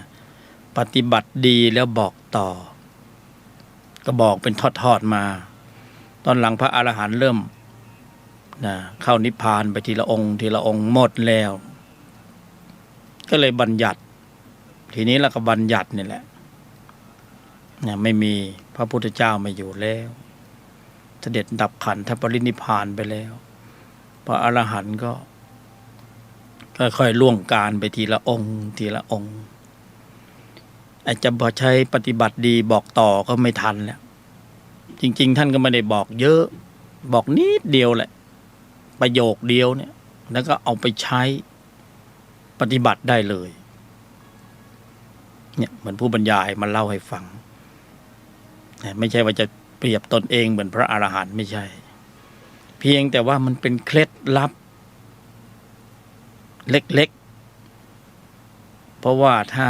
ไปเล่าถึงกระบวนการว่าผู้บรรยายหยกธรรมเนี่ยระหว่างเส้นทางของการศึกษาเจริญอบรมปฏิบัติถ้าเป็นจอมยุทธเนี่ยไม่ได้คุยนะถ้าเป็นจอมยุทธในยุทธจักรเนี่ยบาดแผลนี่เวอะหวะเต็มไปหมดทั่วตัวก็มันเล่นลองผิดลองถูกไปซะทุกอย่าง ลองผิดลองถูกไปซะทุกอย่างเนี่ยสุดท้ายได้แค่นี้เองสรุปอริยมรรคเนี่ยเป็นธรรมที่ต้องกำหนดเจริญถ้าเจริญกำหนดเจริญมรรคก็โยนิโสมนสิการจำอะไรไม่ได้ก็นิ่งในไม่โต้ตอบไว้ก่อนเวลาจะต้องปะทะคารมกับคนนั้นคนนี้อย่าเพิ่งไปสวน ถ้าสวนไปแล้วก็โดนสวนกลับเอานิ่งในไม่โต้ตอบจัดการข้างในของตัวเองด้วยตนเองเนี่ยโยนิโสมนสิการจัดการข้างในของตัวเองด้วยตนเองคือนิ่งในไม่โต้ตอบเนี่ยจัดการข้างในของตัวเองด้วยตนเองถ้าจะกำหนดเจริญอริยสัจสี่ก็เพิ่มรายละเอียดเข้าไปอีกหน่อยหนึ่งเนี่ยเมื่อกี้นี่กำหนดเจริญซึ่งอริยมรรคฟังไว้ก่อนนะอย่าเพิ่งปฏิเสธเนี่ยช่วยพิจารณาหน่อยช่วยตรวจทานหน่อยสินักปฏิบัติธรรมผู้คงแก่เรียนทั้งหลาย เจอธรรมะแบบนี้ช่วยพิจารณาหน่อยว่าผู้บรรยายหลงทางแล้วยังช่วยบอกถูกทางให้หน่อยเถอะว่ามันหลงทางแล้วผู้บรรยายหยกธรรมตายแล้วบรรยายออกอากาศไปได้ยังไงเดี๋ยวคนหลงเชื่อแล้วก็เข้าป่าแล้วเนี่ยทีเนี้ย เอาฟังแล้วก่อนช่วยบอกหน่อยถ้าหลงทางช่วยชี้นำทางที่มันเป็นสัมมาให้หน่อยเถอะนะเอาบรรยายต่อนะกำหนดเจริญซึ่งอริยสัจสี่ก็จะต้องใส่รายละเอียดเข้าไปอีกเมื่อกี้นี่โยนิโสมนสิการนิ่งในไม่โต้ตอบใช่ไหมถ้าจะเอากำหนดเจริญอริยสัจสี่ก็เพิ่มรายละเอียดเข้าไปอีกนิดหน่อยเห็นไหมคะแนนความยากมันจะยากขึ้นพอยากมากขึ้นก็จะได้กุศลผลบารมีมากขึ้นจริงกำหนดเจริญยอมหยุดเย็นเพิ่มมาอีก3 คำโยนิโสมนสิการยอมหยุดเย็นนิ่งในไม่โต้ตอบเพิ่มจากเมื่อกี้หน่อยหนึ่งอันนี้ใช้ได้ในชีวิตประจำวันนะสิบอกให้ ใช้ได้ในชีวิตประจำวันไม่เชื่อลองเอาไปใช้เถิดผ่านสถานการณ์ที่คับขันได้ทุกสถานการณ์ยิ่งสัมผัสมันเป็นตัวส่งเสริมนะยิ่งมันมาแรงๆหนักๆมาพร้อมความหมายที่ต้องเสียผลประโยชน์โลกเสียหน้าเสียราคาเสียความรู้สึกเสียเกียรติเสียฟอร์มเสียเงินเสียทองเสียผัวเสียเมียนี่นะโอ้พระเจ้าอวยพรเลยเป็นของดีเลยข้อสอบแบบเนี้ยอยากเจอมันจะได้ขึ้นโลกุตระได้เร็วขึ้นไงเพราะการทำใจที่หนักมันต้องออกแรงพอออกแรงมากๆกุศลผลบารมีเกิดมากเมื่อกี้นี้เพิ่มรายละเอียดขึ้นมาหน่อยหนึ่งกำหนดเจริญอริยสัจสี่เลยนะโยนิโสมนสิการยอมนะหยุดเย็น เพิ่มมาอีก3 คำ อันนี้สูตรสำเร็จเลยนะก็เรียกว่าสูตร4 ยอ เนี่ยสูตรสำเร็จเคล็ดลับ ผู้บรรยายใช้สูตรนี้โอ้โหโลภะโทสะโมหะไอ้โลภะอาจจะยังไม่ลงเท่าไหร่นะราคะก็ยังอาจจะยังหลงเหลืออยู่ เต็มปริมาณแต่มันพร่องนะกระเทือนแต่โทสะเนี่ยโอ้โหลงหวบเลยโลภะโทสะโมหะคือจริงๆเนี่ยเราก็ไม่ได้เน้นที่จะไปทำลายเอากิเลสล่อเป้ามันจึงตรงๆหรอกไม่ใช่ซัดกับเขาตรงๆหรอกแต่อุบายวิธีโดยแยบคายแบบนี้เนี่ยทำให้พละโตเร็วมันอยู่ตรงนี้ต่างหากพละที่โตเร็วเนี่ยพละที่โตเร็วก็ยึดพื้นที่ของใจคืนมาจากพยามาร เขายึดไว้ก่อนแล้วพอยึดขึ้นที่ของใจคืนมาได้ก็ควบคุมใจได้ไอตัวโลภะโทสะโมหะมันก็ขึ้นสู่วิถีจิตไม่ได้มันขึ้นได้แป๊บเดียวมันก็ลงเพราะว่าพละนี่เขาเริ่มแข็งแรงขึ้นความหมายที่นำเสนอก็คือกำลังฝึกพละแค่นั้นเองไม่ได้ฝึกว่าจะเป็นลดโลภะโทสะโมหะโดยตรงใช่ไหมไหร่แต่ว่าถ้าพละมีกำลังแข็งแกร่งแข็งแรงโลภะโทสะโมหะกิเลสฝ่ายตรงข้ามก็ไม่อาจจะมาต่อกรได้ที่มันใหญ่อยู่ในใจก็เพราะว่าพละมันอ่อนแอเนี่ยพละอ่อนแอกำหนดเจริญโยนิโสมนสิการยอมหยุดเย็นนิ่งในไม่โต้ตอบเมื่อกี้นี่กำหนดเจริญมรรคนิ่งในไม่โต้ตอบก็พอแล้วใช้ได้แล้ว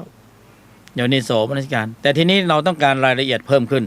ต้องการกุศลผลบารมีเพื่อให้ออกแรงมากขึ้นกว่าเดิม พระจะได้ทำงานมากขึ้นกว่าเดิมไงพอพระทำงานได้มากขึ้นพระก็แข็งแรงหรือจะเอารายละเอียดเพิ่มไปกว่านี้อีกมีละเอียดเพิ่มกว่านี้อีกชั้นหนึ่งละกำหนดเจริญโพธิปักขิยธรรม37ฟังก่อนนะอย่าเพิ่งเห็นผิด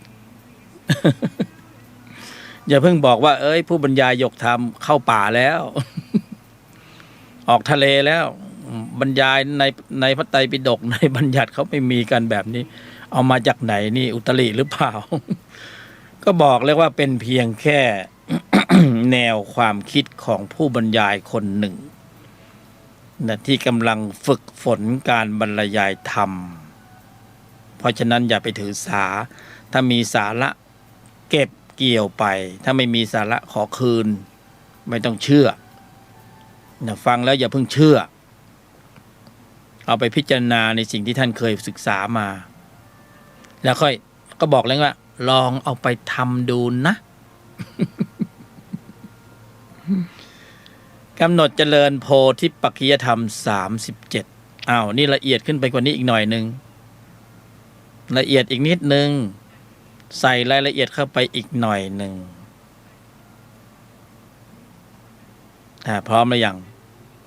รายละเอียดที่เพิ่มเติมมาก็คือกำหนดหมายสัจจะควบคุมการแสดงออกนี่ก็เป็นการกำหนดหมายสัจจะใส่หัวข้อตัวล่อเป้านะตัวล่อตัวหลอกเขาเรียกนกต่อว่างั้นเถอะใส่นางนกต่อเข้าไป3 องค์ 3 ตัวไม่ใช่3 องค์ ไม่พูดไม่โกรธไม่เห็นผิด3 ตัวนี้เห็นไหมอันแรกนี่กำหนดเจริญมรรคนิ่งในไม่โต้ตอบพอต้องการมีความแข็งแกร่งนี่นะพร้อมที่จะปฏิบัติรายละเอียดมากขึ้นกำหนดเจริญอริยสัจ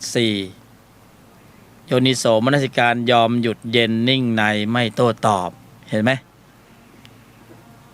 เอาเพิ่มเติมอีกหน่อยหนึ่งเอาทั้งองค์คณะเลยกำหนดเจริญนะไม่พูดไม่โกรธไม่เห็นผิดพร้อมด้วย โยนิโสมนสิการยอมหยุดเย็นนะนิ่งในไม่โต้ตอบเห็นไหมว่าธรรมะนี่ซ้อนธรรมซ้อนธรรมอยู่ในนี้หมดเลย มหัศจรรย์จริงๆเนี่ยอยู่ในนี้หมดเลยไอ้ที่เราทำกันอยู่นี่ส่วนมากเราไม่ได้กำหนดเจริญนะเรากำหนดภาวนานะยุบเนาะพองเนาะภาวนาพุทโธภาวนากำหนดตรงนั้นตรงนี้นะกำหนดรู้กำหนดรูปนามอะไรก็แล้วแต่อันนั้นเขาเรียกว่ากำหนดภาวนานะยังไม่ถึงขนาดกำหนดเจริญภาวนาก็จะได้ผลก็คือฌาน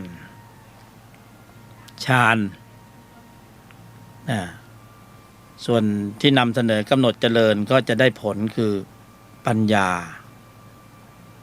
ปัญญามากขึ้นก็ญาณสภาวญาณ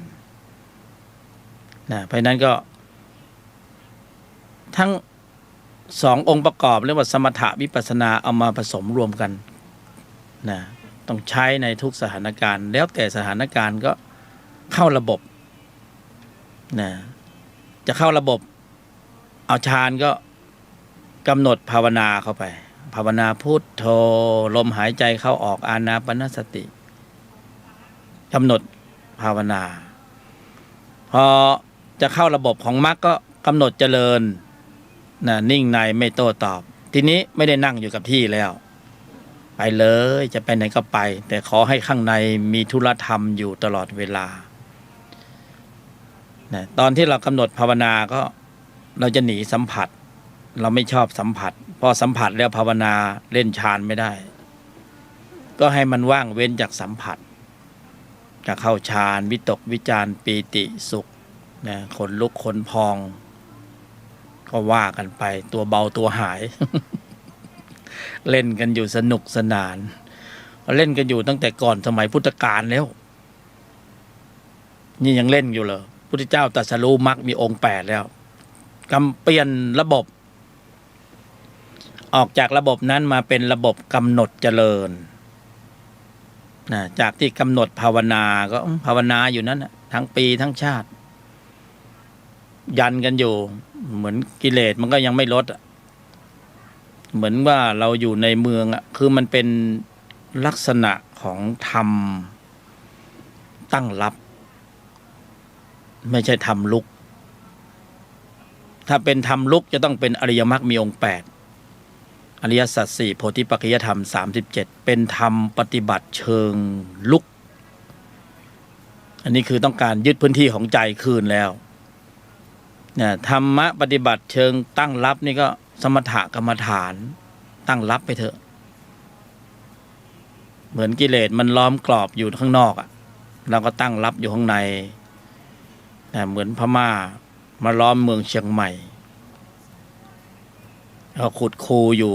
มันก็ข้ามคูเมืองมาไม่ได้เราก็อยู่ข้างในคูเมืองถ้าข้ามมาก็เอาหนังสติ๊กเล็งหัวมันก็ล้อมกรอบอยู่เราก็ออกไปไม่ได้มันก็เข้าไม่ได้ยันกันอยู่กิเลสกับพระเนี่ยยันกันอยู่ยังไม่มีฝ่ายใดชนะโดยเด็ดขาดพอเรายันไม่อยู่กิเลสมันล้อมกรอบอยู่แล้วมันก็โหมกระหน่ำซัมเมอร์เซลเลยทีนี้ตะบะแตกอันนั้นคือเราตั้งรับจะตั้งรับไปถึงไหนเนี่ยอายุสังขารมันไม่ใช่มีเวลามากให้มันนั่งตั้งรับเข้าสู่ระบบธรรมะปฏิบัติเชิงลุกไปเลยฝึกพละที่ในระดับของธรรมสมถะตั้งรับเนี่ยให้เปลี่ยนระบบเป็นระบบธรรมะปฏิบัติเชิงลุกก็คือเปลี่ยนยุทธวิธีใหม่ยุทธวิธีดั้งเดิมมันก็ลบกันไปลบกันมาก็ตั้งรับกันไปตั้งรับกันมายันกันอยู่กิเลสยังมีอยู่เหมือนเดิมมันไม่ลดพอพระพุทธเจ้าค้นพบ เปลี่ยนนะยุทธวิธีใหม่จากเดิมมาเป็นกำหนดเจริญควบคุมการแสดงออกแทนที่ดั้งเดิมพละไม่โตมากนะพละฝึกแล้วก็ศรัทธาความเพียรสติสมาธิปัญญาในระดับนั้นได้ถึงฌานแต่กิเลสไม่ได้ลดเพราะนั้นก็เปลี่ยนยุทธวิธีใหม่เนี่ยเปลี่ยนยุทธศาสตร์ยุทธวิธีใหม่ใช้เนี่ยกำหนดเจริญอริยมรรคมีองค์8พละก็แข็งแรงมากขึ้นกว่าเดิมนะแต่เดิมระดับฌานนี่พญามารนั่งหัวเราะเลยยังไงก็หักเขาไม่ได้นะเพราะว่ากลุ่มพลังของเขาก็มีมากมายแต่เดิมเนี่ยเขายึดพื้นที่ของใจไว้ได้หมดไม่มีเหลือนะยึดครองใจมานานมากจนเวลาไม่มีปรากฏนะเขาก็เลยส่งสรรพสัตว์พวกเราเนี่ยสัตตานังผู้แสวงหาการเกิดแล้วก็เขาก็บรรจุข้อมูลโลภะโทสะโมหะวิชาตัณหาอุปทานกิเลสกรรมวิบากนิวรณ์5สังโยชน์ต่างๆใส่เข้าไปแล้วก็ชี้นำให้สรรพสัตว์พวกเราทั้งหลายเวียนตายเวียนเกิดไปเกิดไปตายในที่ต่างๆอยู่ในวัฏสงสารอันยาวนานเราจะมาปฏิบัติเพื่อจะแหวกวงล้อมของพญามารออกหน่อยหนึ่งก็ได้ศักยภาพของพละในระดับชั้นของฌานก็คือเป็นธรรมปฏิบัติเชิงลับตั้งรับอ่ะมันไม่ได้ลุกเลยนะพอตั้งรับอยู่พญามารก็บอกไม่ยังไงก็หักเขาไม่ได้แต่พอเราละจากความเพียรที่ไม่ได้ตั้งรับไอ้โลภะโทสะโมหะมันก็กระหน่ำทีเดียวเลยตะบะแตกพอพระพุทธเจ้าตรัสรู้พระองค์ตรัสรู้อริยสัจ4โดยเฉพาะมรรคคือยุทธวิธีใหม่ไม่ใช้ยุทธวิธีเดิมแล้วเมื่อก่อนใช้แบบสมถะพอใช้ยุทธวิธีใหม่ก็คือกำหนดเจริญซึ่งอริยมรรคมีองค์8เนี่ยมรรคเป็นเหตุพอปรุงมรรคได้ปรุงเหตุได้ผลก็ปรากฏผลที่ได้ขึ้นมาก็คือพละนั้นมีความแข็งแกร่งแข็งแรงมากกว่าระดับชั้นของฌานเอาละสิทีนี้ก็ได้ญาณได้ปัญญาได้ญาณเท่านี้แหละอำนาจการระหว่างฌานนี่ยันกันอยู่ระหว่างพญามารก็คือกิเลสเนี่ยพญามารหรือกิเลสหรือธรรมสายเกิดอะไรก็แล้วแต่ที่เราจะเรียกคือยันกันอยู่เสมอกันอยู่วัดดวงกันวัดกันไปวัดกันมาแต่พอกำหนดเจริญซึ่งอริยมรรคมีองค์8พละมีเป็นพละนี่เป็นผลนะเป็นผลนี่ก็คือมีกำลังแข็งแกร่งแข็งแรงแหลมคมเท่าทันมากขึ้นกว่าในชั้นของฌานมีทั้งแข็งแกร่งแข็งแรงแหลมคมเท่าทันรอบรู้แยกแยะล้วงลึกถอดถอนถึงขนาดถอนอนุสัยกิเลสเลยเพราะนั้นศักยภาพใหม่ยุทธวิธีใหม่แรงกว่าเก่านะหมื่นโลกธาตุจึงหวั่นไหวตอนที่พระบรมศาสดาตรัสรู้เพราะว่ากำแพงของวัฏจักรทลายพวกเรานึกภาพนะกำแพงเบอร์ลิน กำแพงเมืองจีนก็ได้ทลายนะกำแพงวัฏสงสารพังทลายเป็นรูโบเลยทีนี้โอ้โหนี่คือช่องออกของสรรพสัตว์ที่จะออกจากวัฏสงสารแล้ว บิงโกเลยทีเนี้ยแจ็คพอตแตก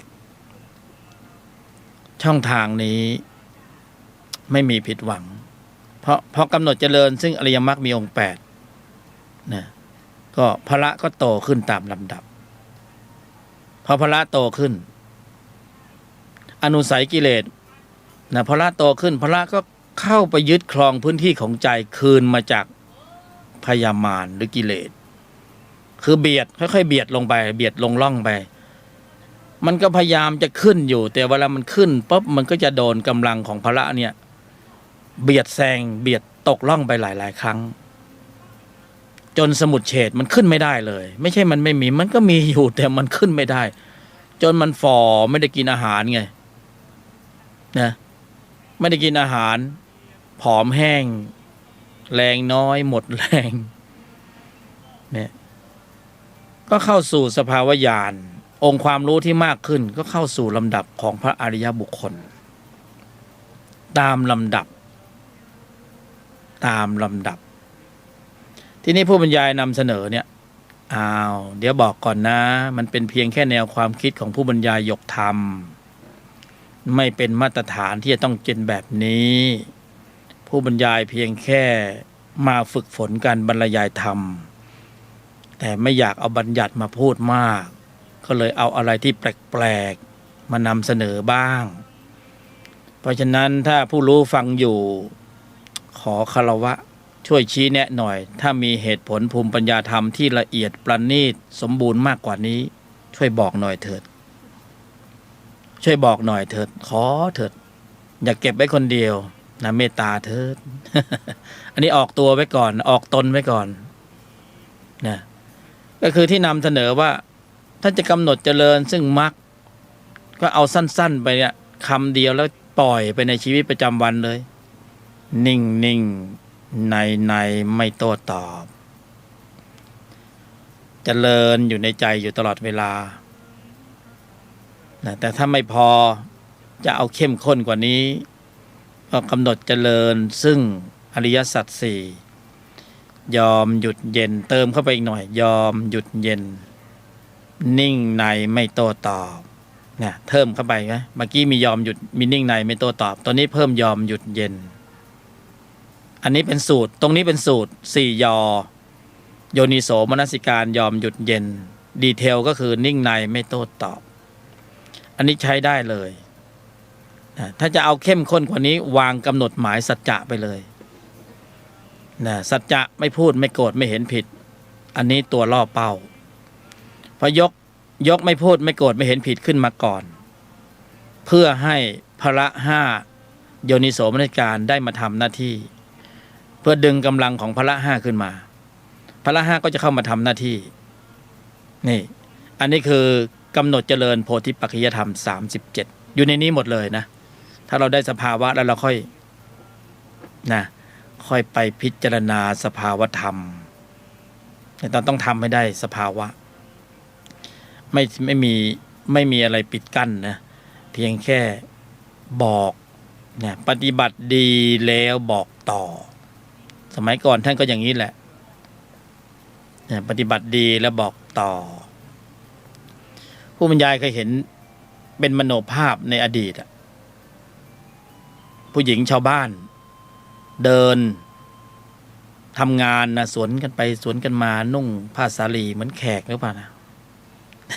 เหมือนอินเดียนะมันแวบเป็นมโนภาพขึ้นมาบนศีรษะมีผ้าเทินไว้แล้วก็มีตะกร้าวางไว้บนศีรษะแล้วเธอก็เดินนะตะกร้ามันก็ไม่หล่นแล้วก็มีของใส่ช่วยนึกนะนึกภาพออกไหมเนี่ยเวลาน้องนางเดินทางไปทำงานหรือสวนทางกันภาพที่ปรากฏแล้วได้ยินนะเธอก็บอกวันนี้เขาถามกันวันนี้เธอกำหนดเจริญอะไรนี่ก็ถามกันแบบนี้บางคนก็บอกฉันกำหนดเจริญมรรคมีองค์8ฉันกำหนดเจริญอริยสัจ4ฉันกำหนดเจริญโพธิปัจจยธรรม37ฉันกำหนดเจริญไม่พูดไม่โกรธไม่เห็นผิดเธอกำหนดอย่างเนี้ยในชีวิตประจำวันนะเนี่ยกระทำอยู่อย่างนี้อย่างต่อเนื่องมันเป็นภาพที่มองเห็นแต่ที่นำเสนอเนี่ยก็คือว่ายุคหนึ่งสมัยหนึ่งผู้บรรยายเขาศึกษาเหมือนพวกเราเนี่ยแหละทีนี้มันสับสนมากเพราะว่าเล่นส่วนมากดำเนินในเรื่องกำหนดภาวนาสมถะมาก่อนเป็นพื้นฐาน นะเราก็ส่วนมากก็จะเป็นการกำหนดภาวนาก็เสียส่วนมากนะพอจะกำหนดเจริญไอ้ที่ว่าเราอ่านมากเรียนมากบัญญัติมันอยู่ในสมองเยอะมันก็ตีกันอาจารย์นู้นก็ว่าหนังอาจารย์นี้ก็ว่าอย่างเอาไงกันแน่ดีบางทีไปฟังพระผู้บรรยายธรรมแล้วก็นั่งฟังไปเดี๋ยวความคิดมันสวนขึ้นมาแล้วสรุปแล้วจะให้ปฏิบัติอะไรอย่างไงกรอบให้มันแคบๆให้มันรู้เรื่องรู้ราวหน่อยได้ไหมไม่รู้ท่านบรรยายพอมาถึงตนเองบ้างตาเราบรรยายบ้างเดี๋ยวเขาก็จะถามคำถามเดียวกันบอกสรุปแล้วบรรยายไปบรรยายมาคุณต้องการผมทำอะไรเนี่ย ก็เลยมีคำตอบบอกสั้นนิดเดียวเล็กๆแต่อานุภาพรุนแรง อานุภาครุนแรงนะเลยบอกว่าเอาลองไปทำดูนะลองไปทำดูกำหนดเจริญเอานิ่งในไม่โต้ตอบก็พอสถานการณ์สร้างวีรบุรุษนะโลกสัมผัสสร้างอาริยะได้นี่สถานการณ์สร้างวีรบุรุษโลกสัมผัสสร้างอาริยะได้เพราะนั้นถ้ากำหนดเจริญโพธิปัจจยธรรมสัจจะเป็นทับหน้าผัสสะตัวกระทบผัสสะจะเป็นตัวส่งเสริมโยนิโสมนสิการนี่เป็นตนปฏิบัติสำหรับเชื่อมโยงไปถึงพระเพราะนั้นทุกครั้งนี่ถ้าเราศึกษาธรรมเราอ่านพระไตรปิฎก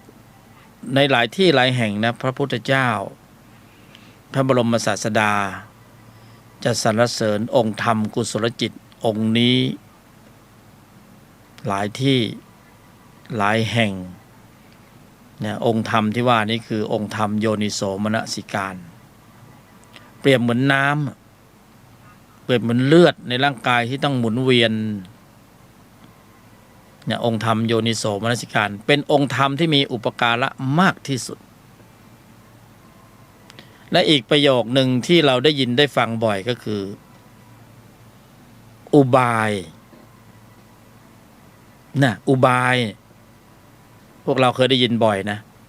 อุบายวิธีโดยแยบคายแต่โยนิโสมนสิการนี่คือกระทำไว้ในใจโดยแยบคายอุบายเนี่ยบางทีเราไปล่อมันตรงๆไม่ได้อะอย่างจิตโกรธมันโกรธขึ้นเราก็พยายามจะดับมันให้ได้โกรธหนอมันไม่ยอมลงมันจะลงยังไงก็เสียผลประโยชน์เสียหน้าเสียราคาเสียผลประโยชน์เผลอๆไปแนะนำจะโดนสักดอกหนึ่งนะขอทีอย่าเลยขอที โดนปลายคางไป1 ทีคนก็ทะเลาะกันอยู่นะขอทีโกรธหนอเถิดที่ไหนได้เข้าไปไม่ถูกไม่ดูตามาตาเรือ โดนเสยเข้าไปนะอุบายวิธีโดยแยบคายนะได้ยินคำนี้บ่อยอุบายวิธีจริงๆแล้วเราเข้าสู่วังวนของวัฏจักรการเกิดแก่เจ็บตายเพิ่มพืชเชื้อของวัฏจักรจิตด้วยเล่ห์เหลี่ยมเพทุบายตรงกันข้ามเราเข้ามาในวังวนแล้วเราก็ไม่ออกไปสักทีเราก็เวียนตายเวียนเกิดพญามารก็หัวเราะชอบใจบอกไอ้นี่มันอนุรักษ์นิยมมันเป็นพวกอนุรักษ์นิยมแล้วก็อนุรักษ์นิสัยกรรมเวรดีเด่นแล้วก็เติมให้เราตลอดเวลา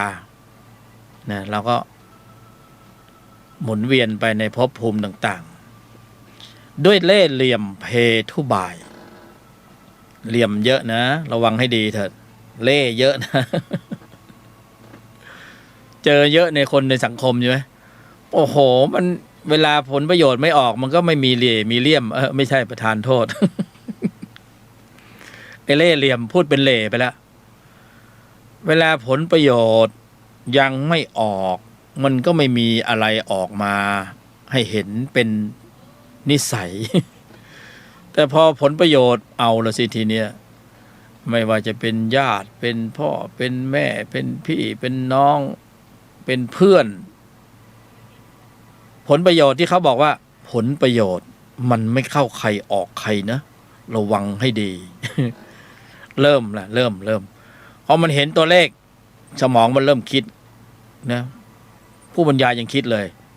มันเริ่มคิดไงโอ้โห พระเจ้า เริ่มคิดไงเริ่มมีความคิดแปลกๆมีเล่ห์มีเหลี่ยมนะยิ่งเราไปเห็นผู้ใหญ่นะที่มันผ่านชีวิตมามากมายไอ้พวกนี้ยิ่งไปใหญ่เลยแทนที่สังขารร่างกายแก่ไปมากขึ้นจิตวิญญาณน่าจะนุ่มนิ่มมีเมตตากรุณามุทิตาอุเบกขาเป็นพรหมวิหารมากขึ้นไม่มีนะมันลดปริมาณลงหวบหาบเต็มไปหมดเลยโอ้โหอะไรมันเหลี่ยมคูมันมากมายขนาดนี้เนี่ยผมผู้บรรยายเคยเจอนะผมก็เราเด็กกว่าเราไม่ทันกินเขาไงเขามันผ่านโลกมาเยอะมันก็รู้มากกว่ามันใส่เล่ห์ใส่เหลี่ยมเข้าไปเราก็รู้แต่ก็ต้านทานไม่อยู่ต้องยอมเสียผลประโยชน์ให้มันอันนี้มันจะพกไปทะลุภพนะจิตมันเก็บสะสมข้อมูลเหล่านี้แทนที่มันจะมีอายุมากขึ้นมันจะต้องลดปริมาณในพวกนี้ลงใช่ไหมมันก็เพิ่มเติมข้อมูลใหญ่เลย มันก็พยามารหัวเราะเลยพยามารชอบใจมากเพราะว่าเป็นสาวกมารชั้นเยี่ยมนะผู้มีเล่ห์เหลี่ยมเพทุบายอยู่ตลอดกาลคุณก็จะได้วันเวลาได้เกิดในภพภูมิต่างๆตามที่ข้อมูลของจิตมันสะสมไว้พยามารก็จะยื่นเครื่องแบบให้แต่ละแบบ เครื่องแบบนรกบังเปรตบังอสุรกายบังสัตว์ดิริชานเพราะนั้นเราไม่ต้องไปอิจฉานะไอ้คนที่มันมีเล่ห์มีเหลี่ยมเยอะๆปล่อยมันไปเถอะสมเพศเลยนะเพราะยังไงเพราะมันไม่รู้ธรรมที่แท้จริงเพราะมันรู้จริงเนี่ยมันจึงต้องรีบถอดอัตตาตัวกูออกมาเลยถอดหัวโขนออกมันขืนใส่อยู่แล้วหนาวแน่นะไปอยู่ในภูมิหยาบๆในภูมินรกภูมิเปรตมันหนาวนะ นี่อันนี้เล่าสู่กันฟังเล็กๆเพราะนั้นเราเข้าสู่วังวนของวัฏจักรการเกิดแก่เจ็บตายด้วยเล่ห์เหลี่ยมเพทุบายเราจะออกนะจากวังวนแห่งวัฏฏะสงสารอันยาวนานเมื่อพระบรมศาสดาค้นพบแล้วทางออกนะด้วยอุบายวิธีโดยแยบคายนะขอให้พวกเราผู้สนใจใฝ่ศึกษาธรรมะตระหนักถึงคำนี้คำว่าอุบายวิธีโดยแยบคายนะอย่าไปเถนตรงมากมันไม่ง่ายขนาดนั้นท่านก็บอกแล้วว่าอุบายเข้าใจไหมอุบาย บางคนเถนตรงเลยนะโอ้ข้าจะเอาสมาธิขอนั่งก่อนนี่ก็เข้าใจตรงเลยนะว่าจะต้องนั่งแล้วจะได้สมาธิก็ไม่แน่เสมอไปเพราะนั่งไปข้างในใจคิดอะไรก็ไม่รู้นี่เถนตรงคำนี้ต้องตระหนักอุบายวิธีโดยแยบคายและอีกคำหนึ่งที่เคยมองข้ามจริงๆที่พูดมานี้คือผู้บรรยายเคยมองข้ามมาหมดแล้วค่อยมาทำมาวิจัยพระพุทธเจ้าตรัสไปชัดเราข้ามไปดอกหนึ่ง อุบายวิธีโดยแยบคายคือต้องมีอุบายที่ชาญฉลาดอีกคำหนึ่งที่น่าสนใจที่พระพุทธเจ้าสรรเสริญมากจริงๆองค์นี้ยอมเลยว่ามีอุปการะมากจริงๆโยนิโสมนสิการองค์ธรรมองค์นี้น่ารักมากเปรียบเสมือนกุญแจรถถ้าเราจะขึ้นรถขับไปที่นู่นที่นี่เอาลืมกุญแจจบเลยนะใจมันนึกไปนู่นไปนี่ไปได้แต่ไม่มีกุญแจรถไปไม่ได้นะใจเราก็นึกได้เหมือนกันว่าโอ้เราจะปฏิบัติธรรมแล้วเราสงบแล้วนิ่งแล้วเย็นแล้วแต่ว่าโยนิโสมนสิการมีไหนยังไม่รู้เรื่องเลยถ้าไม่เริ่มต้นด้วยองค์ธรรมกุศลจิตองค์นี้จบเลย จะขับเคลื่อนกำลังจิตที่มีองค์ประกอบด้วยกุศลในระดับชั้นของมรรคก็ไม่ได้จะขับเคลื่อนกำลังจิตที่มีองค์ประกอบด้วยกุศลในระดับชั้นของอริยสัจก็ไม่ได้จะขับเคลื่อนกำลังจิตที่มีองค์ประกอบด้วยกุศลในระดับชั้นของโพธิปัจจยธรรมก็ไม่ได้ต้องเริ่มต้นโดยอุบายวิธีโดยแยบคายเท่านั้นและจะต้องมีองค์ธรรมกุศลจิตที่ชื่อว่าโยนิโสมนสิการคอยกำกับอยู่ตลอดเวลาเปรียบเสมือนลมหายใจที่หมุนเวียนอยู่ในร่างกายตลอดเวลาเนี่ยองค์ธรรมองค์นี้นะเปรียบเสมือนเลือดที่หมุนเวียนอยู่ในร่างกายเราตลอดเวลาเปรียบเสมือนกุญแจไว้สำหรับสตาร์ทเครื่องพอองค์ธรรมกุศลจิตองค์นี้ขึ้นแค่นั้นแหละพระห้าอินทรีย์ห้าเสด็จดำเนินตามมาเป็นริ้วขบวนนี่องค์ธรรมกุศลจิตองค์นี้ก็เรียกได้ว่าเป็นทัพใหญ่นะกองทัพมารหรือพญามารก็มีอวิชชาโลภะโทสะโมหะเป็นไพร่พลเนี่ยมีตัณหาอุปทานมีกิเลสมีนิวรณ์ห้ามีสังโยชน์เป็นไพร่พลมีเรียกว่ากลุ่มกวนกองทัพเขาก็พอสมควร นี่เราจะลบกับพญามารเนี่ยแล้วก็ลบตรงๆหรือลบโดยอ้อมแล้วก็ต้องรู้กำลังลบของเขาแล้วมันอยู่ที่ยุทธวิธีในการปฏิบัติการนะเราใช้ยุทธวิธีดั้งเดิมใช้กำหนดภาวนาก็โอ้โหสู้ไม่ได้จริงๆเอาไม่อยู่จริงๆบำเพ็ญฌานเอาไม่อยู่ก็ต้องปรับยุทธวิธีใหม่ปรับกำลังลบใหม่เราก็ต้องมาดูว่าของเรามีอะไรบ้างนะเรามีพระห้าอินทรีย์ห้าโพชฌงค์7สติปัฏฐาน4อินทธิบาท4มรรคมีองค์8อ้าวพอไหวปรับกระบวนท่าปรับกระบวนทัพใหม่แล้วก็ขับเคลื่อนนะมีสัจจะเป็นทัพหน้าโอ้โหทัพหน้ามาแล้วกองทัพธรรมมาแล้วทัพหน้าเป็นสัจจะต้องเริ่มต้นด้วยสัจจะกำหนดควบคุมการแสดงออกโยนิโสมนสิการเป็นทัพรองทัพที่เชื่อมโยงไปสู่ทัพหลวงนะทัพหลวงก็จะเป็นอินทรีย์5พระ5นะโพชฌงค์7สติปัฏฐาน4มรรคมีองค์8อันนี้ทัพหลวงเป็นทัพคณะใหญ่เลยเป็นองค์คณะประชุมรวมพร้อมกันไม่ใช่แยกทัพไปลบนะลบพร้อมๆกันเนี่ยแหละเนี่ยเป็นทัพหลวงมีทัพหน้าทัพรองทัพหลวงแล้วก็มีทัพรังท้ายนะนิ่งในไม่โต้ตอบมีทัพหลังท้ายอันนี้เป็นทัพใหญ่ของทัพกองทัพธรรมพอกำหนดเจริญแค่นั้นแหละโอ้โหพละห้าทำงานอย่างขมักเขม้นขมีขมันขมักเขม้นโตขึ้นตามลำดับแข็งแกร่งขึ้นตามลำดับทัพมารนี่เริ่มแยงแล้วโอ้โหมาแบบไหนเนี่ยเมื่อก่อนนี่ภาวนาเท่าไหร่แล้วก็อัดหงายหลังทุกองค์นะทุกคนนะไม่ใช่ทุกตนนะภาวนาขนาดไหนพอกิเลสภายในขึ้นพรวดขนาดนั้นอัดหงายหลังนะปรากฏว่าเที่ยวนี้ใช้ยุทธวิธีใหม่โอ้โหผสมรวมตนเป็นหนึ่งอันนี้คือสูตรของพระพุทธเจ้าเลยนะมัคคสมังคีเลยนะคือพระพุทธองค์สุดยอดตรงนี้แหละตรงที่เอาจิตที่มีองค์ประกอบด้วยกุศลในระดับชั้นของโพธิปัจจยธรรม37เนี่ยใช้อุบายวิธีโดยแยบคายให้กำลังจิตเหล่านี้เคลื่อนเข้ามาผสมรวมเป็นหนึ่งโอ้โหยอมเลย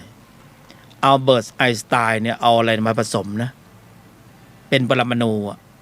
เป็นสสารเป็นอะตอมเป็นอะไรไม่รู้นะเขาบอกสุดยอดแล้วเขาไปศึกษาพระพุทธศาสนาเขาก็ยังงงไปไม่ถึงเขารู้เลยว่าตัวเขาเนี่ยสร้างระเบิดปรมาณูเนี่ยเอาอนุภาคอะไรไม่รู้เล็กๆเนี่ยมาผสมกันแล้วกำเนิดพลังงานมหาศาลอานิสงส์มาจนถึงปัจจุบันนี่นะเขาพูดเลยเขาบอกยอมแพ้พระพุทธเจ้าเล่นเอาจิตมาผสมกันไอน์สไตน์นี่ไปไม่เป็นเลย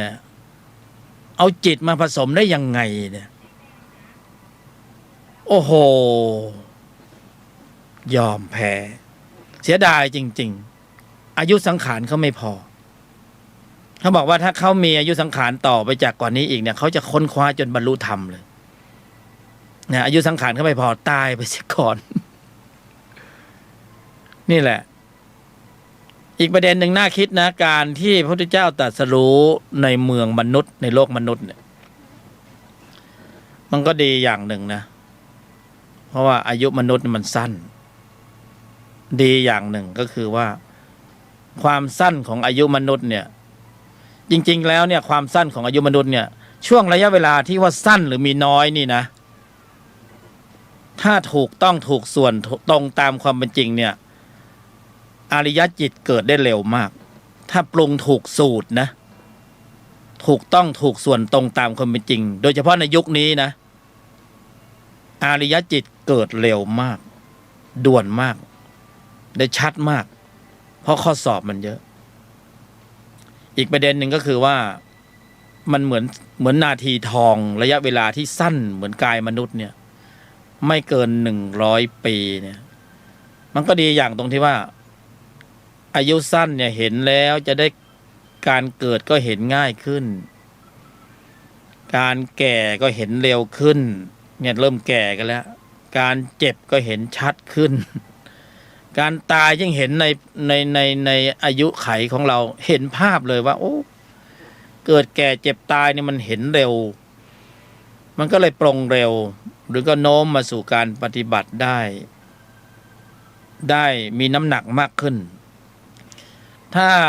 พระพุทธเจ้าในตรัสรู้ในยุคสมัยที่มนุษย์มีอายุยืนยาวมากกว่านี้เนี่ยเราจะเห็นการแก่การเจ็บการตายยากมากเพราะมันเล่นไม่แก่เล่นไม่เจ็บเล่นไม่ตายนะพอไม่แก่ไม่เจ็บไม่ตายมันก็ไม่เบื่อหน่ายในวัฏสงสารแต่ในช่วงจังหวะนี้มันเป็นอะไรที่พอดีไม่เกิน100 ปีก็พอดีเห็นการแก่การเจ็บการตายการเกิดง่ายเหลือเกินดีเหลือเกินแล้วก็สามารถเจริญอบรมศึกษาปฏิบัติกำหนดเจริญมรรคมีองค์8ได้สติปัฏฐาน4ได้โพธิปัจจยธรรมได้ชัดแจ้งชัดเจนมากขึ้นเลยนะเพราะว่ามรรคมีองค์8เนี่ยต้องอาศัยกายมนุษย์เป็นอุปกรณ์ในการบริหารกำลังจิตในการบริหารการแสดงออกต้องใช้กายมนุษย์นะกายอย่างอื่นใช้ไม่ได้เพราะนั้นมรรคมีองค์8นี่ถูกออกแบบมาตรัสรู้มาเพื่อมนุษย์โดยเฉพาะเพื่อมนุษย์โดยเฉพาะ เพื่อพวกเราให้ได้บรรลุธรรมเนี่ยเพราะนั้นตอนนี้เราเป็นมนุษย์และเราเกิดในตรงยุคที่พระพุทธศาสนายังมีอยู่เกิดในช่วงที่พระพุทธเจ้าได้ตรัสรู้ในช่วงพุทธันดรนี้แล้วคัมภีร์ในพระพุทธศาสนายังมีให้เราได้ศึกษาเพราะนั้นจึงเป็นช่วงเวลาที่เหมาะสมมากสำหรับการกำหนดเจริญซึ่งมรรคมีองค์8กำหนดเจริญซึ่งอริยสัจ4กำหนดเจริญซึ่งโพธิปัจจยธรรม37นะส่วนอุบายวิธีก็บอกไปแล้วนะโยนิโสมนสิการกำกับในเรื่องอะไรก็บอกไปแล้วจริงๆแล้วสั้นมากไม่มีเนื้อหามากผู้บรรยายไม่มีความจำเป็นจะต้องอธิบายความมากเลยนะเพราะมากเรื่องมากความเราจำไม่ได้แล้วเวลาจะปฏิบัติการจริงเนี่ยเราหยิบอะไรก็ไม่รู้หยิบไม่ถูกว่าจะตรงสูตรตรงประเด็นตรงสัดส่วนของการปรุงได้ในระดับไหนนะเพราะฉะนั้นมันไม่จำเป็นที่ต้องมีรายละเอียดมากมายเลยยุคสมัยก่อนพุทธกาลพระอริยบุคคลท่านถ่ายทอดองค์ความรู้หรือเคล็ดวิชาในการปฏิบัติธรรมเนี่ยมันก็ไม่ได้มากมายยุคหลังๆเนี่ยถึงมีการบัญญัติพอเราอ่านมากเราก็จับหลักหยิบเอาหลักสำคัญออกมาแค่นั้นเองเนี่ยเราอย่าหยิบออกมาทั้งเล่มนะถ้าหยิบออกมาทั้งเล่มเราจะมึนไงแล้วไม่รู้ว่าจะปฏิบัติอะไรไงเนี่ยเราพอมันมากมายเราก็งงพองงแล้วเราไม่กล้าเรากลัวโอ้โหคงจะยากแล้วก็คงไกลตัวคงไม่ใช่สำหรับเราอะนะเพราะมากมายแล้วเยอะแยะเหลือเกินเลยจับหลักไม่ถูกสักอย่าง งั้นก็เอาพื้นฐานที่เราเคยชินเคยใช้ก็เลยย้อนไปกำหนดภาวนาสมถกรรมฐานจะเป็นส่วนมากนะลืมที่จะกำหนดเจริญมรรคมีองค์8เพราะพอจะเริ่มต้นมรรคมีองค์8บางคนไปฟังพระอภิธรรมไปเจอพระอภิธรรมเข้าโอ้โหเจตสิกเข้ามีจิตเข้าโอ้โหเราจะเรียนขับรถหรือเราจะเรียนซ่อมรถนะเราจะเรียนขับแล้วก็เรียนสัก1 2 3ขับแล้วก็ไปปลายทางแต่ถ้าเราจะเรียนซ่อมรถเราก็ค่อยมาว่ากันอีกทีว่าจะมีผ่าเครื่องแล้วมาเป็นยังไงจิตเป็นยังไงเจตสิกเป็นยังไงจิตมีกี่ดวงเจตสิกมีกี่ดวงก็ถ้ามันมีเหตุปัจจัยในการศึกษาอย่างนี้ก็สมบูรณ์นะควรแก่การได้ลำดับดำเนินเจริญศึกษาถ้ามีเวลานะก็ดีแต่ถ้าเวลาเราไม่มากพอเงี้ยอายุสังขารเราสั้นไงแล้ววินาทีทองแบบนี้มันก็ไม่ค่อยมาบ่อยด้วยเราคิดดูว่าการเวลาอันยาวนานเนี่ยช่วงเวลาในขณะนี้เนี่ยถือว่ามันเป็นจุดเล็กๆจุดเดียวเล็กๆแทบจะมองไม่เห็นนะบนเส้นตรงของการเวลาอันยาวนานเพราะนั้นมันเป็นขี้ฝุ่นผงเล็กๆบนเส้นตรงของการเวลานะถ้าเราเกิดช้ากว่านี้เราก็ไม่เจอพระพุทธศาสนาเราจะไปเกิดตรงไหนหรือถ้าเราไปเกิดในภูมินรกภูมิอะไรต่างๆเราก็ไม่เจอพระพุทธศาสนาเราจำพระอาจารย์2 ท่านของพระบรมศาสดาท่านอาราลดาบทและท่านอุทกดาบทหลังจากที่พระพุทธเจ้าตรัสรู้แล้วก็ดำริถึงพระอาจารย์2 ท่านก็จะเสด็จดำเนินไปโปรดพระอาจารย์2 ท่านปรากฏว่าทราบความว่าท่านอาจารย์2 ท่านได้ล่วงการไปก่อนแล้วไปเกิดในโลกอื่นในภูมิอื่นล่วงการไปก่อนแต่อย่างพวกเรานี่โอ้โหไม่รู้จะพูดยังไงมหากุศลจิตนะถ้าพูดแบบวัยรุ่นก็บอกโคตรโชคดีเลยที่เกิดมาเจอพระพุทธศาสนาเกิดในประเทศไทยมันไม่รู้จะอธิบายความยังไงมันยากมากผู้บรรยายท่านผู้ฟังทั้งหลายมันยากมากในการที่จะเกิดมาตรงยุคในช่วงนี้และอีกอย่างหนึ่งคือว่าการเวียนตายเวียนเกิดในวัฏสงสารเนี่ยมันยาวนานมากยาวนานขนาดไหนรู้ไหมยาวนานจนจำไม่ได้แสดงว่ายาวนานมากแล้วโอกาสที่ดีมากกว่านี้คือเรามีกายสังขารเป็นมนุษย์และพบพระพุทธศาสนาและว่าเป็นสัมมาทิฏฐิเป็นผู้ที่จะกำหนดเจริญซึ่งมรรคมีองค์8สติปัฏฐานมรรคมีองค์8อริยสัจ4โพธิปัจจยธรรม37อยู่ในนี้หมดเลยนะถ้ากำหนดจำเริญซึ่งอริยสัจ4ก็ย้อนกลับไปตรงบรรยายตอนแรกๆก็คือกำหนดเจริญโยนิโสมนสิการยอมหยุดเย็นนิ่งในไม่โต้ตอบคำสั้นๆคำเดียวคำว่ายอมเนี่ยก็คือทุกขสัจทุกเป็นธรรมที่ต้องกำหนดรู้ทำความเข้าใจและยอมรับความเป็นจริงนี่คือทุกขสัจยกมาคำเดียวเองแล้วก็เอามาเป็นองค์ประกอบในการกำหนดเจริญหยุดคำที่2คือยอหยุดสมุทัยเป็นธรรมที่ต้องกำหนดละคำว่าละก็คือหยุดนั่นเองนิโรธคือธรรมที่ต้องทำให้แจ้งก็คือเย็นมรรคคือธรรมที่ต้องกำหนดเจริญ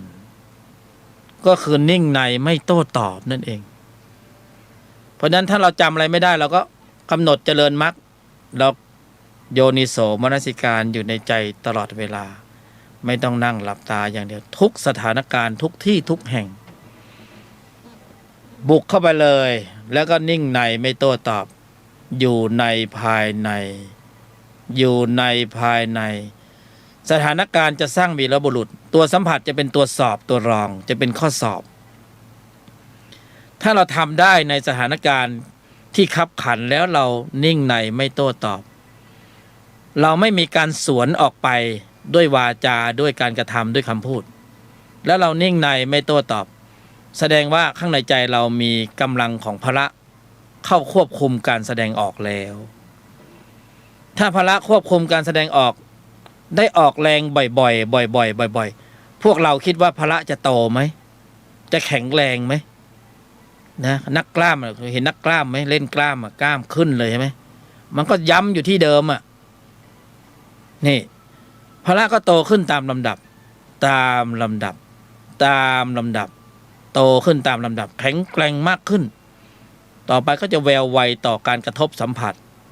ทางทวารต่างๆเสียหน้านะข้อสอบมาแล้วเสียราคาเสียผลประโยชน์เสียเกียรติเสียฟอร์มเสียเงินเสียทองเสียเก้าอี้นะเสียของรักนะข้อสอบนะข้อสอบ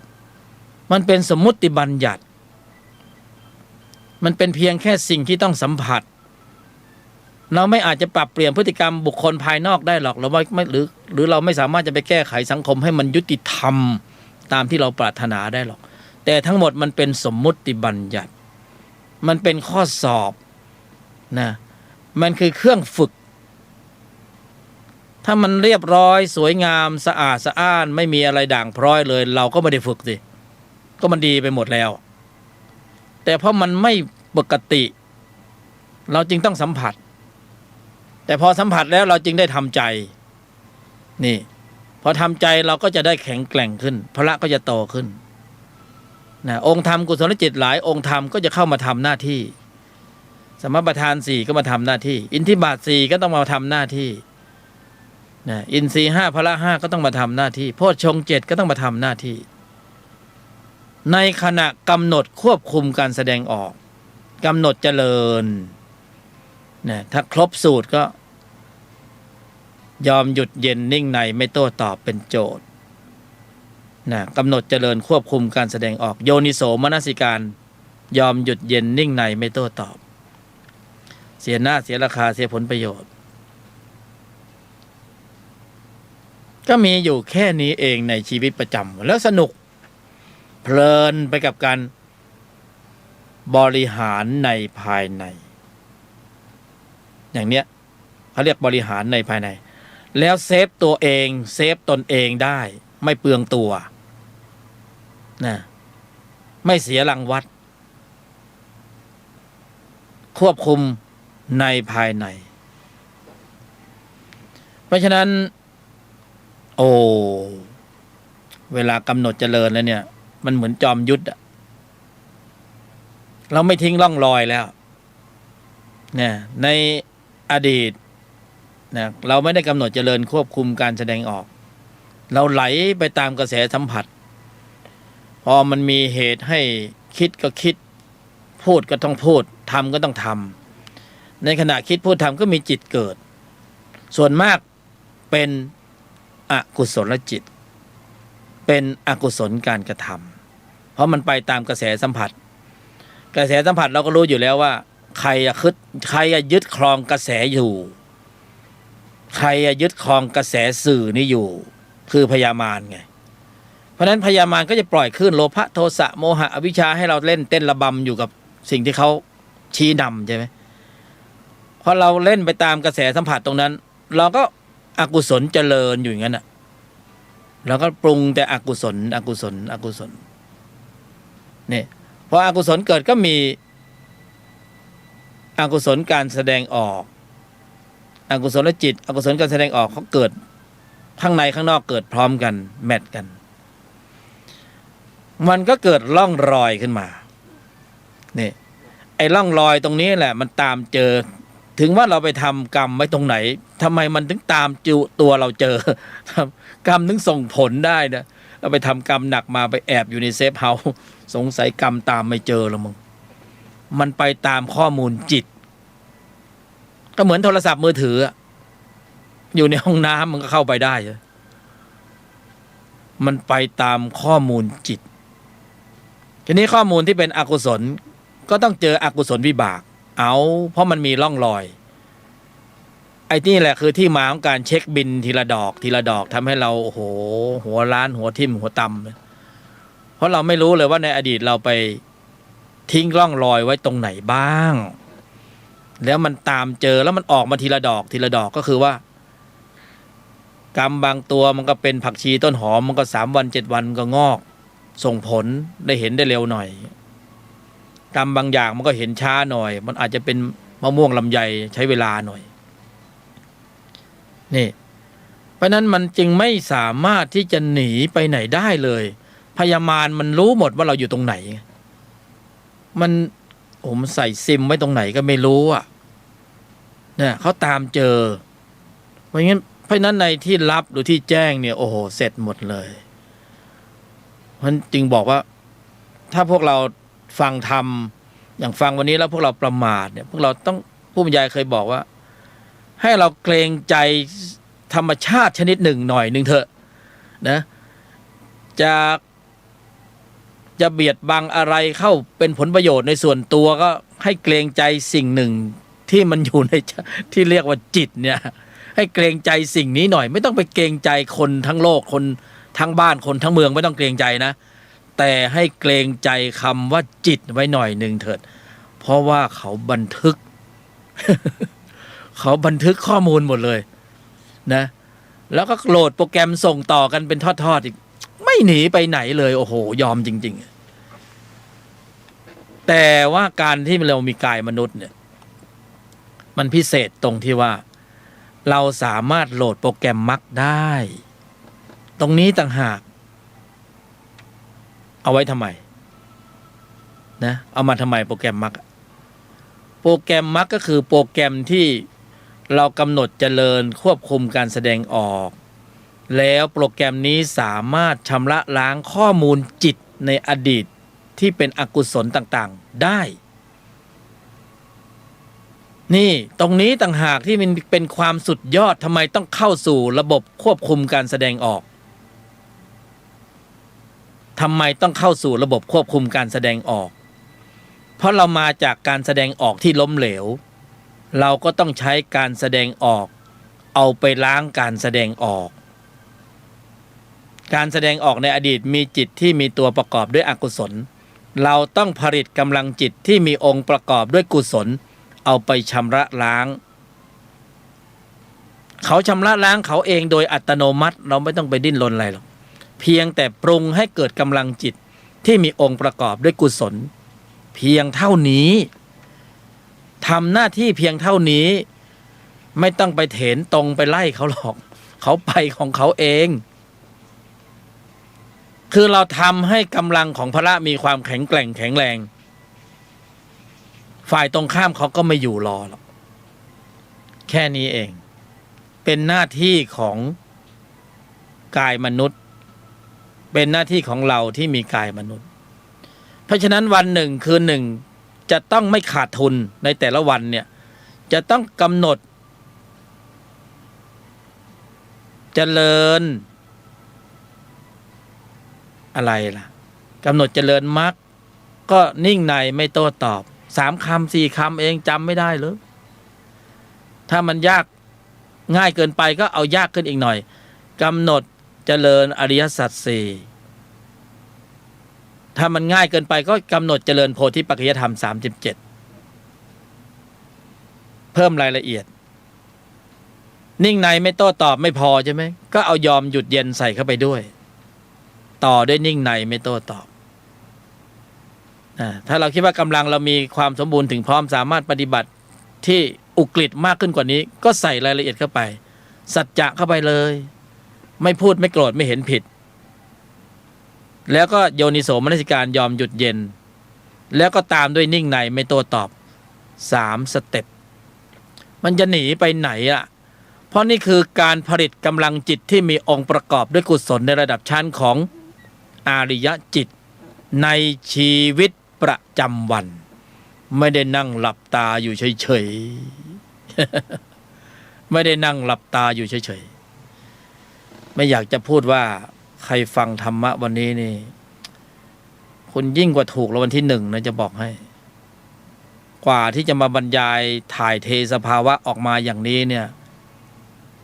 อย่างน้อยๆมันก็ต้อง30 ปีนะลองผิดลองถูกค้นคว้ามาเนี่ยแล้วก็บรรยายถ่ายเทออกมาอย่างเงี้ยและนี่คือสัจจะภาวะนะมันมีจริงเป็นจริงแล้วท่านเอาทดลองเอาไปทำนี่นะสัมผัสผลทันทีมีอะไรที่มันปลูกแล้วมันได้ผลทันทีเนาะสัมผัสสภาวะได้ทันทีทันใดด้วยตนของตนเองเพราะว่ากายมนุษย์ที่เรามีอยู่ในขณะนี้เป็นอุปกรณ์ชั้นเยิศชั้นเลิศ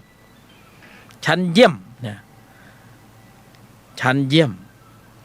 องค์ประกอบมีพร้อมหมดเหลือแต่พ่อครัวชั้นหนึ่งก็คือตัวผู้ฟังตัวท่านปรุงให้มันดีๆหน่อยอย่าไปใส่อะไรเค็มเกินไปมันก็กินไม่ได้ทำต้มยำเล่นไม่ใส่มะนาวเป็นต้มจืดนะเธอ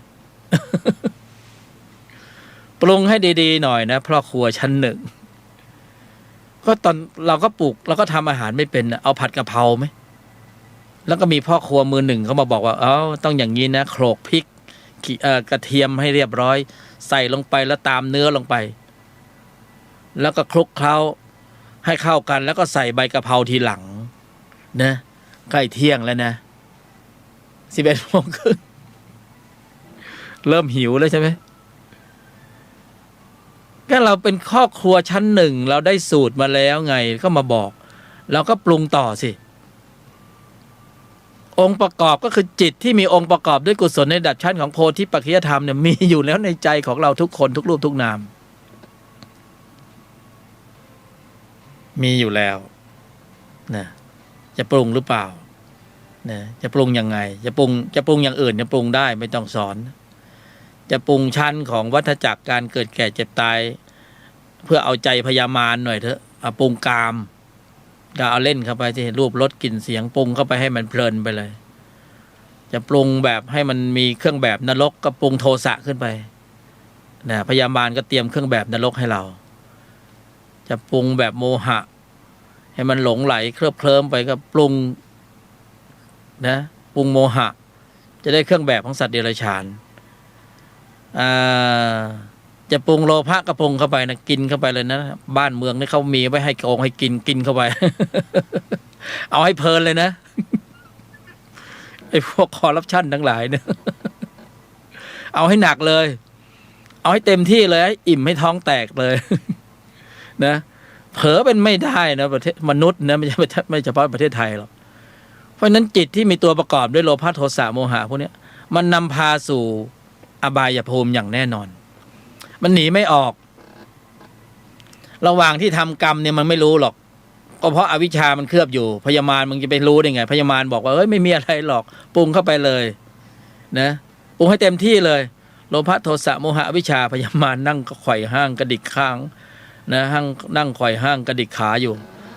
แม่สาวกมานี่มันดีจริงๆนะในระหว่างปรุงตัวเนี้ยอาริยจิตก็มีอยู่ในใจเราแต่ว่าไม่มีกำลังจะไปมีกำลังได้ไงก็เราฝึกด้วยการกำหนดภาวนากำหนดภาวนาเราก็เล่นสมถะมันก็สนุกสนานเพลิดเพลินแต่หารู้ไหมถึงแม้เราจะปรุงสมถะเราปรุงไปปรุงมาปรุงไปปรุงมาก็อยู่ในข่ายของพยามารอยู่ดีนะก็มันปรุงด้วยอัตตาตัวกูไงก็เป็นอัตตาตัวกูแต่ถ้ากำหนดควบคุมการแสดงออกกำหนดเจริญเป็นอนัตตาตนเขาบอกว่าธรรมชั้นนี้เป็นอัตโนมัติธรรมนะเป็นอัตโนมัติธรรมนะเป็นอัตโนมัติธรรมย้ำแค่กำหนดนิ่งในไม่โต้ตอบอยู่ในภายในโยนิโสมนสิการนี่นะแค่นี้นะไม่ได้เอาเยอะเลยนะไม่ได้กำหนดหมายเยอะกำหนดนิ่งในไม่โต้ตอบกรองไว้ในใจโดยตลอดเวลาแต่ว่าภายนอกเราก็ทำธุระปกติธุระโลกก็ทำไปนะแต่ไอสิ่งที่พูดเมื่อกี้นี่คือธุระธรรมในภายในให้ได้ตลอดต่อเนื่องจนเกิดความเคยชินจนเป็นวสีชำนิชำนาญเดี๋ยวจะมีคำหนึ่งที่น่าสนใจมาก นะและสำคัญมากๆด้วยแค่กำหนดเจริญนิ่งในไม่โต้ตอบหรือยอมหยุดเย็นนิ่งในไม่โต้ตอบหรือสัจจะไม่พูดไม่โกรธไม่เห็นผิดยอมหยุดเย็นนิ่งในไม่โต้ตอบอยู่ในใจอยู่ตลอดเวลาแค่นี้นะพละห้าดำเนินนะเราลองพิจารณานิ่งๆดูเล็กๆนะเราจะเห็นว่าในใจของเรานั้นมีองค์ประกอบของจิตที่ล้วนแล้วแต่เป็นกุศลจิตโดยทั้งสิ้นเลยพิจารณาอยู่ตอนนี้ก็ได้แค่เราบอกนิ่งในไม่โต้ตอบกำหนดหมายแค่นี้กรองไว้ในใจอยู่ตลอดเวลากุศลจิตเป็นอันมากได้เจริญเกิดขึ้นในใจของเรายังกุศลให้ถึงพร้อมขณะนี้กายวาจาใจสงบระงับไม่ได้ทำบาปทั้งปวงเป็นผลสู่ทำจิตใจให้ขาวรอบนี่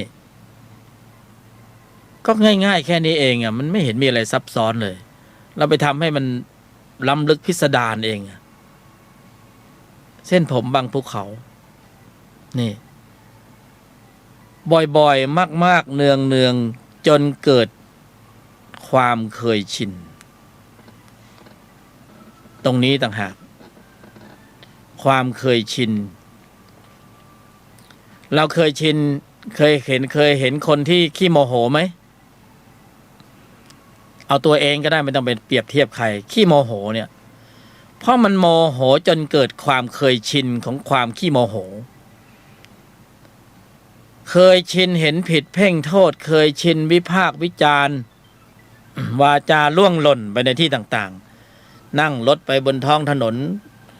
มันก็บ่นไปตลอดทางไอ้อีมึงกูอย่างนั้นอย่างนี้บางทีก็หลุดออกมาหลายคำเลยไอ้สารพัดสารเพไอ้นั่นก็ไม่ดีไฟแดงก็ช้าไฟเขียวก็เร็ว นะความเคยชินของนิสัยนะอันตรายนะถ้ารู้ทำแล้วมันอยู่ยากนะเพราะมันเห็นอันตรายไงเห็นวิบากที่มันจะต้องปรากฏของการร่วงหล่นระบบคิดพูดทำที่ร่วงหล่นไม่ได้สำรวมระมัดระวังตั้งมั่นให้ถึงพร้อมเนี่ยอันตรายเพราะว่ามันเป็นอกุศลแล้วก็มีอกุศลวิบากแล้วก็ฟีดแบ็กกลับมาที่กายและจิตของเราเนี่ยมันไม่ไปไหนเลยจริงๆเพราะฉะนั้นความเคยชินที่มีอุปการะมากและเป็นความเคยชินที่ปลอดภัยคือการสร้างความเคยชินกับธรรมะการสร้างความเคยชินกับการกำหนดนิ่งในไม่โต้ตอบมาแล้วยอมหยุดเย็นนิ่งในไม่โต้ตอบ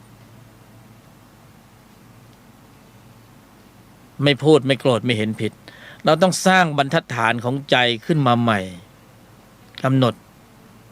ควบคุมการแสดงออกสิ่งแวดล้อมจะเป็นข้อสอบข้อรองเป็นอุปกรณ์วิชาบังคับคือเสียหน้าเสียราคาเสียผลประโยชน์เสียเกียรติเสียฟอร์มเสียเงินเสียทองเสียของรักเราจะต้องเจอสิ่งเหล่านี้เป็นเรื่องปกติวิสัยในสังคมมนุษย์การเอารัดเอาเปรียบการกดขี่การกดดันการไม่ยุติธรรมมันเป็นเรื่องของมนุษย์ที่มันทำกันนะแต่อย่าเห็นว่าเป็นสิ่งที่เคร่งเครียดเอาเป็นเอาตายทุกอย่างที่มันเป็นปัญหาเนี่ย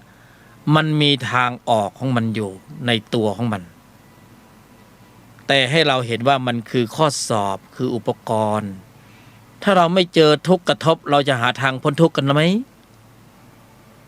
แต่เพราะเรามีทุกข์กระทบเรามีเหตุกระทบเราจึงต้องค้นคว้าเพื่อสร้างภูมิต้านทานของทุกข์ของเหตุที่มากระทบและอันนี้แหละคือภูมิต้านทานชั้นดีเพื่อว่าใจของเราจะได้มีความแข็งแกร่งแข็งแรงเวลาเจอผัสสะกระทบกระทั่งกระทบกระเทือน เราจะได้ไม่หลุดเหมือนเดิมอีกนะเพราะเราก็รู้แล้วว่าถ้าเราหลุดเราก็จะเกิดกรรมอีกบางทีเราหลุดแล้วไม่ทันได้ตั้งหลักเรามารู้สึกตัวทีหลังอ้าวไปเจอคดีความเจออัยการเจอศาลเจอกรมราชทัณฑ์เจอโอ้โหเรื่องราวมันยาวและเสียหายมากเพราะนั้นจะต้องเตรียมพร้อมสำหรับการจะเจอสถานการณ์ผิดเพี้ยนที่เราไม่ได้คาดคิดมาก่อนเนี่ยมันจะมีทั้งนี้ทั้งนั้นเราคุมในภายในของเราเตรียมพร้อมสำหรับการรับกระทบทางทวารต่างๆไม่มีใครช่วยใครได้นอกจากตนในภายในตนแลเป็นที่พึ่งของตนนะไม่มีใครช่วยใครได้จริงๆในสถานการณ์ตรงนั้นถ้าเราไม่มีองค์ความรู้ที่พร้อมสำหรับการฝึกมาก่อนเราจะหลุดนะหลุดนะผู้บรรยายก็หลุดพวกเราก็หลุดกันทุกรูปทุกนามหลุดแรกๆมันก็จะหลุดจากวาจาก่อนข้างในมันก็จะปฏิฆะขุ่นเคืองวาจาล่วงหล่นสเต็ปเนี่ยมันเป็นสเต็ปเดิมของจิตเก่าแต่ที่เรากำลังนำเสนอเนี่ยเป็นบรรทัดฐานใหม่คือเรากำลังจะทำการอัปเกรดหรือยกระดับจิตวิญญาณเราขึ้นสู่ความเป็นอริยบุคคลเพื่อให้พ้นจากแนวของวัฏจักรการเกิดแก่เจ็บตายคือพ้นรัศมีมาร คำมันเพราะดีนะพ้นรัศมีมาร เข้าใจไหมเพราะมารเขาวางข่ายไว้อย่างเงี้ยไอเราหลงเข้าไปในข่ายเขาเองแล้วเราติดบ่วงเราเคยออกมาไหมสักครั้งหนึ่งไม่เคยออกเลยแม้แต่ครั้งเดียวมารชี้นำให้เราไปเกิดในภพต่างๆภูมิต่างๆเราก็ช่างนะเชื่อฟังดีเหลือเกินแล้วเราก็อนุรักษ์นิสัยของวัฏจักรไว้อย่างดีเด่นเพราะว่านิสัยตัวนี้คือแรงขับเคลื่อนไปในวัฏสงสารคือกำลังขับทีนี้เราใช้กำลังขับใหม่ที่เราจะต้องปลูกสร้างในขณะที่เรามีกายมนุษย์กำลังขับนี่คือกำลังก็คืออริยจิตพออริยจิตมีกำลังมากขึ้นขับทีเดียวเข้าแตะระดับโสดาบันเราปิดเกมเลยออกจากระบบปิดเกมออกจากระบบพ้นรัศมีมารนะโบกมือบายบายเลยมารคงไม่เจอกันอีกยาวเพราะแตะกระแสโสดาบันแล้วโบกมือบายบายมารเลยมารกวักมือกลับมาเถิดนะเอานางราคะนางตัณหานางอะไรต่างๆมาแก้ผ้ากระโดดโลดเต้นให้ก็เฉยอยู่ นะบัลลังก์มารกระเทือนนะทีเนี้ยนี่พ้นรัศมีมารแต่ในระหว่างที่อยู่ในวังวนเนี่ยมันออกยากหน่อยเพราะมันมีแรงดึงดูดสูงนะตัวสัมผัสเนี่ยแรงดึงดูดมันแน่นมันหนักหน่วงหนักแน่นมากสรรพสัตว์โอ้โหหลุดไม่ได้นะต้องใช้กำลังขับของอริยจิตด้วยเหตุคืออริยมรรคมีองค์8เป็นแรงขับมรรคเป็นเหตุอริยสัจเป็นเหตุโพธิปัจจยธรรมเป็นเหตุปรุงให้ได้พละที่มีกำลังพ้นรัศมีมารนี่พวกเรานะฮะชี้ไปที่ตนเองของตนเองเนี่ยไม่ต้องไปชี้ที่ใคร ตัวท่านเองนั่นแหละที่จะเป็นอริยะได้ในยุคนี้ทุกคนมีสิทธิ์หมดเลยนะไม่ได้ขีดกรอบเลยใครที่มีกายมนุษย์นะเกิดในยุคนี้มากันแรงๆมากันแรงๆแต่ว่าคัดท้ายให้ดีเถอะถ้าคัดท้ายไม่ดีเหมือนพันท้ายนรสิงห์นะไปชนโคนไม้เอาคัดท้ายให้ดีเพราะนั้นมันเล็กมากและสั้นมากกระชับมากมันไม่มีอะไรมากไปกว่ากำหนดควบคุมการแสดงออกในชีวิตประจำวันจำไว้ให้แม่นเลยนะกำหนดควบคุมการแสดงออกและย่อส่วนลงมาแบบไม่ต้องมาบ่นว่าเอ้าแล้วบรรยายมาเยอะแยะสรุปแล้วจะให้ทำอะไรกันแน่เนี่ยก็เอานี่ไปปฏิบัติเลยนะถ้ามันง่ายหน่อยก็นิ่งในไม่โต้ตอบโยนิโสเหมือนกันนิ่งในไม่โต้ตอบกำหนดหมายเลยและระวังข้อสอบให้ดีเสียหน้าเสียราคาเสียผลประโยชน์ไอ้ตัวเนี้ยโดนแน่นอน นะหรือไม่ก็โยนิโสมนสิการใช้สูตรสำเร็จเข้าไปเลยโยนิโสมนสิการยอมหยุดเย็นนิ่งในไม่โต้ตอบถ้าจะเน้นย้ำกันจริงๆก็2 ทุ่มถึง3 ทุ่มไม่พูดไม่โกรธไม่เห็นผิดอันนี้คือฟิกเวลาเลยกำหนดเวลา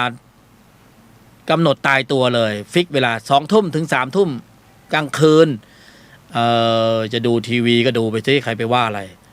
ยืนเดินนั่งนอนก็เดินไปสิจะกินข้าวทำอะไรก็ยกนะจะไขว่ห้างหรือจะนอนจะเอกเขนกยังก็ทำไปแต่ข้างในใจคุณจะต้องนิ่งในไม่โต้ตอบไม่พูดไม่โกรธไม่เห็นผิดขอวันละ1 ชั่วโมงฟิกเวลาล็อกเลยอันนี้ล็อกเวลาเลย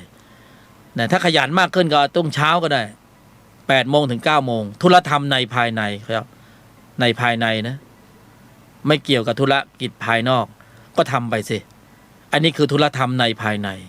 ธรรมที่นำเสนอเนี่ยที่พูดเนี่ยเป็นธรรมสภาวะในภายในมันเป็นเรื่องของในภายในล้วนๆมันไม่เกี่ยวกับภายนอกจะอยู่ในสีสันอะไรก็แล้วแต่นะไม่ได้กำหนดหมายไม่มีกฎระเบียบรูปแบบเพราะเป็นธุรธรรมในภายในก็ปรุงไปบริหารไปกำหนดควบคุมการแสดงออกไปดีซะอีกใครไม่รู้ว่าเราทำอะไรไม่รู้นะแต่ละคนกำลังกำหนดเจริญอยู่ในภายในไม่มีใครรู้เลยนะเพราะมันอยู่ข้างในไม่มีใครรู้จริงๆข้างนอกก็เฉยธรรมดาสามัญนะเราจะรู้เนี่ยคนที่กำลังเก็บขยะอยู่เขาอาจจะเจริญกำหนดควบคุมการแสดงออกอยู่ก็ได้ใครจะไปรู้นี่ขับรถก็กำหนดเจริญได้ไหมก็ขับไปสิใครจะไปว่าอะไรขับไปแต่ข้างในใจต้องโยนิโสมนสิการยอมหยุดเย็นนิ่งในไม่โต้ตอบดีซะอีกเราจะได้ขับรถแบบมีสติมากขึ้นนะมาแล้วปาดหน้าพรวดเมื่อก่อนเนี่ยไอ้อีมึงกูไอ้อะไร ช่วยเติมให้หน่อยนะมันขับรถปาดหน้าเป็นไงขึ้นพรวดพลัดพรวดพลัดเดี๋ยวนี้เป็นไงขอบคุณครับที่คุณเป็นข้อสอบของผมถ้าคุณไม่ปาดหน้าผมจะไม่รู้เลยว่าผมหยาบขนาดไหนตอนนี้นึกแล้วขอบคุณเลยโอ้โหทำได้นะมันเกิดปีติเดี๋ยวจะเล่าตัวอย่างให้ฟังตัวอย่าง1ตัวอย่างอันเนี้ยของจริงเลยเขาก็มารับสัจจะกับองค์ธรรมโสรัตกัสสปาอริยรัตโยแต่ตอนนี้องค์ธรรมผู้ให้แนวทางสัจจะนี้ตอนนี้ท่านล่วงการไปแล้วก็ได้เอาไปข้อเดียวเองนะสัจจะไม่โกรธ8 โมงเช้าถึง 9 โมงเช้าแล้วก็โยนิโสมนสิการไม่โกรธไม่โกรธไม่โกรธทีนี้เขาขับรถเนี่ยชื่อคุณแสงเนี่ยชื่อคุณแสงบอกชื่อก็ได้คุณแสงขับรถไปในกรุงเทพหลังจากที่มารับสัจจะจากองค์ธรรมขึ้นทูปเลยกำหนดสัจจะไม่โกรธแต่ของผู้บรรยายนี่เติมไม่พูดไม่โกรธไม่เห็นผิดคือตอนหลังนี่ใช้3 ข้อเลยเพื่อล่อให้พละเคลื่อนกำลังออกมาถ้าไม่กำหนดอย่างเงี้ยพละไม่เคลื่อนกำลังเราคืออุบายวิธีอย่างเนี้ยเราทำให้พละในภายในเนี่ยเขาเคลื่อนกำลังออกมาคุณแสงก็ไม่โกรธข้อเดียวพอก็ทำ8 โมงเช้าถึง 9 โมงวันนั้นขับรถไปทำงานในเมืองหลวงเนี่ยรถมันเยอะรถมันติดนะคงไม่เกี่ยวกับว่ากำหนดมัวแต่กำหนดเจริญสัจจะไม่โกรธแล้วก็ขับรถไปทิ่มตูดรถเบนซ์เขาให้ คือไปเฉี่ยวใส่รถเบนซ์คันข้างหน้าเนี่ยไปกับเจ๊เขากำลังไปกับเจ๊ที่ปรากฏว่ารถไปชนกับรถเบนซ์คันข้างหน้าก็ต้องจอดต้องเคลียร์นะครับรถในเมืองหลวงนะคือเขารับสัจจะไป3 เดือนคือกำหนดไม่โกรธ3 เดือนวันละ1 ชั่วโมงฟิกเลยล็อกเวลา8 โมงถึง 9 โมงทุกวัน8 โมง 9 โมงเขาจะต้องสติระลึกไว้เลยว่าจะต้องไม่โกรธนะชั่วโมงนี้ห้ามทะเลาะกับเจ๊เลย นะเจ๊จะบ่นเจ๊จะว่ายังไงหนักๆแรงๆก็ต้องเฉย ยอมหยุดเย็นนิ่งในไม่โต้ตอบสวนไม่ได้เลยนะถ้าสวนแล้วสอบตกแล้วต้องเริ่มนับหนึ่งใหม่นับชั่วโมงใหม่สมมติว่าบำเพ็ญสัจจะไม่โกรธไปได้ครึ่งชั่วโมงโอ้ดีมากเลยมีเหตุมากระทบกระทั่งกระทุ้งกระเทือนผัสสะนะแล้วก็ไม่โกรธได้แต่ปรากฏว่าผ่านไปครึ่งชั่วโมงเอ้ามีเหตุเสียผลประโยชน์ยั่วให้โกรธแล้วก็วาจาล่วงหล่นเลยแค่ด่าไปคำเดียวสอบตกแล้วเพราะอะไรปรุงอกุศลขึ้นมาแต่ถ้าไม่ด่าออกไปเนี่ยนะขันติอดทนอุเบกขาสัจจะอยู่ในนี้หมดเลยบารมี10 ทัศก็ขับรถชนรถเบนซ์เสร็จปุ๊บลงมาเคลียร์คนขับรถเบนซ์เป็นคนแก่นะแต่งตัวดีใส่สูทลงมาใส่ชุดใหญ่เลยทีนี้นะไม่ใช่แจ็คพอตก็คงจะหัวเสียหน้าดูเหมือนกันนะจะรีบไปทำงานก็พูดไม่ดีนะไอเฮียแสงก็คุณแสงก็นั่งฟังเลยยืนไม่ใช่นั่งฟังยืนฟังคือยกมือไหว้เขาแล้วก็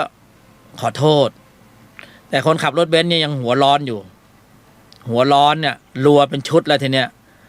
นะ M16 M60 ไม่รู้รัวเป็นชุดเลยพวดคุณแสงไม่โกรธสักคำเพราะกำหนดควบคุมการแสดงออกอยู่ไงปกติเป็นคนขี้โมโหไง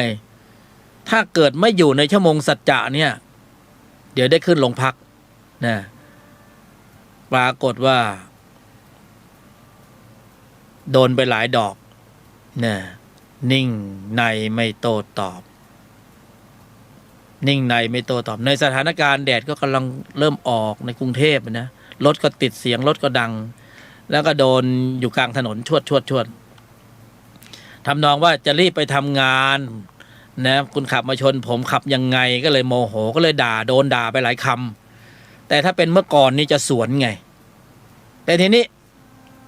วาจาก็อยากจะสวนเอาแต่ก็ไปเจอด่านสัจจะไว้ก่อนโอ้ด่านทางใจนี่มันแรง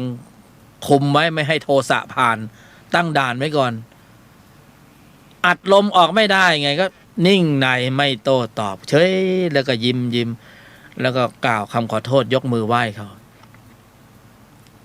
ก็เคลียร์กันเรียบร้อยประกันมาเคลียร์จบเนี่ยเคลียร์จบแล้วถึงโทรมาเล่าให้ผู้บรรยายฟังปรากฏว่าคนขับรถเบนซ์เนี่ยมีอายุหน่อยเดินเข้ามาหานึกว่าจะโดนอีกสักชุด2 ชุดเขากลับมายกมือไหว้คุณแสงแล้วกล่าวขอโทษแล้วก็ทิ้งท้ายไปประโยคนึงว่าทำไมผมด่าคุณไปตั้งหลายคำคุณไม่เห็นตอบโต้ผมสักคำเลยทำไมด่าไปตั้งหลายคำคุณเฉยคุณไม่ตอบโต้ผมสักคำเลยแค่นั้นน่ะแล้วก็ลากันด้วยดี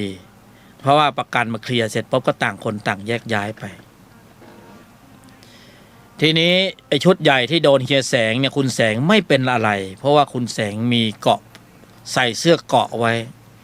คือเกราะคุ้มครองใจไว้ก่อนนะตัวโทสะไม่สามารถจะหลุดขึ้นวิถีจิตได้นะเพราะว่าพระควบคุมสถานการณ์หมดเลยศรัทธาความเพียรสติสมาธิปัญญาควบคุมสถานการณ์ของใจได้หมดในขณะที่กำหนดหมายสัจจะแต่ถ้าไม่ควบคุมไม่กำหนดหมายสัจจะนี่ดุดแน่นอนที่บังเอิญเจอด่านสัจจะเข้าให้ก็โทสะมันก็ไม่ขึ้นโดนยังไงก็ไม่ขึ้นไงก็กรองไว้ในใจนิ่งในไม่โต้ตอบนิ่งในไม่โต้ตอบนะเข้าหูซ้ายออกหูขวาไอ้คนที่โดนด่ากับไม่ใช่เฮียแสงแต่ว่าเป็นเจ๊ที่นั่งอยู่ในรถเฮียแสงก็ขึ้นไปบนรถเจ๊เธอก็สวนเลยไอเฮียหรือเป็นบ้าอะไรหรือเปล่าเขาด่าหรือตั้งหลายคำหรือไม่สวนสักคำเลยหรือไม่ตอบเขาสักคำเลยนะแกก็ยิ้มเพราะแกจะอธิบายความให้เจ๊บอกว่าบำเพ็ญสัจจะอยู่เนี่ยเจ๊คงไม่เข้าใจหรอกแล้วก็ทุกอย่างก็จบไปด้วยดีเหตุการณ์ตรงนั้นเนี่ยโอ้แกตื่นเต้นมากนะรีบโทรมาเล่าให้ผู้บรรยายฟังโอ้ดีจริงๆเลยผมมารับสัจจะไปไม่งั้นนี่ผมต้อง ทำอะไรบางอย่างละมั้งเพราะโดนด่าไปเยอะอันนี้คือของจริงนะเล่าสู่กันฟังเนี่ยคือสถานการณ์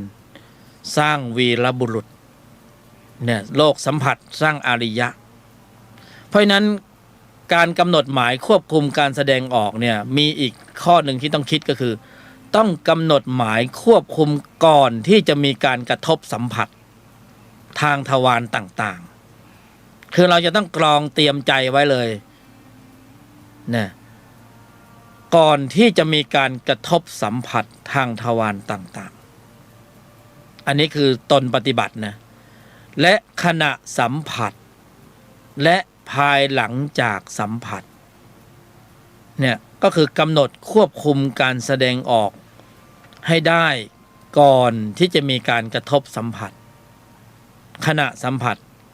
และภายหลังจากสัมผัสทางทวารต่างๆบางทีเราต้องนั่งนึกมโนภาพไว้เหมือนกันว่าถ้าเกิดว่ามีเหตุการณ์1 2 3 4เกิดขึ้นในขณะที่เสียหน้าเสียราคาเสียผลประโยชน์เนี่ยเราจะวางจิตวางใจเตรียมพร้อมไว้อย่างไรอย่างนี้ก็ต้องทำนะแล้วก็ต้องทำให้ได้บ่อยๆจนเกิดความเคยชินถ้าถึงที่สุดของความเคยชินเนี่ยพระมีกำลังมากขึ้นแข็งแกร่งแข็งแรงแหลมคมมากขึ้นเนี่ยอัตโนมัติธรรมจะเกิดปัญญาจะเกิดสภาวะญาณจะเกิดความรวดเร็วของพระที่มีกำลังแรงขับในการตัดกระแสของวัฏจักรจิตเดิมนั้นมีความเร็วสูงมากนะเอาไว้พวกเราไปทดลองปฏิบัติแล้วพวกเราค่อยสัมผัสกำลังของพระในระดับนี้เองแล้วกันเพราะพระที่ผ่านกระบวนการในการฝึกในระดับชั้นของภาวนาสมถะเราก็ฝึกมาแล้วถ้าเป็นพระที่ฝึกในกระบวนการของการกำหนดควบคุมการแสดงออกอันนี้พระจะมีกำลังแรงมากกว่าอีกระดับชั้นหนึ่งอันนี้ก็ให้พวกเราค่อยไปสัมผัสเอาเองแล้วกันเพราะนั้นอยู่ที่เราต้องสร้างชั่วโมงนะเราต้องสร้างชั่วโมงในเริ่มตั้งแต่ปัจจุบันขณะนี้เป็นต้นไปในขณะที่เรามีกายมนุษย์ซึ่งผลิตกำลังจิตที่มีองค์ประกอบด้วยกุศลในระดับชั้นนี้ได้นะนอกเหนือจากนี้เราจะไม่มีโอกาสอีกแล้วนะและโอกาสนี้เป็นโอกาสสุดท้ายโอกาสเดียวนะไม่แน่ว่าการฝึกกำลังของอริยมรรคเนี่ยในภายในเนี่ยอริยจิตที่มีกำลังสูงเนี่ยเข้าใจว่าเชื้อหวัดโควิดเนี่ยมันก็เป็นจิตชนิดหนึ่งนะมันก็คงจะเกรงใจอยู่หรอกนะถ้าเรามีกำลังของอริยมรรคหรืออริยจิตในภายในเนี่ยมันคงไม่หักมันคงไม่มาหักนะคงไม่มาหักกายมนุษย์ของเราง่ายๆหรอกมั้งเนี่ยมันน่าจะเกรงใจนะน่าจะเป็นจิตชนิดหนึ่งแต่ไม่รู้เป็นจิตแบบไหนนะมันกลายพันธุ์เปลี่ยนสายพันธุ์แล้วก็มันผสมลงตัวของมันออกมาเป็นกายภาพที่แปลกใหม่เนี่ยตอนนี้นะโควิด-19เนี่ยแต่อย่าถึงตรงนั้นเลยเพราะว่าเราพูดก้าวล่วงไปมันก็จะเป็นอุตริไปซึ่งมันก็ยังเพียงแค่วิเคราะห์ดูว่าถ้ากำลังจิตที่มีองค์ประกอบด้วยกุศลในระดับชั้นของมรรคเนี่ยปกติแล้วจิตทุกจิตแม้กระทั่งนรกจิตเปรตจิตอสุรกายจิตสัตว์เดรัจฉานจิตเนี่ยจะต้องสยบยอมต่ออาริยจิตจิตทุกจิตที่เป็นชั้นอ่อนกว่านี่จะต้องสยบต่อชั้นละเอียดชั้นสูงกว่าเพราะฉะนั้นถ้าเป็นโควิด-19เนี่ยมันก็เป็นจิตตัวหนึ่งนะถ้าเรามีอาริยจิตนะมันก็น่าจะเกรงใจเราบ้างแต่ถ้าเรามีนรกจิตอยู่มีเปรตจิตอยู่อสุรกายจิตอยู่นะเราก็จะอยู่ในแนวเดียวกับมันนะเวลามันเจอเรามันคงไม่เกรงใจอ่ะมันคงจะโดดใส่เราเหมือนกันนะเป็นไปได้แต่ถ้าเรามีอริยจิตนะมันจะคงจะบอกว่าอย่าเลยอันนั้นเขามีระดับนะเราอย่าพึ่งเลยน่าวิเคราะห์ดูเหมือนกันนะลองฟังดูวิเคราะห์ดูแล้วจะได้มีอะไรเป็นอะไรแบบปัญญาเล็กๆนะก็พอสมควรนะถ้าเกิดว่ามีประเด็นที่มีอะไรน่าจะนำเสนอหรือสงสัยที่จะพอที่จะพูดคุยกันในรายการนี้ ก็ยังพอมีเวลาผู้บรรยายก็จะเปิดสายให้แก่พวกเราได้หมุนสายเข้ามา ตอนนี้เราใช้ 053-810-406 นะถ้ามีความพร้อมที่จะนำเสนอก็เชิญได้ 053-810-406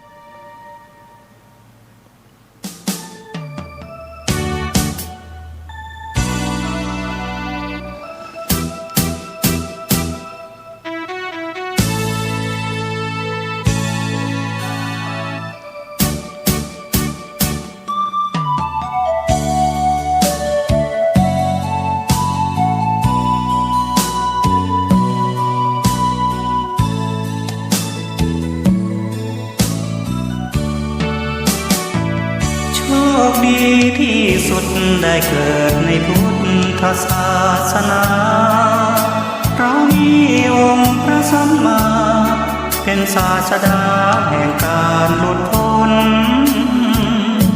เวียนว่ายตายเกิดภพภูมิกำเนิดเกิดกายวกวนเป็นเดรัจฉานเปรตคนตามจิตกุศลบาปบุญที่ทำไม่กลับมาเกิดเป็นธรรมประเสริฐพระพุทธเจ้าทรงตรัสรู้สอนเราให้เข้าใจในผลของกรรม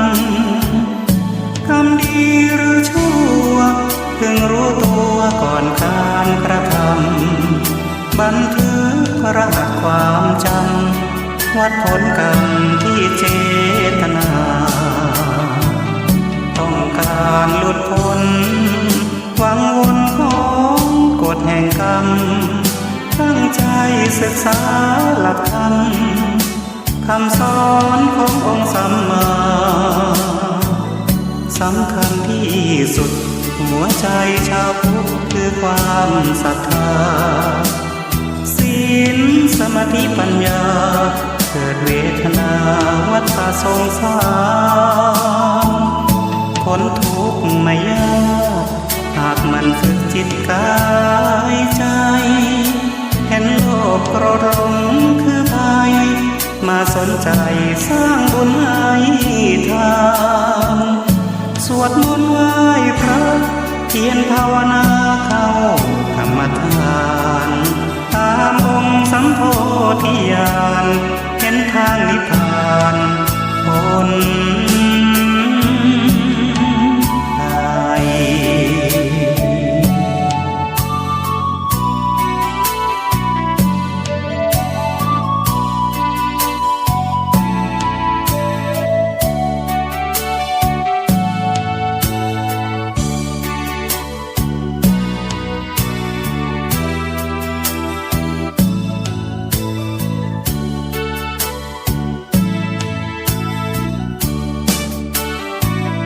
ต้องการหลุดพ้น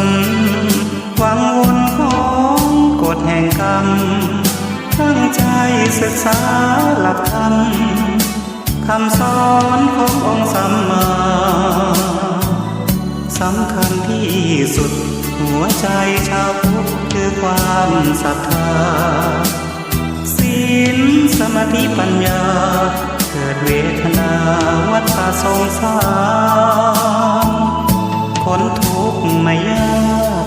หากมันฝึกจิตกายใจเห็นโลกโกรธหลงคือภัยมาสนใจสร้างบุญให้ทานสวดมนต์ไหว้พระเพียรภาวนาเข้า สัมผัสนอกมองในบริหารใจตนสัมผัสผลสู่ตนพ้นอบาย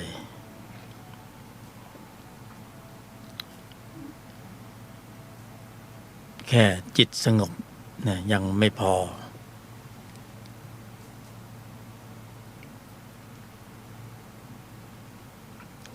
สถานที่ปฏิบัติธรรมเนี่ยที่สะดวกสบายง่าย